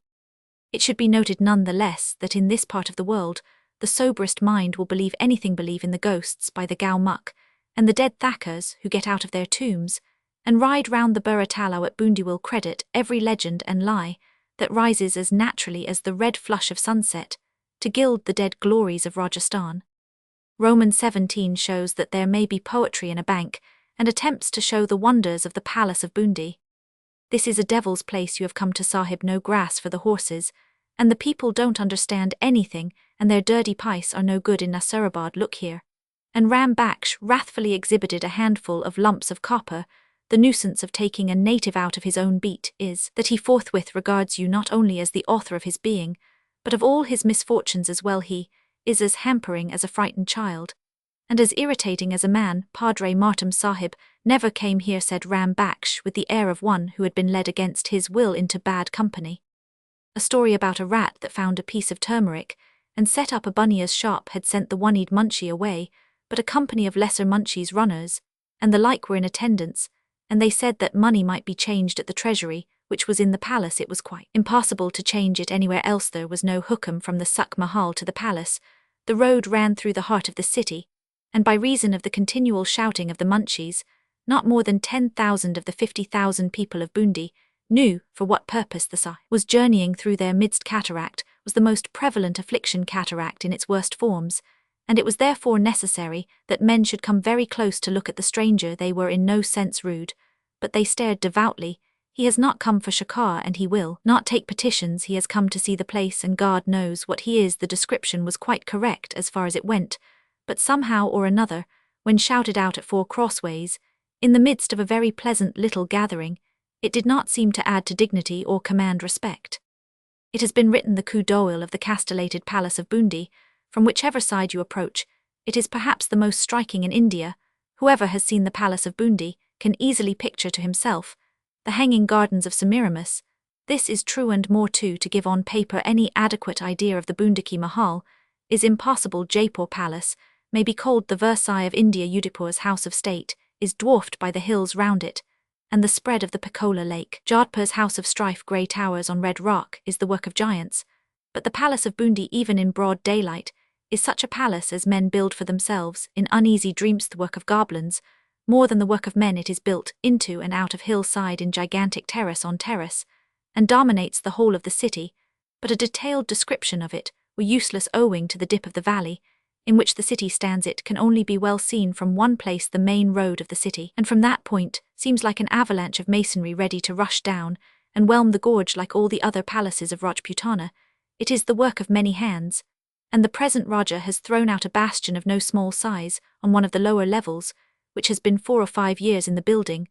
Only by scaling this annex, and from the other side of the valley seeing how insignificant is its great bulk in the entire scheme, is it possible to get some idea of the stupendous size of the palace. No one knows where the hill begins, and where the palace ends. Men say that there are subterranean chambers leading into the heart of the hills and passages, communicating with the extreme limits of Tarraga, the giant fortress that crowns the hill, and flanks the whole of the valley on the palace side.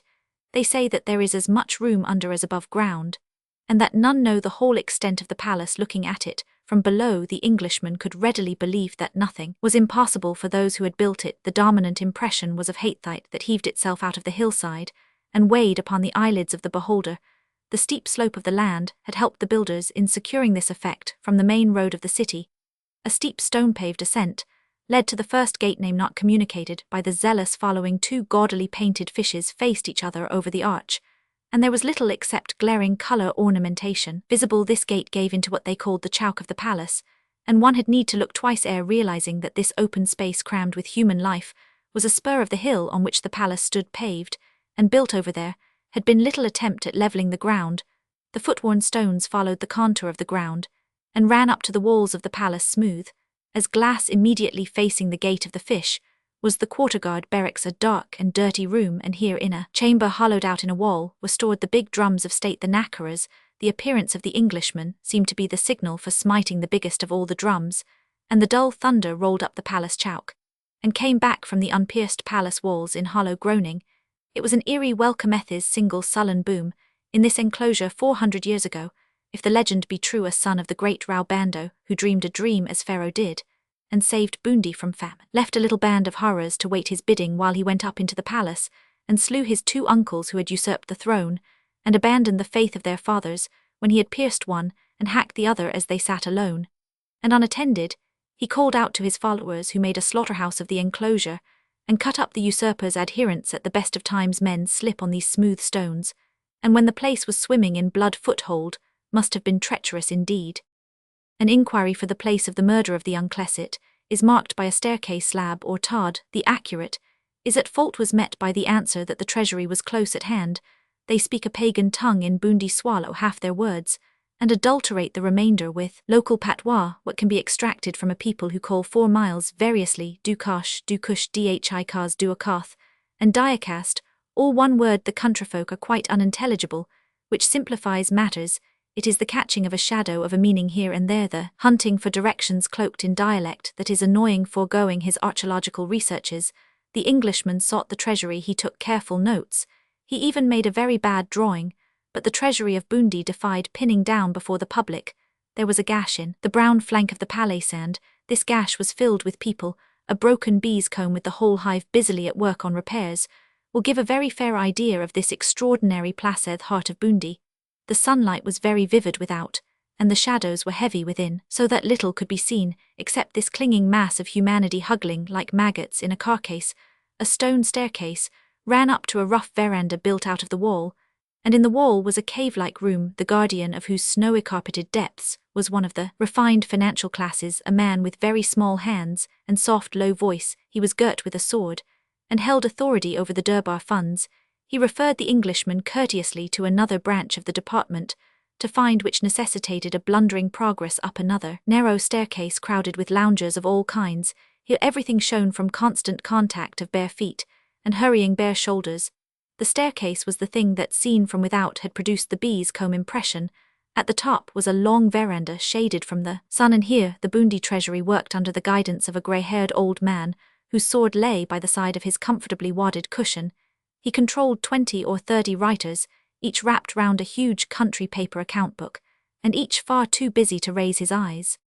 The babble on the staircase might have been the noise of the sea so far as these men were concerned. It ebbed and flowed in regular beats, and spread out far into the courtyard below. Now and again, the click-click-click of a scabbard tip being dragged against the wall cut the dead sound of trampling naked feet, and a soldier would stumble up the narrow way into the sunlight. He was received and sent back or forward by a knot of keen-eyed loungers, who seemed to act as a buffer between the peace of the secretariat and the pandemonium of the administrative saizes and grass-cutters, mahouts of elephants, brokers, mahajuns, villagers from the district, and here and there a shock-headed aborigine swelled the mob on and at the foot of the stairs. As they came up, they met the buffermen, who spoke in low voices and appeared to filter them according to their merits. Some were sent to the far end of the veranda, where everything melted away in a fresh crowd of dark faces. Others were sent back, and joined the detachment shuffling for shoes in the chowk. One servant of the palace withdrew himself to the open underneath the veranda, and there sat yapping from time to time, like a hungry dog, the grass, the grass, the grass. But the men with the account books never stirred. Other men knelt down in front of them, and whispered, and they bowed their heads gravely, and made entry or erasure, turning back the rustling leaves. Not often does a reach of the river of life so present itself that it can without alteration be transferred to canvas, but the treasury of Bundi, the view up the long veranda, stood complete, and ready for any artist who cared to make it his own, and by that lighter and less malicious irony of the fate, who is always giving nuts to those who have no teeth, the picture was clinched, and brought together by a winking brass hookahball of quaint design, pitched carelessly upon a roll of dull red cloth full in the foreground. The faces of the accountants were of pale gold, for they were an untanned breed, and the face of the old man, their controller, was like frosted silver. It was a strange treasury, but no other could have suited the palace. The Englishman watched open-mouthed, blaming himself, because he could not catch the meaning of the orders given to the flying chapresses, nor make anything of the hum in the veranda, and the tumult on the stairs. The old man took the commonplace currency note, and announced his willingness to give change in silver. "We have no small notes here," he said. "They are not wanted in a little while. When you next bring the honor of your presence this way, you shall find the silver." The Englishman was taken down the steps, and fell into the arms of a bristled giant who had left his horse in the courtyard, and the giant spoke at length, waving his arms in the air, but the Englishman could not understand him, and dropped into the hubbub at the palace foot. Except the main lines of the building, there is nothing strange or angular about it. The rush of people seems to have rounded and softened every corner as a river grinds down boulders, from the lowest tier to zigzags, all of rounded stones sunk in mortar. Took the Englishman to a gate where two carved elephants were thrusting at each other over the arch, and because neither he nor anyone round him could give the gate a name, he called it the Gate of the Elephants. Here the noise from the treasury was softened, and entry through the gate brought him into a well-known world, the drowsy peace of a king's palace. There was a courtyard surrounded by stables in which were kept chosen horses, and 2 or 3 saises were sleeping in the sun. There was no other life except the whir and coo of the pigeons in time, though really there is no such a thing as time. Off the line of railway an official appeared, begirt with the skewer-like keys that open the native bayont locks, each from 6 inches to a foot long, where was the Raj Mahal in which 6 to 6 years ago Todd formally installed Ram Singh, who is now in his 11th year fair, and with a lively intelligent cast of face. The warden made no answer, but led to a room overlooking the courtyard, in which 2 armed men stood before an empty throne of white marble. They motioned silently that none must pass immediately before the tact of the king, but go round, keeping to the far side of the double row of pillars. Near the walls were stone slabs pierced to take the butts of long, venomous black bamboo lances. Rude coffers were disposed about the room, and ruder sketches of Ganesh adorned the walls. The men said, "The warden watch here day and night, because this place is the rotten daulat that you will concede is lucid enough he who does not understand it may go to for a thick-headed barbarian."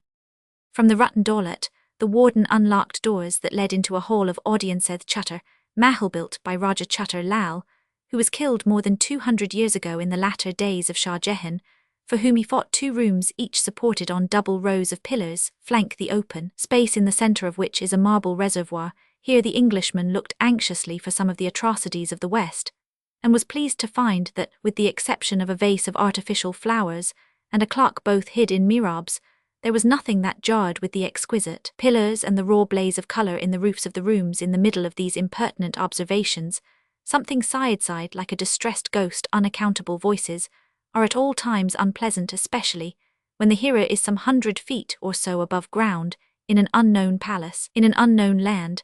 A gust of wind had found its way through one of the latticed balconies, and had breathed upon a thin plate of metal some astrological instrument, slung gongwise on a tripod. The tone was as soft as that of an Aeolian harp, and because of the surroundings infinitely more plaintive. There was an inlaid ivory door set in lintel, and posts crusted with looking-glass, all apparently old work. This opened into a darkened room where there were gilt and silver charpoys and portraits in the native fashion of the illustrious dead of Bundi.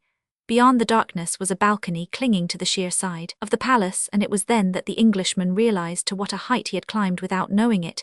He looked down upon the bustle of the treasury, and the stream of life flowing into and out of the gate of the fishes, where the big knackeras lie lifting his eyes, he saw how Bundi city had built itself, spreading from west to east as the confined valley became too narrow, and the years more peaceable. The Bundi hills are the barrier that separates the stony uneven ground near Dioli from the flats of Kata 20 miles away from the palace balcony. The road to the eye is clear to the banks of the Chumbel River, which was the debatable ford in times gone by and was leaped as all rivers with any pretensions to a pedigree have been by more than one magic horse northward. And easterly, the hills run out to Indurgar and southward, and westerly to territory, marked disputed on the map in the present year of grace. From this balcony, the Raja can see to the limit of his territory eastward. Like the good king of Eve, his empire is all under his hand. He is, or the political's that same Ram Singh who was installed by Todd in 1821, and for whose success in killing his first dear Todd was by the Queen Mother of Bundi bidden to rejoice today. The people of Bundi say this Durbar is very old, so old that few men remember its beginning, for they were in our father's time. It is related also of Bundi that on the occasion of the Queen's Jubilee, they said proudly that their ruler had reigned for 60 years, and he was a man. They saw nothing astonishing in the fact of a woman having reigned for 50. History does not say whether they jubilated, for there are no Englishmen in Bundi to write accounts of demonstrations and foundation stones laying to the daily newspapers. And then Bundi is very, very small. In the early morning, you may see a man being pantingly chased out of the city by another man with a naked sword. This is the Dak and the Dak guard, and the effect is as though runner and swordsman lay under a doomed one to fly with the fear of death always before him, as men fly in dreams, and the other to perpetually fail of his revenge. But this leaves us still in the swallow nest balcony. The warden unlocked more doors and led the Englishman still higher, but into a gardenia heavily timbered garden with a tank for goldfish. In the midst, for once, the impassive following smiled when they saw that the Englishman was impressed. This, said they, is the Rang Beelers, but who made it? Who knows? It was made long ago. The Englishman looked over the garden wall, a foot-high parapet, and shuddered. There was only the flat side of the palace, and a drop on to the stones of the zigzag scores of feet below. Above him was the riven hillside and the decaying wall of Taragar, and behind him this fair garden hung like Mahomet's coffin, full of the noise of birds and the talking of the wind in the branches. The warden entered into a lengthy explanation of the nature of the delusion, show 227ing how, but he was stopped before he had finished. His listener did not want to know how the trick was done. Here was the garden, and there were 3 or 4 stories climbed to reach to it. Bus at one end of the garden was a small room under treatment by native artists who were painting the panels with historical pictures in distemper. Theirs was florid polychromatic art, but skirting the floor was a series of frescoes in red, black, and white of combats with elephants, bold and temperate as good German work. They were worn and defaced in places, but the hand of some bygone limner, who did not know how to waste a line, showed under the bruises and scratches, and put the newer work to shame. Here the tour of the palace ended, and it must be remembered that the Englishman had not gone the depth of 3 rooms into 1 flank. Acres of building lay to the right of him, and above the lines of the terraces he could see the tops of green trees. Who knew how many gardens such as the Rang Beelers were to be found in the palace? No one answered directly, but all said that there were many. The warden gathered up his keys, and locking each door behind him as he passed, led the way down to earth. But before he had crossed the garden, the Englishman heard deep down in the bowels of the palace a woman's voice singing, and the voice rang as do voices in caves. All palaces in India, excepting dead ones such as that of Amber, are full of eyes. In some, as has been said, the idea of being watched is stronger than in others. In Bundi Palace, it was overpowering, being far worse than in the green-shuttered corridors of Jodhpur. There were trapdoors on the tops of terraces and windows veiled in foliage and bull's eyes set low in unexpected walls, and many other peepholes and places of vantage. In the end, the Englishman looked devoutly at the floor, but when the voice of the woman came up from under his feet, he felt that there was nothing left for him but to go. Yet excepting only this voice, there was deep silence everywhere, and nothing could be seen. The warden returned to the Chutter Mahal to pick up a lost key. The brass table of the planets was sighing softly to itself as it swung to and fro in the wind. That was the last view of the interior of the palace, the empty court, and the swinging, sighing jantar. About 2 hours afterwards, when he had reached the other side of the valley and seen the full extent of the buildings, the Englishman began to realize, first, that he had not been taken through 1/10 of the palace, and secondly, that he would do well to measure its extent by acres in preference to meaner measures. But what made him blush hotly all alone among the tombs on the hillside was the idea that he, with his ridiculous demands for eggs, firewood, and sweet drinking water, should have clattered and chattered through any part of it at all. He began to understand why Bundi does not encourage Englishmen. Roman 18 of the uncivilized knight, and the departure to things civilized, showing how a friend may keep an appointment too well. Let us go hence, my songs she will not hear, let us go hence together without fear. But Ram Baksh the irrepressible sang it in altogether a baser key. He came by night to the pavilion on the lake, while the sepoys were cooking their fish, and reiterated his whine about the devildom of the country, into which the Englishman had dragged him. Padre Martam Sahib would never have thus treated the owner of 16 horses, all fast and big ones, and 8 superior shootin' tongas. Let us get away, said Ram Baksh. You are not here for shikar, and the water is very bad, it was indeed, except when taken from the lake, and then it only tasted fishy. We will go, Ram Baksh, said the Englishman, we will go in the very early morning, and in the meantime here is fish to stay your stomach with. When a transparent cannet which fails by 3 feet to reach ceiling or floor is the only bar between the east and the west, he would be a churl indeed, who stood upon invidious race distinctions. The Englishman went out, and fraternized with the militarized Forupi soldiers of Bundi, who guarded him. They were armed, one with an old tower musket crazy, as to nipple and hammer, one with a native made smoothbore, and one with a composite contrivance English sporting muzzle-loader stock with a compartment for a jointed cleaning grad, and hammered octagonal native barrel wire-fastened with a tuft of cotton on the foresight. All 3 guns were loaded, and the owners were very proud of them. They were simple folk, these men-at-arms, with an inordinate appetite for broiled fish. They were not always soldiers, they explained. They cultivated their crops, until wanted for any duty that might turn up. They were paid now and again at intervals, but they were paid in coin, and not in kind. The munchies and the vaquils and the runners had departed, after seeing that the Englishman was safe for the night, so the freedom of the little gathering on the Bund was unrestrained. The chowkidar came out of his cave into the firelight, warm wood ashes, by the way, like Epps cocoa, are grateful and comforting to cold toes. He took a fish, and incontinently choked, for he was a feeble old man set right again. He launched into a very long and quite unintelligible story, while the sepoys said reverently, he is an old man, and remembers many things, as he babbled the night shut in upon the lake, and the valley of Bundi. The last cows were driven into the water for their evening drink, the waterfowl and the monkeys went to bed, and the stars came out and made a new firmament in the untroubled bosom of the lake. The light of the fire showed the ruled line of the Bund, springing out of the soft darkness of the wooded hill on the left, and disappearing into the solid darkness of the bare hill on the right below the Bund. A man cried aloud to keep wandering pigs from the gardens, whose treetops rose to a level with the Bund edge. Beyond the trees all was swaddled in gloom. When the gentle buzz of the unseen city died out, it seemed as though the Bund were the very sword-wide bridge that runs, as every one knows, between this world and the next. The water lapped and muttered, and now and again a fish jumped with the shatter of broken glass, blurring the peace of the reflected heavens. And duller should I be than some fat weed that rots itself at ease on Lethe's wharf. The poet who wrote those lines knew nothing whatever of Lethe's wharf. The Englishman had found it, and it seemed to him at that hour, and in that place, that it would be good and desirable never to return to the commissioners and the deputy commissioners any more, but to lie at ease on the warm sunlit Bund by day, and at night near a shadow-breeding fire, to listen for the strangled voices and whispers of the darkness in the hills. Thus, after as long a life as the chowkidar's, dying easily and pleasantly, and being buried in a red tomb on the borders of the lake, surely no one would come to reclaim him across those weary miles of rock-strewn road. And this, said the chowkidar, raising his voice to enforce attention, is true talk, everybody knows it. And now the sahib knows it. I am an old man. He fell asleep at once with his hand on the chilam that was doing duty for a whole hukka among the company. He had been talking for nearly a quarter of an hour. See how great a man is the true novelist. 6,000 or 7,000 miles away, Walter Besant of the Golden Pen had created Mr. Maliphant, ancient of figureheads, in all sorts and conditions of men, and here in Bundi, the Englishman had found Mr. Maliphant in the withered flesh, so he drank Walter Besant's health in the water of the Burra Tallow. One of the sepoys turned himself round, with a clatter of accoutrements, shifted his blanket under his elbow, and told a tale. It had something to do with his ket, and a gunner, which certainly was not sugar cane.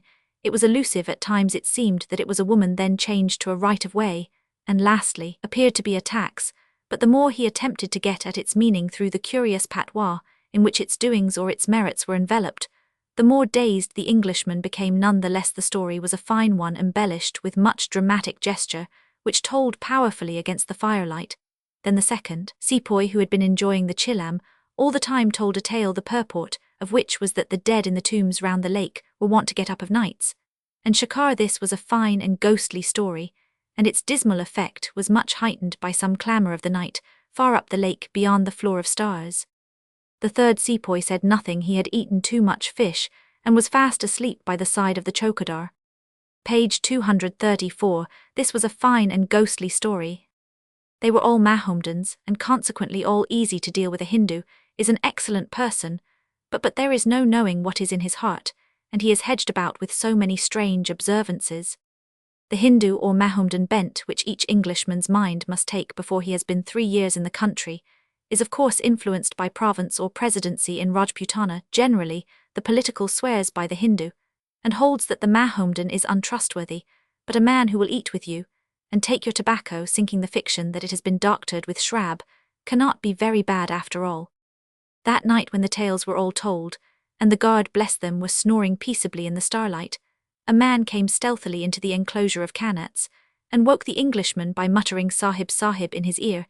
It was no robber but some poor devil with a petitioner, grimy welted paper. He was absolutely unintelligible, and additionally so, in that he stammered almost to dumbness.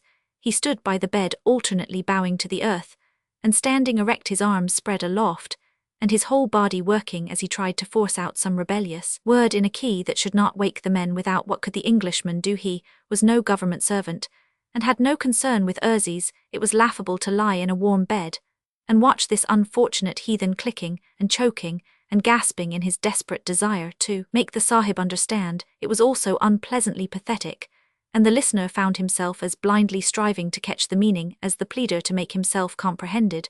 But it was no use, and in the end the man departed as he had come, both abject and unintelligible. Let every word written against Ganesh be rescinded.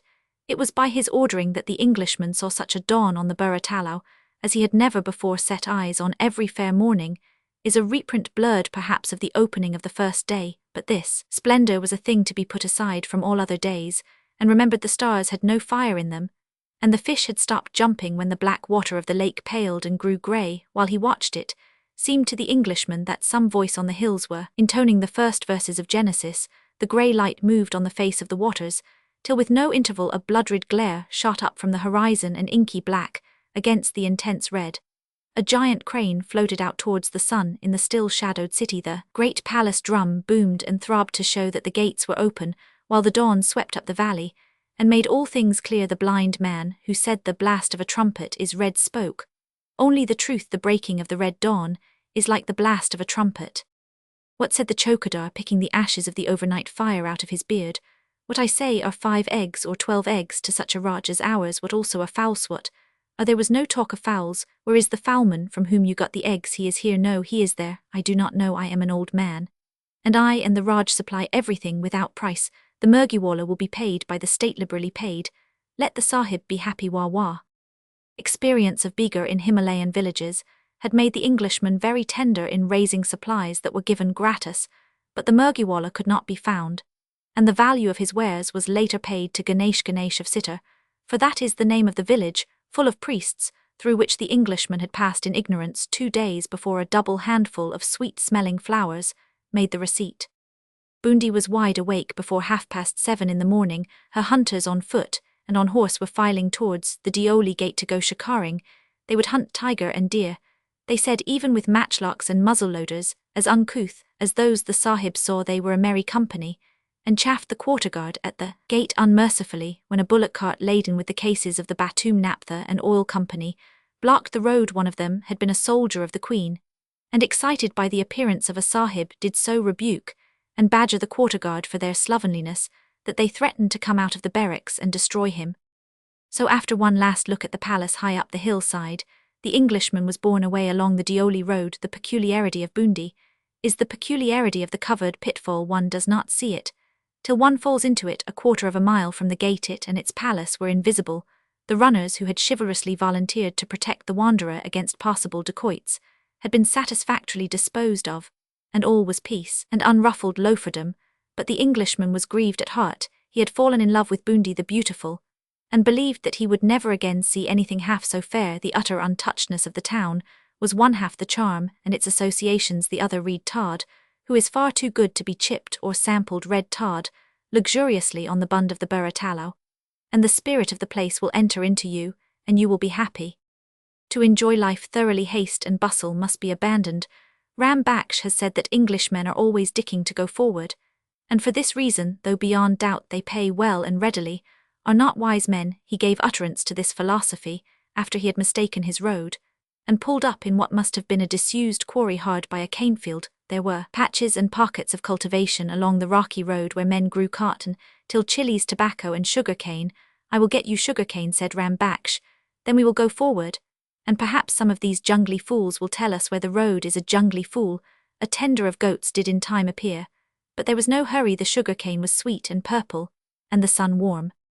The Englishman lay out at high noon on the crest of a rolling upland crowned with rock, and heard, as a loafer had told him, he would hear the set of the day, which is as easily discerned 240 ibble as the change of tone between the rising and the falling tide.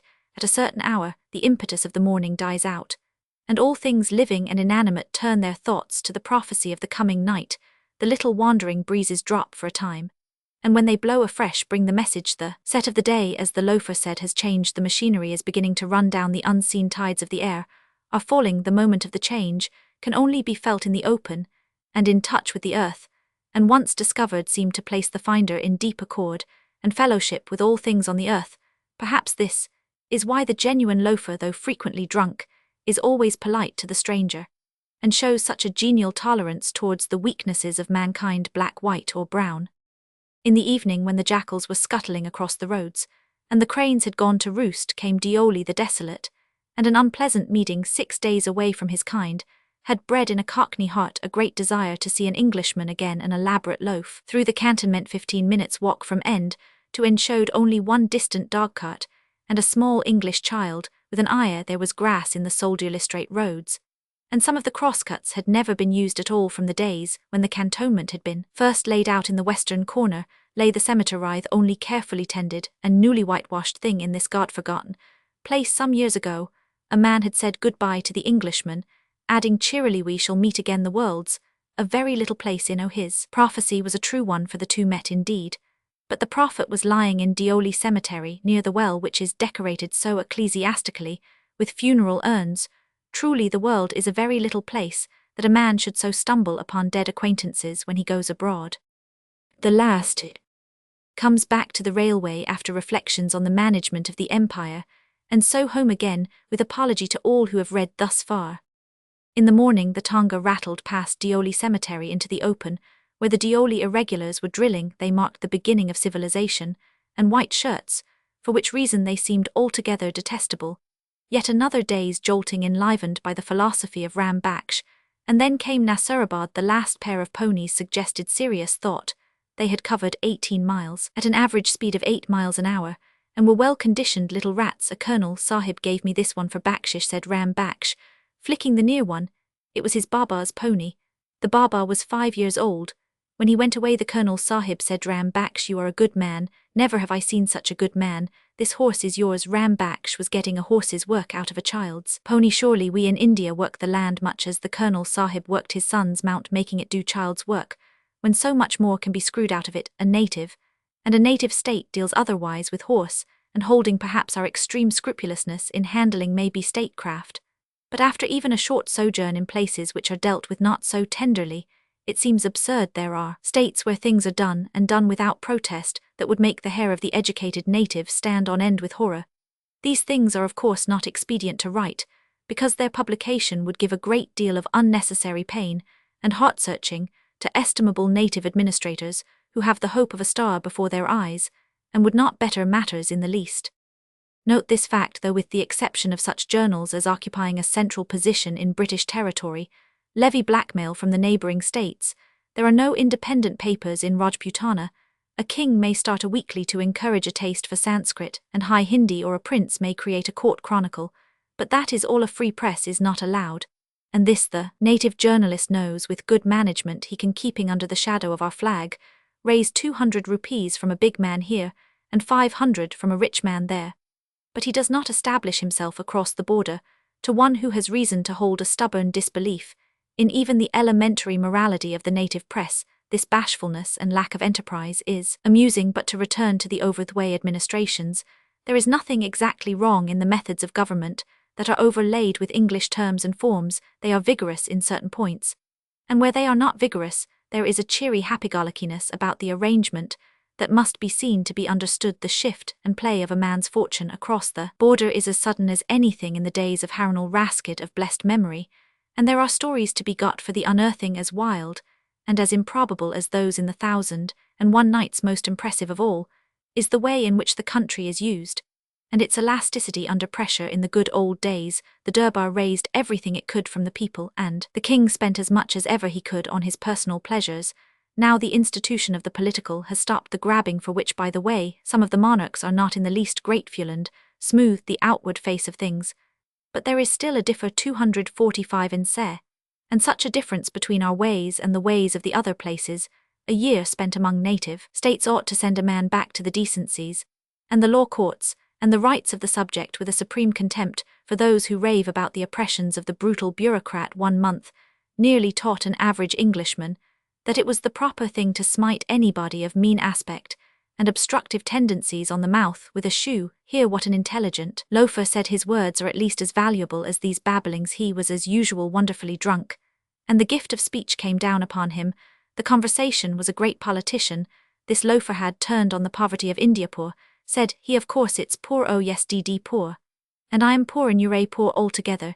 Do you expect people will give you money without you ask 'em? No, I tell you, sir, there's enough money in India to pave hell with if you could only get at it. I've kept servants in my day. Did they ever leave me without 100 or 150 put by and never touched you, Mark? That does any black man who has been in government service go away without hundreds and hundreds put by and never touched you, Mark? That money, the place stinks. Oh, money just kept out o' sight. Do you ever know a native that didn't say garibed me? They've been saying garibed me so long that the government learns to believe 'em, and now they're all bane treated as though they was paupers. I am a pauper and you're a pauper. We haven't got anything hid in the ground, and so's every white man in this forsaken country. But the Indian, he's a rich man. How do I know? Because I've tramped on foot or warrant pretty well from one end of the place to the other, and I know what I'm talking about. And this air government goes peckin' and fiddlin' over its tuppenny halfpenny little taxes, as if it was afraid, which it is. You see how they do things in its 6 sores here and 10 sores there, and pay up, you brutes, or well pull your ears over your head. And when they've taken all they can get, the headman, he says this is a dashed poor yield, ill come again. Of course the people digs up something out of the ground, and they pay. I know the way it's done, and that's the way to do it. You can't go to an Indian and say, look here, can you pay me 5 rupees? He says garibed me, of course, and would say it if he was as rich as a banker. But if you send half a dozen saws at him and shift the thatch off of his roof, hell pay government. Can't do that. I don't suppose it could. There is no reason why it shouldn't, but it might do something like it to show that it wasn't going to have no nonsense. Why, it'd undertake to raise 100 million, what am I talking of, 150 million pounds from this country per annum, and it wouldn't be strained. Then 150 millions you could raise as easy as paint if you just made these air Indians understand that they had to pay, and make no bones about it. It's enough to make a man sick to go in over yonder to and see what they do, and then come back and see what we do. Perfectly sickening.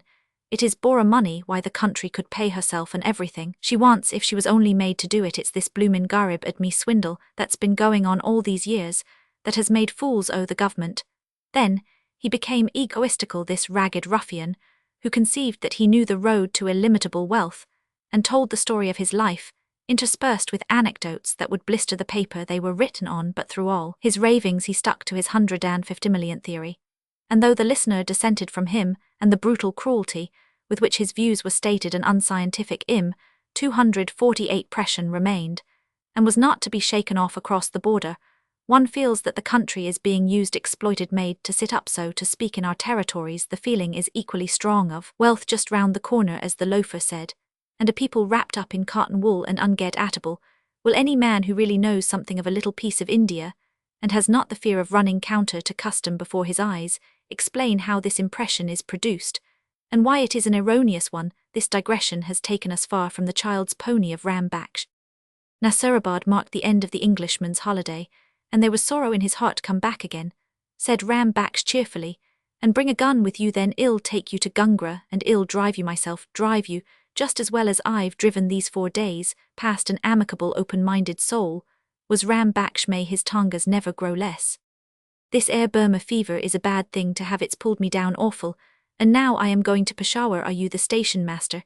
It was Thomas, white-cheeked, sunkenny, drawn-mouthed, Thomas, travelling from Nasirabad to Peshawar on pass, and with him was a corporal, new to his stripes and doing station duty. Every Thomas is interesting, except when he is too drunk to speak. This Thomas was an enthusiast. He had volunteered from a Hami-going regiment, shattered by Burma fever into a regiment at Peshawar, had broken down at Nasirabad on his way up with his draft, and was now journeying into the unknown to pick up another medal. There's sure to be something on the frontier, said this gaunt, haggard boy, was little more though he reckoned 4 years' service, and considered himself somebody. When there's anything going, Peshawar's the place to be in, they tell me, but I hear we shall have to march down to Calcutta in no time.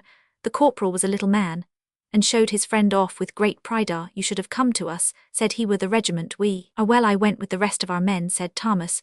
There's 300 of us volunteered to stay on, and we all went for the same regiment. Not, but what I'm saying, yours is a good regiment, he added with grave courtesy. This loosed the corporal's tongue, and he descanted on the virtues of the regiment, and the merits of the officers. It has been written that Thomas is devoid of esprit de corps, because of the jerkiness of the arrangements under which he now serves. If this be true, he manages to conceal his feelings very well, for he speaks most fluently in praise of his own regiment, and for all his youth has a keen appreciation of the merits of his officers. Go to him, when his heart is opened, and hear him going through the roll of the subalterns, by a grading totally unknown in the army list, and you will pick up something worth the hearing. Thomas, with the Burma fever on him, tried to cut in from time to time with stories of his officers, and what they had done when we was marchin' all up and down Burma, but the little corporal went on gaily.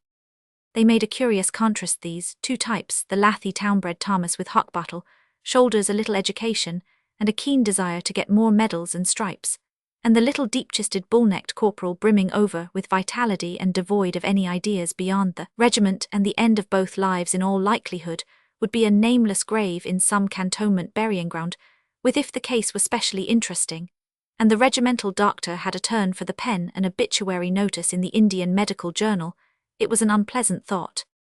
From the army to the navy is a perfectly natural transition, but one hardly to be expected in the heart of India. Dawn showed the railway carriage full of riotous boys, for the Agra and Mount Abu schools had broken up for holidays. Surely it was natural enough to ask a child, not a boy, child whether he was going home for the holidays, and surely it was a crushing, a petrifying thing to hear in a clear treble, tinged with icy hot. No, I am on leave. I am a midshipman. 2 officers of Her Majesty's Navamids of a man of war in Bombay were going up country on 10 days' leave. They had not travelled much more than twice round the world, but they should have printed the fact on a label. They chattered like daws, and their talk was as a whiff of fresh air from the open sea, while the train ran eastward under the Aravallis. At that hour their lives were bound up in and made glorious by the hope of riding a horse when they reached their journey's end. Much had they seen cities and men, and the artless way in which they interlarded their conversation with allusions to one of these shore-going chaps, you see, was delicious. They had no cares, no fears, no servants, and an unlimited stock of wonder and admiration for everything they saw, from the cute little wellscoops to a herd of deer grazing on the horizon.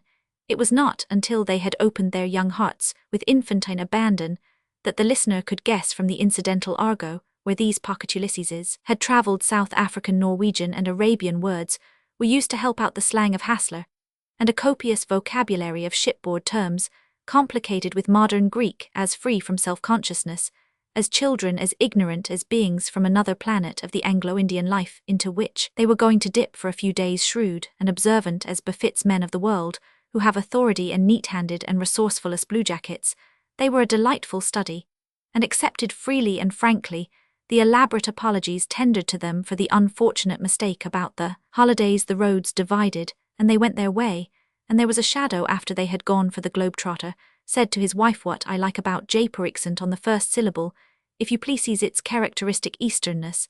And the globetrotter's wife said, "Yes, it is purely Oriental."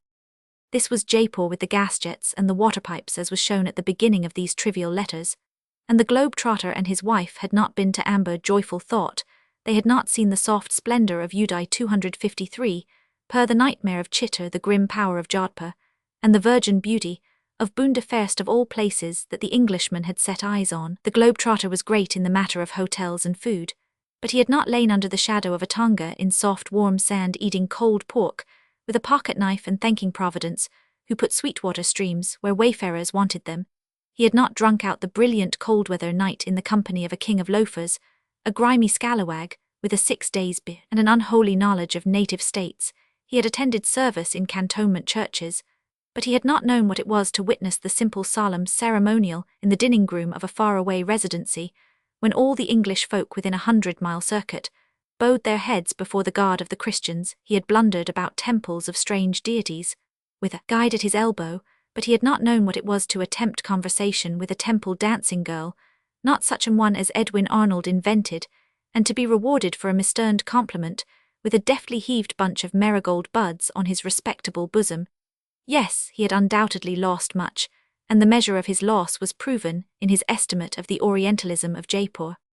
But what had he who sat in judgment upon him gained 1 perfect month of loaferdom to be remembered above all others, and the night of the visit to Chitter to be remembered even when the month is forgotten, also the sad knowledge that of all the fair things seen the inept pen gives but a feeble and blurred picture.